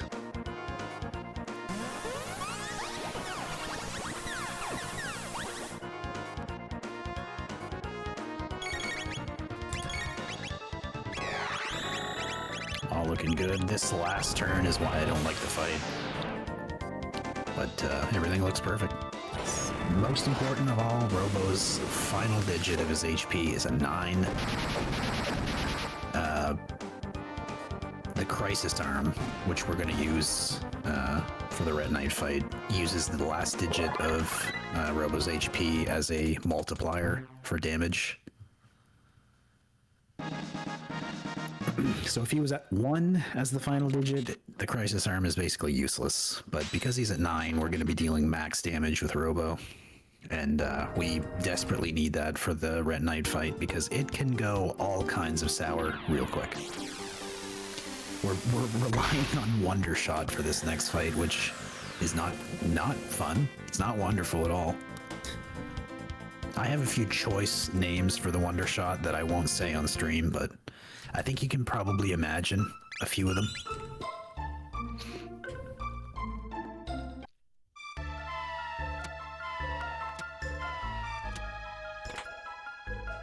All right, good. So we're going to take this encounter. We're just going to flee from it, but we're going to use it to set Magus up for a quick ice too.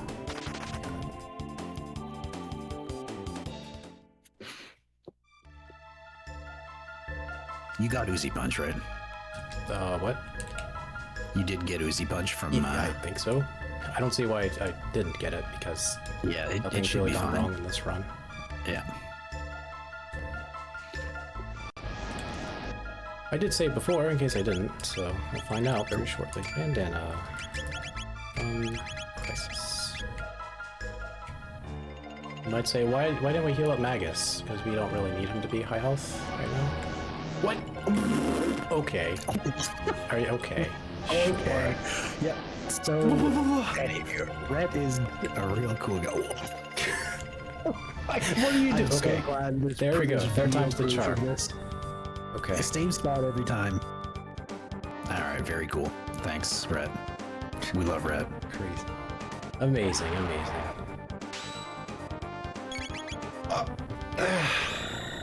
I didn't get it. Okay. Well, we're going off the rails here. Wish me luck, everybody. I was supposed to have ice set. This is probably fine. It will Should be be a little okay. slow, but yeah, we'll just basically pick up as if this were the start. This is probably fine. Just depends on Luca. So, yeah, we're gonna use Luca to attack the top and Robo and Magus to deal with the bottom. Luca's damage 367 is not great. We ideally were hitting over 1,000 with her both times, but if you get low rolls, you're just gonna have to use Robo and Magus to kind of make up. Holy, that's what you want right there. But That's Robo what is you- now useless. Sad. I'm going to hold Thomas. Yeah, this is So this yeah, is something. fine. It's just gonna take a little longer to finish the fight. What should we do here? Just attack. We're gonna have to hope that Luca can get good rolls, and the core is gonna be maybe an issue. But if the core 38. flees, we can make up for it in Nice. 38. That's the Minimal wonder damage shot roll. I'm used to. Lovely. Alright, there goes Magus. Okay, so the good thing is we're at least getting half decent damage with Robo now because he's on a 5, so we can use him to deal with the core if need be. We're really hoping that the core doesn't go down before we can deal with the top and bottom. Otherwise, they will become extremely powerful. I didn't see that. Oh, your comment. I think it was like 580.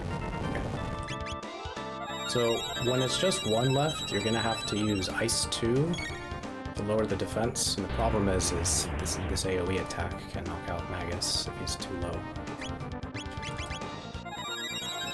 Yeah, the fastest way to deal with this fight is to take the core out first. I don't do it because of exactly this, but it is how you should handle this fight. I think he lives this. Yeah. Magus 2. We got a bonus damage roll thanks to Robo. So his final digit went from 5 to 7, which is better. Yeah, that's good. This might knock him I out. think the top's only got like 2k left anyway, isn't it?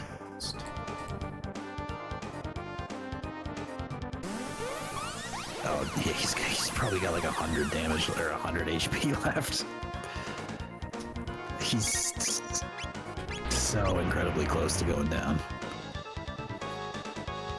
Ooh, a 9! Nice, except I have nothing, but I'll just punch. Yeah, good timing for that AoE to go off. If Magus would have been revived, he would have had to revive Magus again. But this should be enough. Yeah, we did it. Yeah, sorry everyone. Red Knight is a bag of RNG. Yeah, it's just It the happens. very start with Ice 2 is important because it kind of sets your pace, Yeah. but that's alright. Yeah, good backups. We got through it. Believe it or not, I've had many fights that didn't go very well because of shenanigans, so kind of learned my lesson long ago what to do. But it's still not easy because Magus goes down very easily unless you give him like a potion, and you don't want to overheal Magus for reasons. Yeah. Yeah. If he's at above anything over, I think it's like 77 just off the top of my head. You do not want him at anything more than 50 though, really, to be safe. Yeah, because there's a glitch that we haven't talked about yet that will be coming up soon. Arguably the coolest glitch? Probably. It's definitely a humongous time saver. Yeah. It looks simpler than what it is, what's going on in the background at least. So here, this is an important cutscene, because they start talking about all the events that have happened have been very convenient, and it's almost as if some other power has been taking control of their path, and so they call this power the Entity. Now, for anyone who's played the game, you know that the Entity is Chrono's cat. I mean, it's beyond a shadow of a doubt, that's who it is. But for everyone else, you could say the Entity is the player, us. We're the ones who are controlling the path. You could say it's some other godly force. See, I always connected it with the devs. Yeah, But developers. I like the player. If you liked Chrono Cross a lot, you could say you say it's Shala. She's the one who's controlling things, because technically she's an anomaly with time, so she can influence events from all sorts of timelines. So, the real answer is we don't know who the entity is, and they keep it intentionally vague. There's not supposed to be an answer.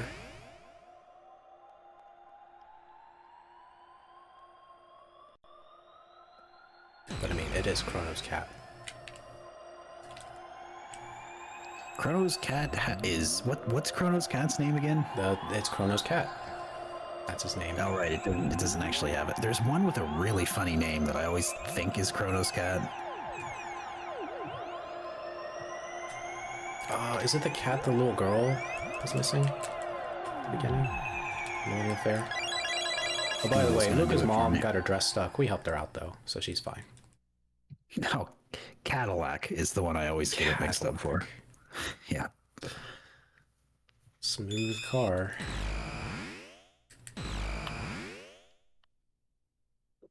Yeah, Alphador is Janice's cat. That's not a weird name. That's a noble name. Alphador. Yeah, that's such a great cat name, honestly. All right, so Luca, in a selfish bit of emotion, decided, I'm going to change the past myself. And she did. And Robo says, you have a kind heart. Here, I've been working on this for 400 years. Here you go. A very broken item. The Green Dream. Thanks, Robo. Thank you, Robo. Maybe Robo's not so bad after all. All right. Hila, Luca, Marl, and Magus Robo. Careful who we heal. Much. And then Magus gets the Green Dream. Yeah, that one tonic that we bought at the near sort of the start of the game after Massa, that is for Magus. in the event that Magus is below like 20 something. I can't remember what the number is, but yeah, sometimes he will need a tonic. Most of the time he will not need a tonic. Yeah, he should be like 9 HP, and if you have a very good Red Knight fight, because there's like two paths normally. The bad Red Knight fight has it so that Magus gets knocked out. The good one has it so that he survives, and then he's at 9 HP, and he needs a little bit more HP for this upcoming section, so that's what the tonic is for. Yep. And we can't just use a mid tonic because, well, reasons. We'll get into them very soon. Alright, here we go. We need a very low amount heal, so 50 is the lowest we can get. Nice. Cool little party swap trick here. You interact with the guard at the same time that you open up the party swap menu, and you can change your party that enters the screen. This is just why there's no one here. The Chancellor and the... Yeah, what is it, Nadia? We're conducting a trial. She's not here. We yeah, swapped her out. no one. Get them out of here. Get who out of here? The Show Chancellor this doesn't rainbow sound very show. credible. So I think the Chancellor's losing it. the trickery continues, because normally the doors are shut after you get thrown out. But because the game's in a weird state, we just go right back in.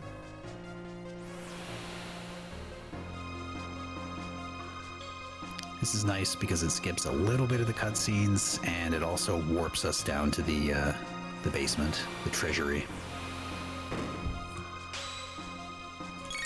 Oh, that was a little early.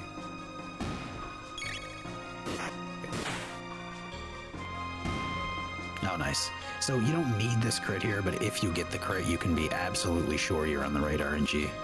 It's a little peace of mind.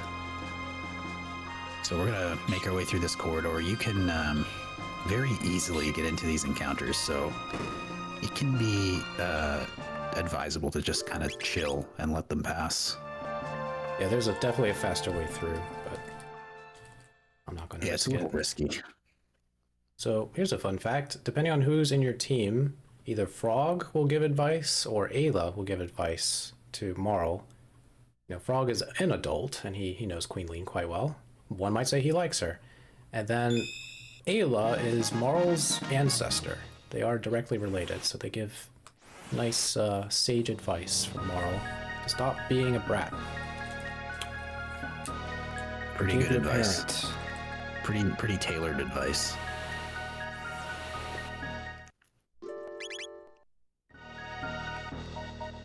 But of all the quests, Marl gets a very good character arc. She changes based on her initial outlook on her father and the kingdom and her responsibilities, etc. So, it's not the It's a only pretty one, but- fitting outcome for the second party member we get. We're, you're probably second most invested in her at this point. Maybe even first, because Chronos doesn't exist anymore. Anyway, I'm gonna do a little item menu here, just to set the cursor up to Elixir for this next fight. So there is a plot. Yeah, the sequence of events are a little off here. But now everything is normal. Marl had a great idea. Let's break some beautiful stained glass. That's her idea. It's definitely distracting.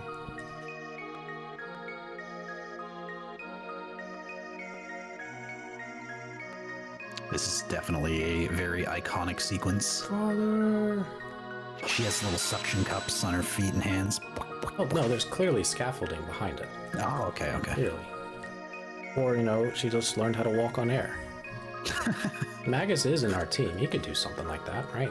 True. Yeah. Maybe she just stood on his back as he slowly floated up. Yeah.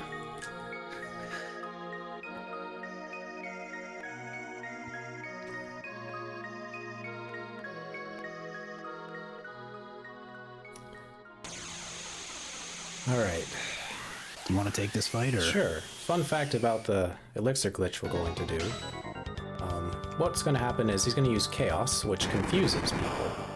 A confused party member is in a strange state. The game doesn't really recognize them as being alive. I learned this because to get the Green Dream glitch to work, people have to be knocked out in your party. It sounds normal.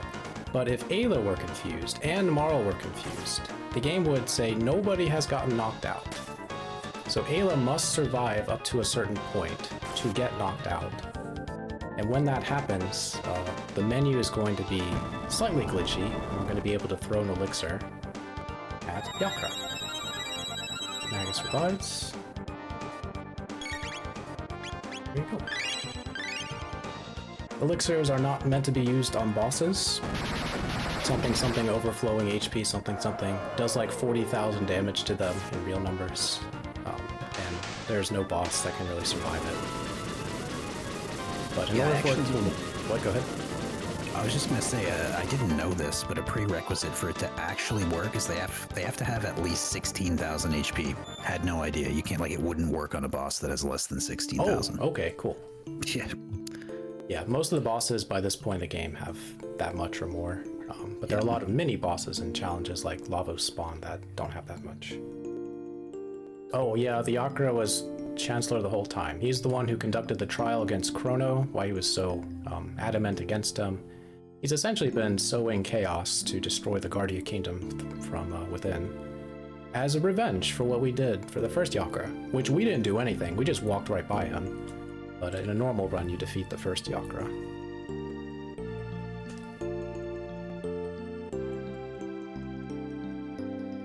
Alright. Marl forgives the father.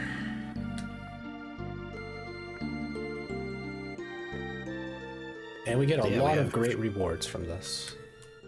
Yeah, especially the rainbow, which we kind of don't really use, but it is a great sword.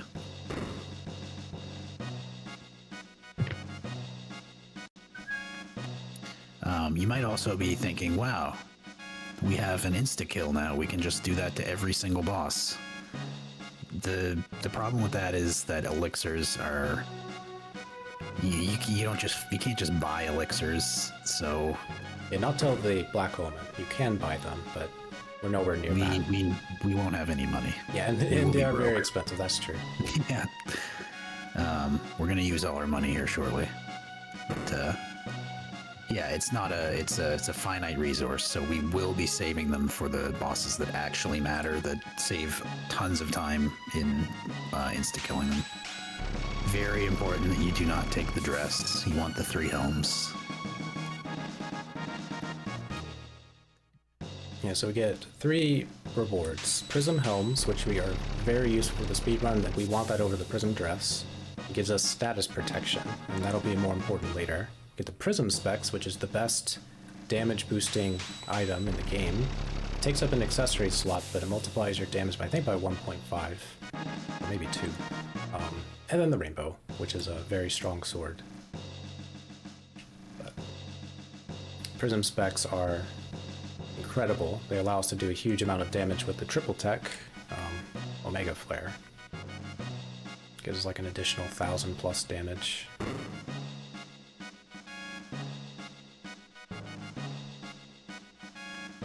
Alrighty, we're on our way. Where are we going? Why, we're going to the Millennial Fair. We haven't enjoyed the festivities in a while.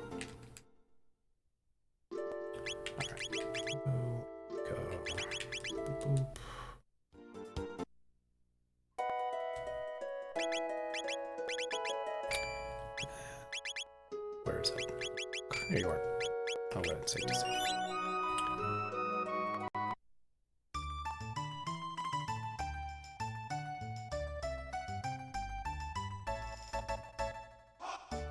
Alright, time to eat some Orph is delicious a very chicken. brave gentleman. Hope everybody knows that.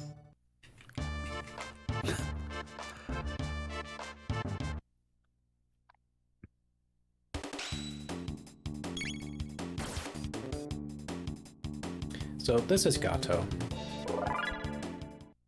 He's got metal joints.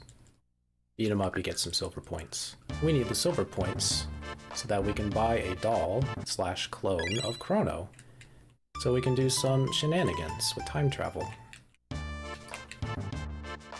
We only have to fight him 34 times, so it doesn't take that long.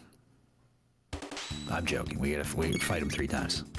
34, what a number. 34. You should have gone for 42. 42? Yeah.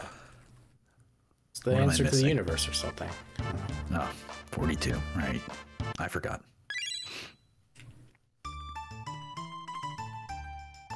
I really need to work on this setup. You can have it so that Magus and Luke are a little closer, so that they get into position for the fight a little faster by frames. It's all good.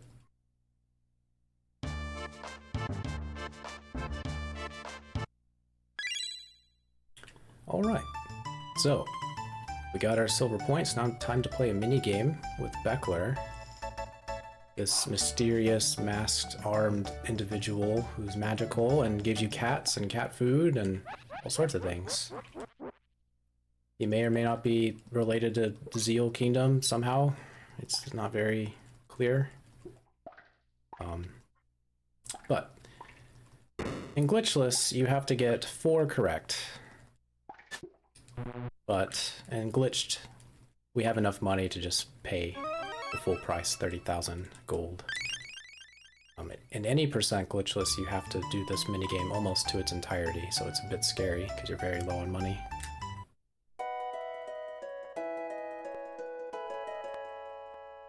No, you gotta be careful here, Gorb. Yeah, I know. I almost called you Chrono. Yeah, you know, that wouldn't be a bad thing. I'll accept it. Chrono's an admirable protagonist, right? Sure. Double check. It's gone! Yeah, Yay. you definitely want to make sure that you got the doll, because the soonest you're going to realize is when you get to the not Protodome, Keeper's Dome. Yeah. And at that point, you're like probably 2 minutes away from going back to get to Chrono's house to get the clone again. These are all things that we've both done many times. Mm-hmm.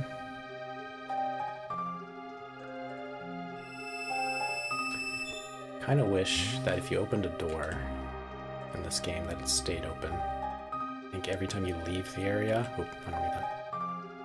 it closes again. Anyway, small little gripe.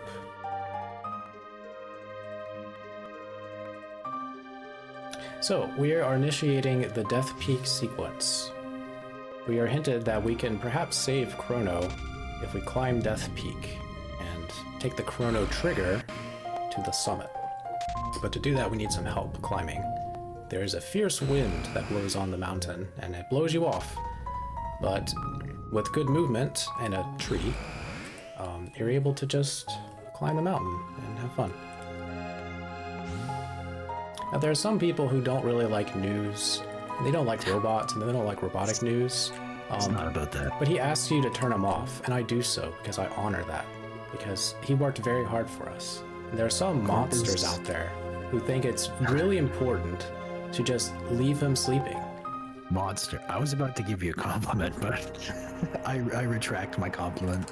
Anyways, it's a little joke. You save Yeah. a couple seconds by ignoring the new.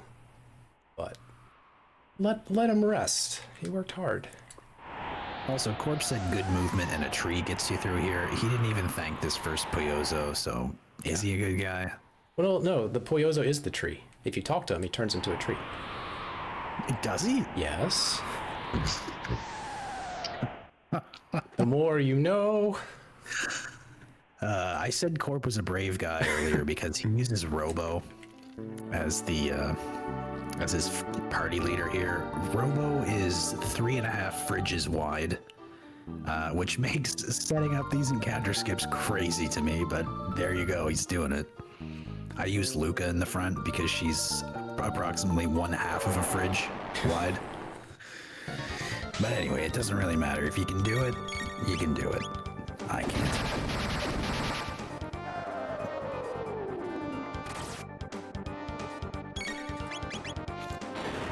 Waiting out this ability here. Just need 2 fire tackles on these lava spawn.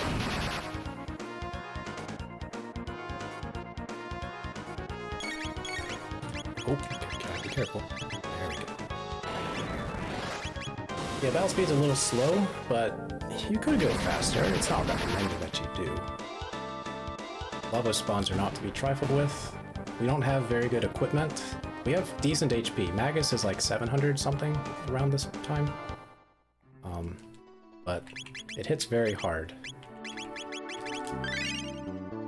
So if you're not careful, you get attacked multiple times and struggle to make it work.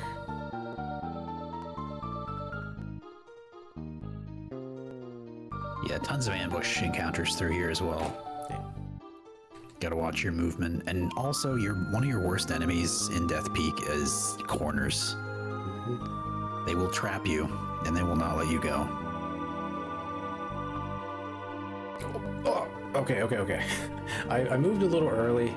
There is an ambush right there. Scared me for a Yeah, that was second. close. Right, what's not scary is this guy, because you could skip him, but we want the experience and tech points. So we're gonna fight him. Lava spawns are worth a good chunk of experience. I think 120 tech points, you said? 126. 26. I think it was 126. It's 126 or 121. I can't remember. We'll see. I'll see. But yeah, this one, for whatever reason, isn't flagged as a boss. So like Corp said, you can flee from it, but we're pretty close to being able to use Omega Flare, and we need it by Ozzy's Fort, which is what we're doing right after this, so. 120. 120. All right, heal. It's important to heal. I did it. Everybody's proud of me. If you don't heal, you have a bad time. Yeah, yep.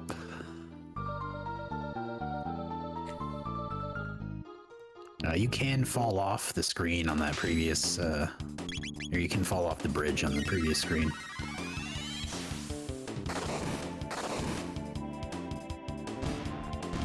So we have to do one little fight so that Luca will learn Flare on this next lava spawn. She's just barely there. We just got Dark Mist. So that's one of the components of Omega Flare.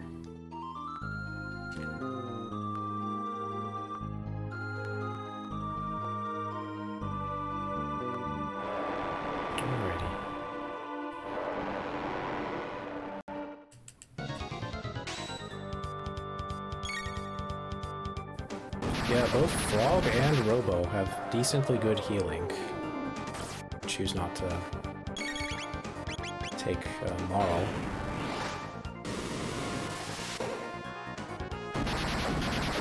But the healing Which you items should choose to not do that. come on now.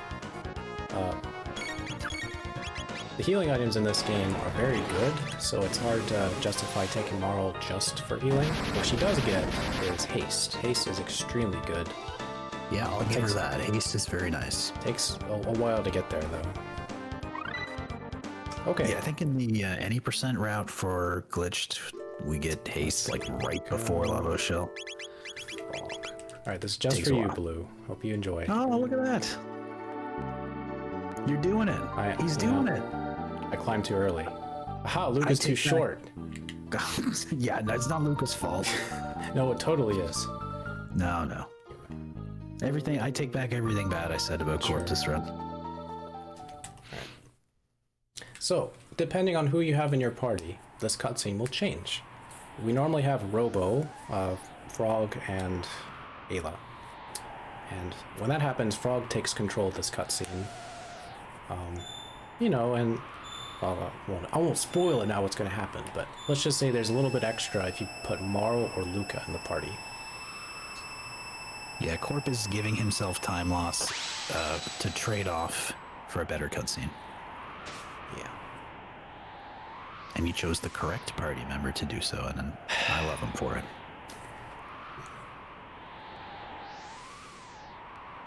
I was mean this whole time, and he still picked Luca. Yeah. That's a She's good a friend. fan favorite. What can we say?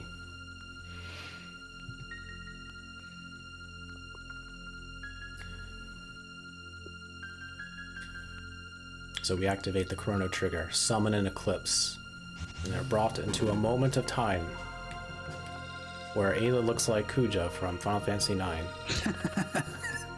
Yeah. True. Exchange the clone we just got for the real Chrono. Do a little shenanigans, fool time itself. A little clever thing.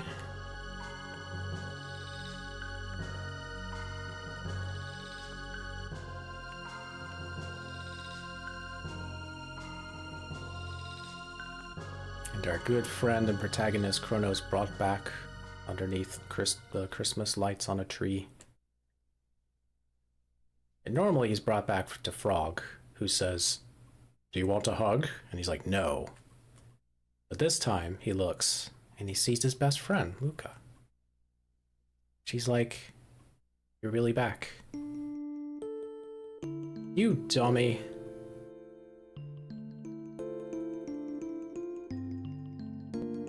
I'll slow down the text here. Oh, she gives him a hug. She doesn't want to lose him again. You mess up again, we won't save you. Best game ever. It's like, but I was just trying to be a hero. How did I mess up? You don't mess up being a hero. I'm just saying, Luca. You're very wrong about this. We were gone, we had a terrible time, and I'd had to... Hey, are you listening? Yeah. Okay. Let me get my proper team. What's this?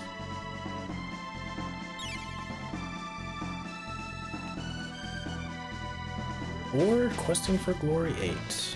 Going on a journey. Speed. Yeah, the only two party members you can get a hug from are Marl and Luca. Yeah, Ayla is not allowed. She's too powerful. Yeah, she's a little too smelly, so Chrono's like, nah. No, she's fine. Alright, let's go right in.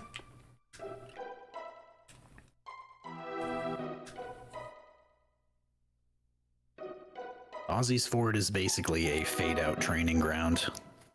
Which, by the way, I should probably safety save. Be a good idea.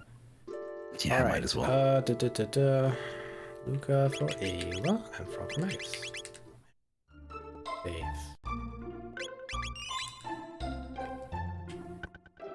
Yeah, so Ozzy's Fortress is interesting when you play like glitchless, As you go from fight to fight, you see some fun cutscenes. But in Glitched, it's boring. From the runner's perspective, it's not so bad, but from the viewer's perspective, this is what you're seeing, fade outs. And we're skipping all sorts of cutscenes and boss fights. So it's fast, but it's not very visually pleasing. I kind of think fade outs look cool, but that's just me. Yeah. If you're into the speedrun tech, it's interesting, but not everybody wants to learn the speedrun or learn more about the speedrun. Did I get that? Sometimes the fade out goes a little too early. Question. This is interesting. The first cutscene activates a guillotine trap, and you can fade out to skip it. You can have it so that it stops, and normally when you hit the guillotine, you go to 1 HP, so you can avoid that entirely with a fade out. So I think that's pretty cool. But in Glitchless, you use the guillotine to set up for certain things. And then we can't skip this, because this triggers immediately. If you have the fastest fingers in the west, east, north, or south, you can get in before both Flea and Slash here, but most of the time, at least Slash gets in front of you, and more often than not, Flea does as well. It's not a big deal. It doesn't change anything RNG-wise. We don't really care about that right now. We have so much firepower that we just want to get an Omega Flare off and Fire Tackle. Oops. Ice 2. This is our main form of damage from now on, is throwing Omega Flares out. Yeah, So we we don't don't need to worry about anything. Oh, go ahead. Yeah, we don't need to grab Magus's gear or his extra weapon, Yeah. because he's not going to be doing physical damage anymore. Nope. But you could grab his armor as a safety. There is one attack that he does take a lot of damage from, and it can be bad. Yeah, final phase Lavos Shell. He'll survive an attack with like what was it, like 11? I think or it's 13 HP. 13, yeah. Alright, let's see. I did it, yay! Alright. And there you go, Magus's quest. Oh, by the way, this is the room. This is the room where all the secrets are, but I don't need it. The ultimate respect to Corp for following a rule that's not even in existence anymore. You gotta pay respects to him. Because used someone to be a who's rule. verifying a run can see that you got the skip, but you don't have to verify it if you can see Aussie move. Yeah. Alright. Fun. So Corp's gonna do a big menu here. It's like a menu and a half, kind of. It's setting up for future stuff as well as the next couple of fights. We're gonna have to change a few things once we get past a couple of the first fights in Black Omen, but for the most part, any menus from here on out are pretty small. I didn't have to save, but I thought, oh, there's a signal right there. I could have done that. What? Alright, so we're setting up our final teams, essentially, with these menus.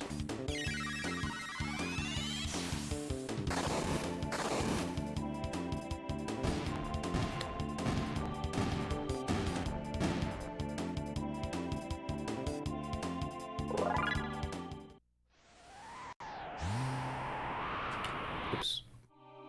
So, after Ocean Palace, you can come to the Black Omen anytime when you can fly. But this enemy, Mega Mutant, is there to stop you from going forward. So it's like a level check. Are you strong enough to proceed? And if you can beat him, then you are.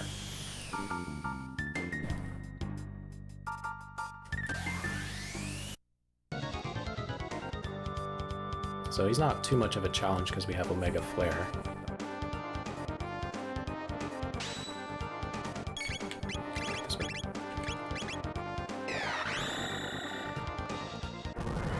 Now you can get lucky in this fight, and the Omega Flare will clear both the top and the bottom at the same time. I think that's only ever happened for me one time. More often than not, you'll have to throw a Magus attack to finish off whichever part survives. It's always the top part if it survives or not, but... Oh?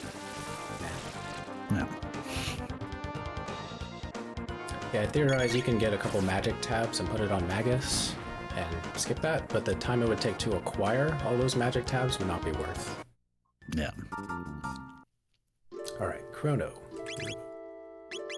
And swap them.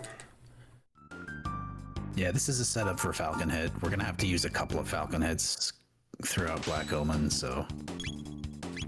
So Ayla has the dash ring, which means her ATB is almost instantly full when a fight begins, so running away is very fast with the dash ring. I put Ayla in the lead because I really don't like Chrono in the lead when I'm in Black Omen. I've done so many runs of glitchless where Magus is in the lead that I just like seeing Magus lead the way. So it's really weird looking when I see Chrono, but Luca and Ayla are both good choices. I just gotta remember to... I think you can probably guess who I use. Yeah. Yeah. But they're much better. There's something about Chrono's movement that just, I don't like it in this place. I don't know why. Can't explain it. Because I use him for the first half of the run, no problem. But anyway. That's why Ayla's up front. For connoisseurs of the run, it's like, why is she there?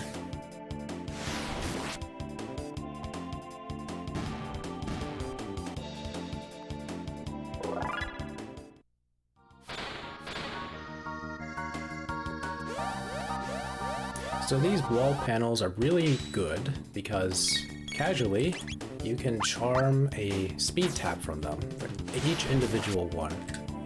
So if you wanted to max out stats for characters, you would need to go into the Black Omen multiple times to max out people's speed. And you can do that. In the Super Nintendo version, you could enter the Black Omen in reverse order. So 1000 AD, 600 AD, 12,000 BC. And every time you go backwards in time, the panels are still there. But they patched that or changed it. I wouldn't even call it a patch because it makes sense to me. It's not a glitch. That's not a glitch, but they changed in the DS version, in the PC version, and maybe the PlayStation version of the game. I don't know about that one. So in order to get max speed, you would have to do a second playthrough. I think there's just enough to get almost everybody to max speed. If you were to do that method on the Super Nintendo. Okay, anybody want to play a guessing game? Guess how many encounters we're going to get on the elevator. There's anywhere from 0 to 3. We're likely to see 1. Get the guesses in for a second. Confidence in this 0. 0? Okay. Oh. Ruminators? Oh, Cybots. Cybots aren't too bad. They're not as bad as goons. There's 3 encounters you can get on these elevators. There's this encounter. There's 4 Ruminators, which is just a single flare with Luca. And there's 2 goons, which is a Falcon hit and a Fire 2. Yep. I should heal just in case. There we go. I saw talk about Ayla and tail. No, that's not a tail. She's wearing, like, essentially a saber-toothed tiger skin that has a tail on it. You can clearly see it's not attached to her. It's wrapped around her neck and then goes around her midsection and falls off the back. It's essentially a glorified scarf. Yeah. You can look at the official artwork if you don't believe. Yeah, this is the slowest one you can get, not only because it takes 2 actions that are sort of slow, but also because they fly in extremely slowly.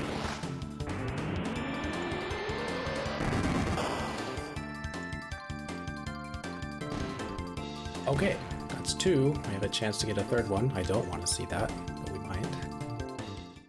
And there's another elevator coming up as well, so if people want to guess again, maybe think about which number you want to add.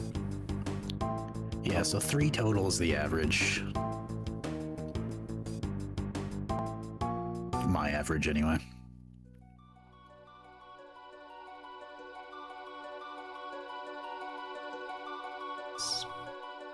Somebody Lots of fun skips. movement around in here to dodge ambushes.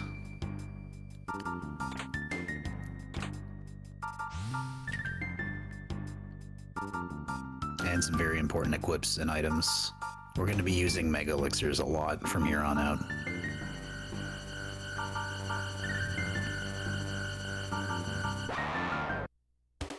So these guys, the Tubsters, you can charm power taps from them. And this fight in particular, and I think another one, you could continuously get them to appear if you just reset the room. So power is the easiest stat in Chrono Trigger to max out for characters, because you have an infinite supply of charmable power tabs. Magic is the most difficult one to max out. That takes several playthroughs of New Game Plus to do that. I thought for sure he was going to get you. Well done. That incognito there is... I don't know. It's up to you. It's up to the runner whether they want to wait for him or not. I would wait for a little bit most of the time, just like Corp just did, but you can sit there and wait for like 10, 15 seconds for him to move out of your way, and then you go to pass him, and he'll just move right back and run into you.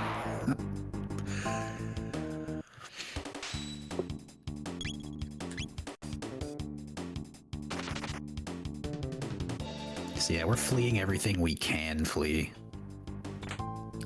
Once again, with these boss orbs, like you can wait for them to close their eyes, but on average, you're just losing more time than it takes to just run into them and flee from them. If they give you the closed eye and you can walk past them, great, but not really worth waiting for.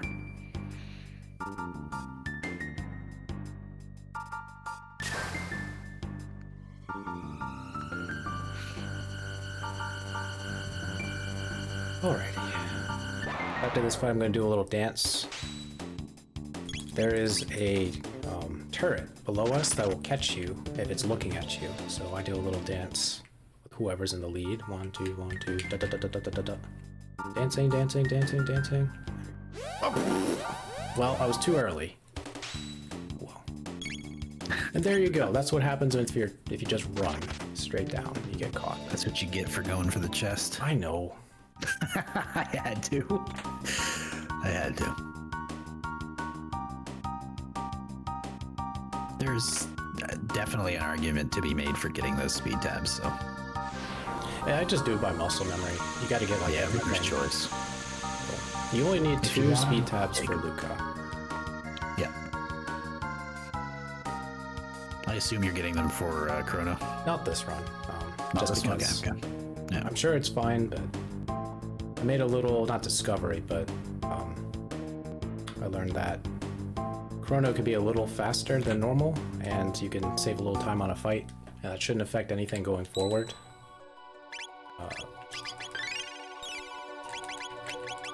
But I'm not gonna test the waters with a marathon run, even though I've done it twice. Yeah. For the better. Never know. So there's I'm a sure it'll boss be fight fine. here, and guess what? You can skip them with fade outs.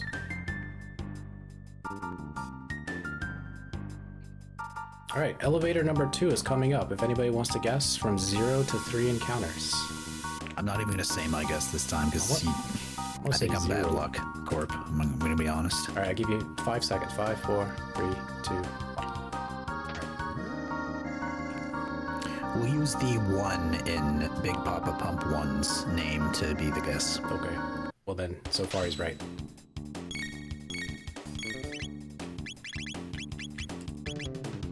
One, 2, 2, 0. Thank you for believing with 0, but sadly. It's one of the few aspects of RNG in this run that we can't control or manipulate. The elevators and Black Omen, the goo in the factory. Oh, we got 2 of them. Nice, I bought.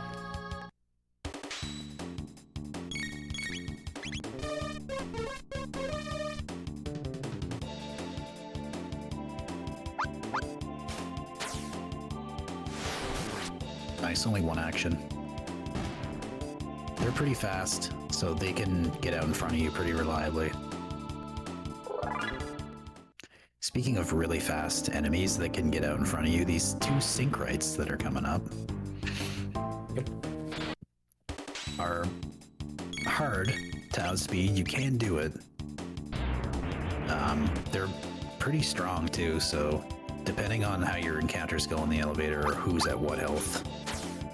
Like, I think it's Chrono, maybe Luca, that gets one shot by one of their, or two shot at least by one of their abilities. So if they both outspeed and double target, then it's not that big of a deal though. Yeah, you just can't Falcon hit if Chrono or Ayla goes down. There we go. Little bat skip. I feel like that bat skip is almost, it's not impossible, it's much harder to do if Chrono's in the lead. Much easier with Luca, and it extremely, I won't say easy, but I'm just used to doing it with Magus in the lead. When Magus is moving, he's like an arrow, and so you can line up things with his arrow. So it's nice, but Chrono's weird. Alright, we got through.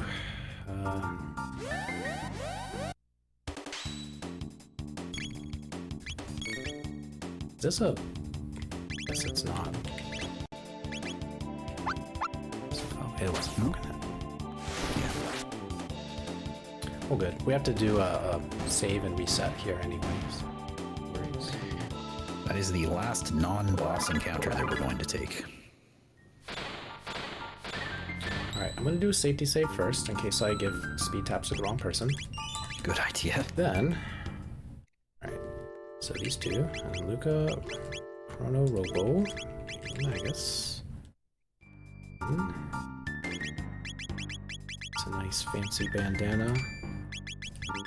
Rhythm specs, Screen a Dream, and Nova, Haste, and something. Yeah, this menu pretty much sets Robo up so that he doesn't end up getting confused. I believe it's confused during this fight.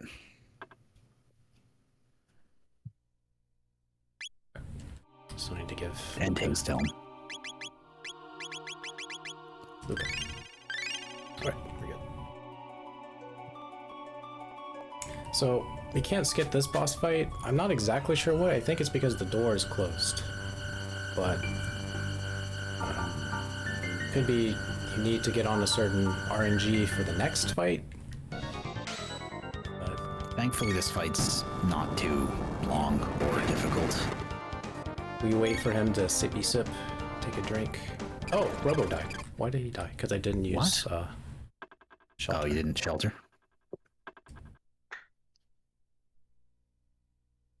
Okay.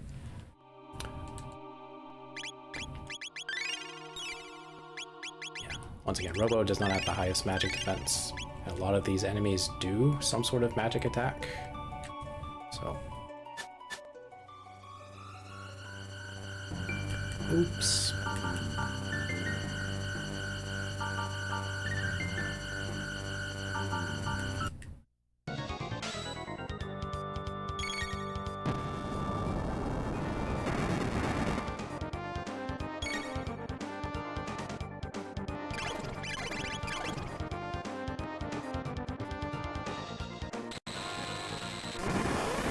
Silly Terra Mutant healing himself without any damage done to him. Just doesn't know. So the bottom part of Terra Mutant has 20,000 HP. The top part has 7,800. And strangely, they can't survive without the other. So if we take out the top, the bottom goes away.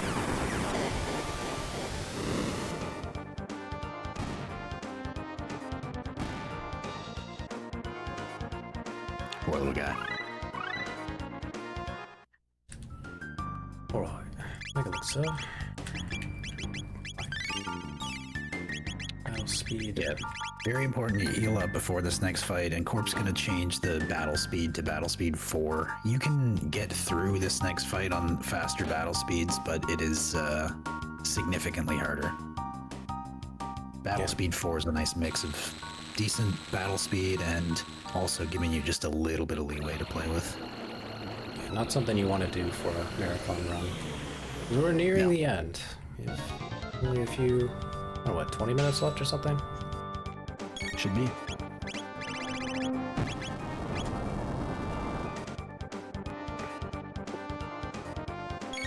So gonna top Luca up with a mid tonic because she is going to be taking a few dark bombs in this fight. We do not want her to go down. Robo will go down at the end of this fight, but we don't need him alive at the end anyway. We don't need tech points on him. We don't need any more XP. So, but we do need Luca. We need everyone alive for 2 Omega Flares. Yeah, it should be noted, Omega Flare is very powerful, but it targets the shell. When you target the shell in this fight, it retaliates. Even if you knock out the lava spawn, it'll still retaliate on death. So that's why we equipped the Green Dream onto Magus, so it can come back.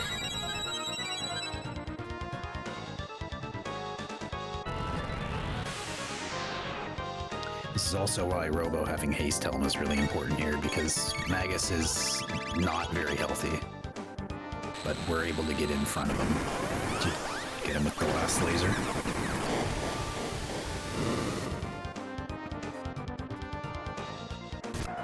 See the damage number pop up. 1,000.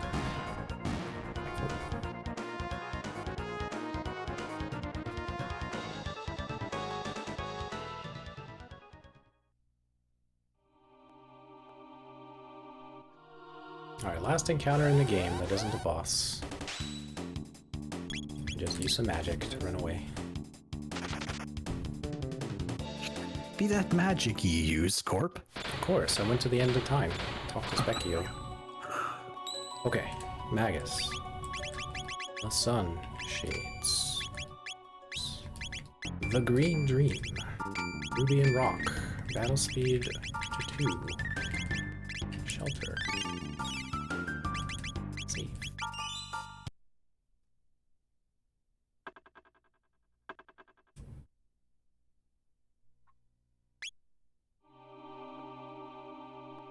Alright, so we have 2 gauntlets back to back, the Zeal Gauntlet and the Lavo Shell.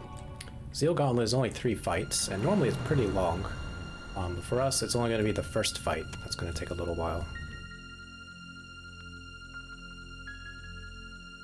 Yeah, the hard part about this first fight, the human Zeal fight, if you will, is I mean, this part is very easy. She's gonna use halation a bunch, which basically does nothing. It takes everyone down to 1 HP. We're fine with that. And when they're at 1 HP, it won't do any more damage. It'll do 0 when we see it again.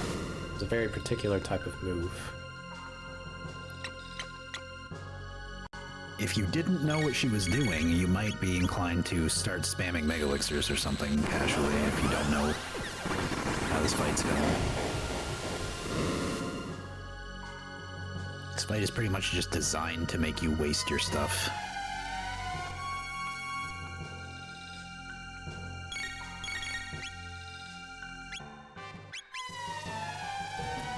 Important that you wait this halation.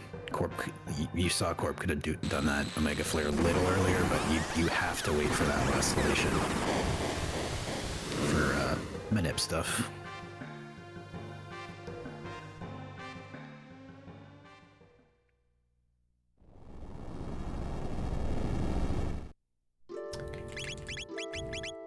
Excellent. I didn't even want to say anything. So there's a really tight party swap menu. You're not supposed to be able to switch your party in between these 2 fights, but there's a couple of frames during the black screen where you can get a party swap input in. And it's extreme. It's so important that if you miss it, you have to reset and do the Zeal 1 fight again. So here we're just waiting for the Mammon Machine to react.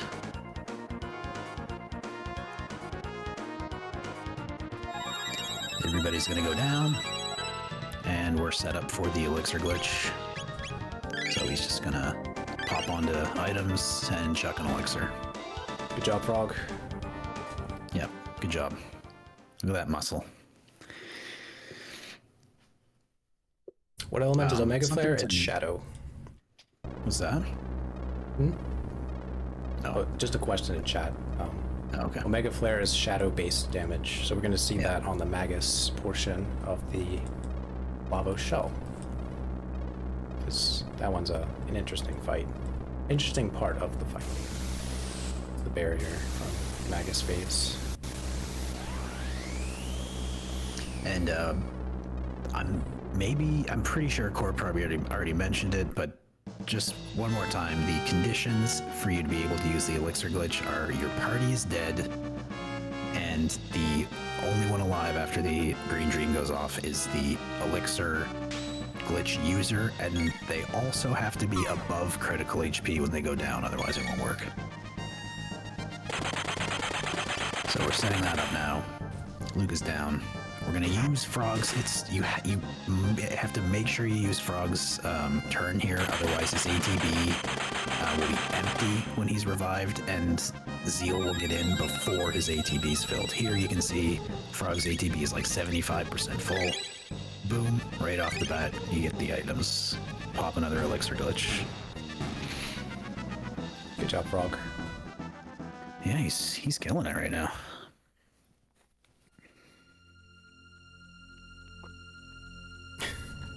She's like, how dare you compare yourself to me?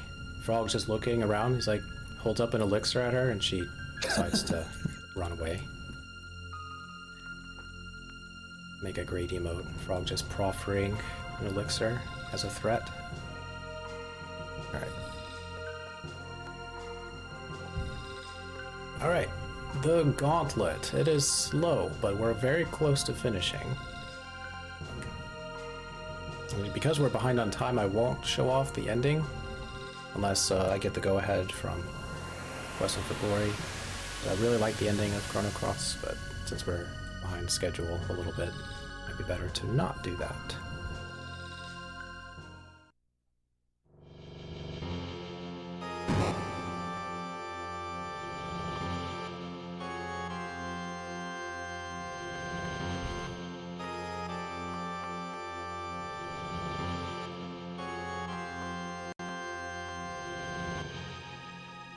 Alright, so the gauntlet is like a refresher course of all the enemies you've fought to kind of show you how far you've come and how powerful you are, sort of.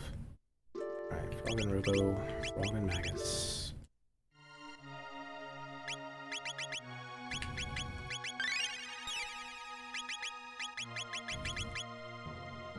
Yeah, the most important thing in this gauntlet is tending to your MP. So we're going to be using a bunch of Mega Elixirs before certain phases. Like I think we use 3 or 4 during this gauntlet. Anyway, a lot. I did this again. I accidentally swapped in Frog for Robo. It doesn't affect the RNG because he's not taking an action, but my notes are really odd.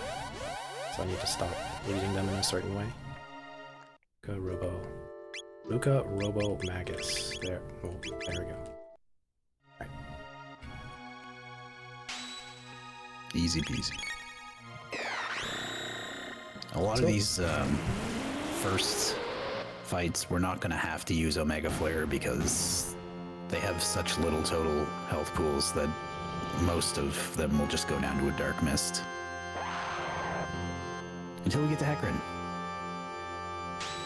We do need a flare for Hecarim.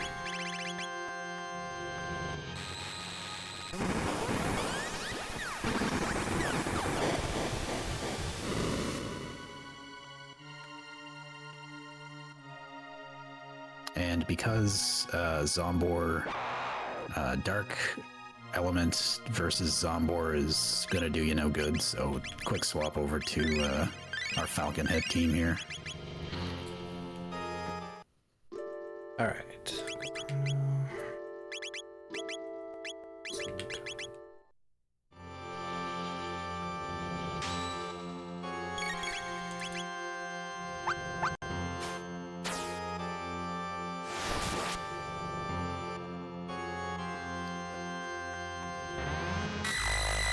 Bye, Falcon Head. Bye, it was great. We're not done with Ayla, oh no. Some categories, that's the last you see of her. And, Yeah, she gets to Chrono come as back. well.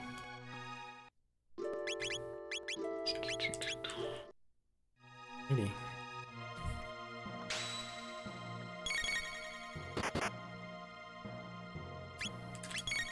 Another interesting one here. We get a hit in on to Magus before actually doing anything. Also, we finally got the team. QFG8. Top to bottom. Took a while, but we got there. It's all for this.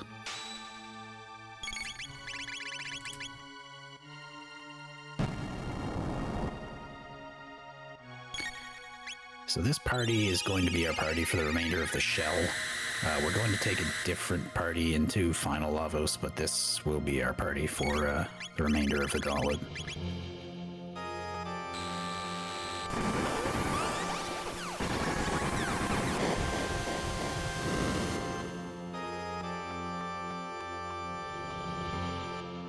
The reason we switched to Chrono, Ayla, Luca for Zombor is because Zombor absorbs dark energy, dark magic, and with our current party, there's no great way to deal with Zombor.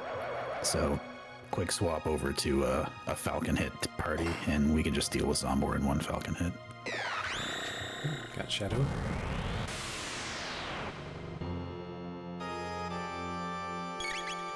It was important we get Shadow Barrier there, because he will absorb any other magical attack.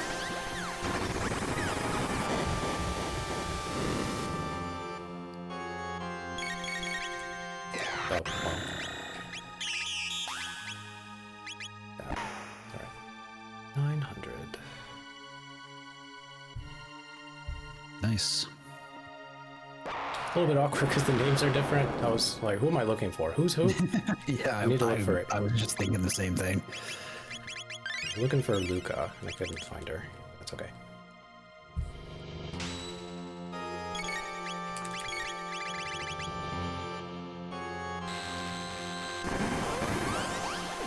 So yeah, we popped one Omega Flare at the start of this, of the Black Tyranno phase, but then we're gonna wait. We're gonna wait for the HP down, or the defense down. We're not gonna have to wait very long. Yep. There it is.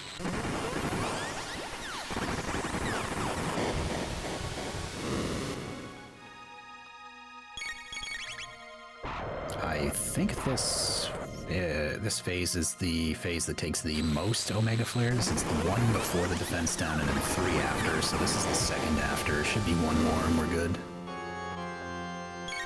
Yep.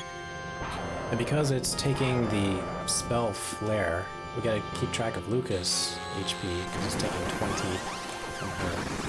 She's G8, by the way. So, Yeah. normally when she runs You're out, that's almost- when we heal up. You're basically always going to need to use Mega Elixir in between the Black Tyranno and Giga Gaia fights. Giga Bagaya. Giga Gaia, you're not letting me away with that one, No. right? It was great.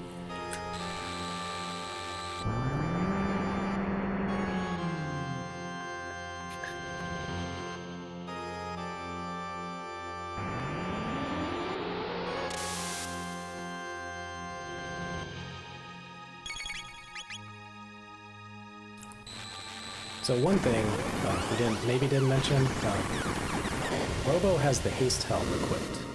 And so it's interesting because the Haste Helm activates after the first turn. So Robo's natural speed is very slow at the start of the fight, but after the first turn, he outspeeds everybody with Haste.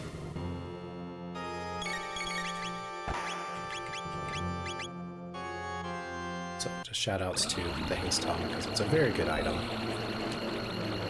The best items for Robo. So no Mega Elixir for the last phase. This is probably the trickiest phase. You just really want to make sure you're paying attention. It's alright. Normally, Yeah, that's fine. yeah. You can get in before this chaos, but if you don't, like Corpse, it's totally fine. The main thing is that the counterattack he's about to do, it's Magus, and it should. Yep. Magus will live with... He'll be in critical HP, but he will be alive. 12, not 13. Yep.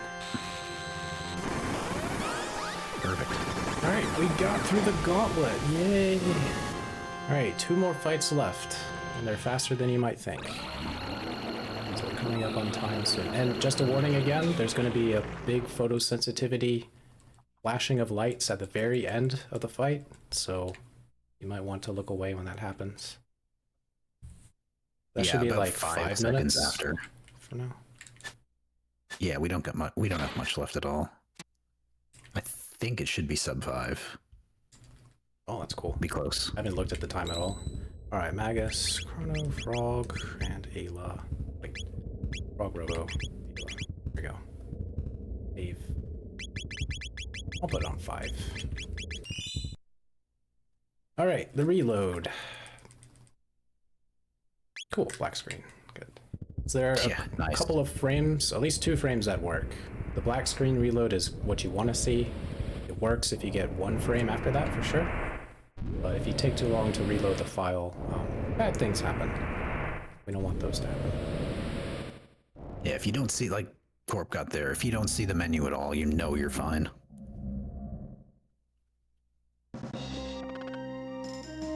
So if you enjoy these songs, then you better enjoy them while they last, because these fights are going to go quick. So Ayla's going to set the item cursor to Elixir. Everyone gets nipple blasted. Okay. Frogs back up, and G8. nice. Caps. I love this These song. Elixir glitches are a little scarier because you do have to retarget for the Elixir glitch. It's not on the default target, but handled nicely. I will say for whoever is handling time, it is in a bit of a weird. It's the last input, so I'll hopefully Corp, as long as you're okay with this, I'll try to count down. Yeah, I could do it. I could say. Okay, yeah. If you can handle it, then that's even better. I don't know. I don't know about a countdown, but I'll do my best. I'll just say and time. Yeah. Hopefully I don't mess it up, because it's easy to mess up if you're too slow. All right, I love these final lines from everybody. Was a good call. Good stuff. Everybody has their own unique bit of dialogue. It's great.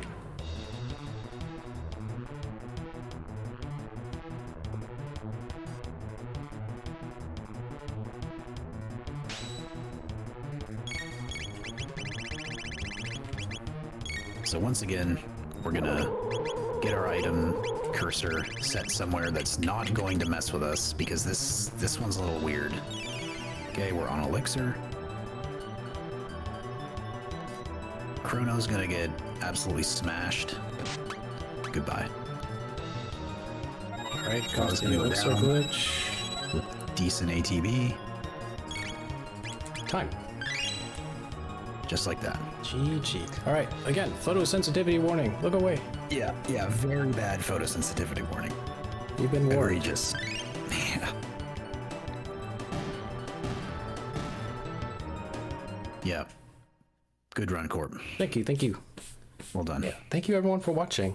If I get word from Question for Glory about watching the ending, we can do that. If not, we'll end the run very shortly. But let me know, please. Yeah, if you guys are short on setup time or anything, just let us know. We can extend it a little bit, or like Corp said, we can just end it up. Yeah, thank you everyone for your patience, for all the audio scrambling about. I appreciate that. Sorry it wasn't perfect, but... Everybody, big shout out to Corp. Awesome run, dude. Yeah, shout out to Blueser everybody follow Corp. For helping me out. Doing a great job on commentary. Sounds like we need to move on, so cue! Until next time, everybody. There's Enjoy more the runs. rest of the marathon, guys. Take care, good luck, best of luck to all the runners going forward. So Hey, have a thank great you guys one. so much. What an incredible run, and I appreciate you guys being here. If you could tell people where they can find you before we swap on over. Twitch.tv CorporateImage. I do family-friendly content and try to do RPGs and stuff. Heavily auto-modded. And Blue, how about you? And I'm just twitch.tv/blueser. I do know.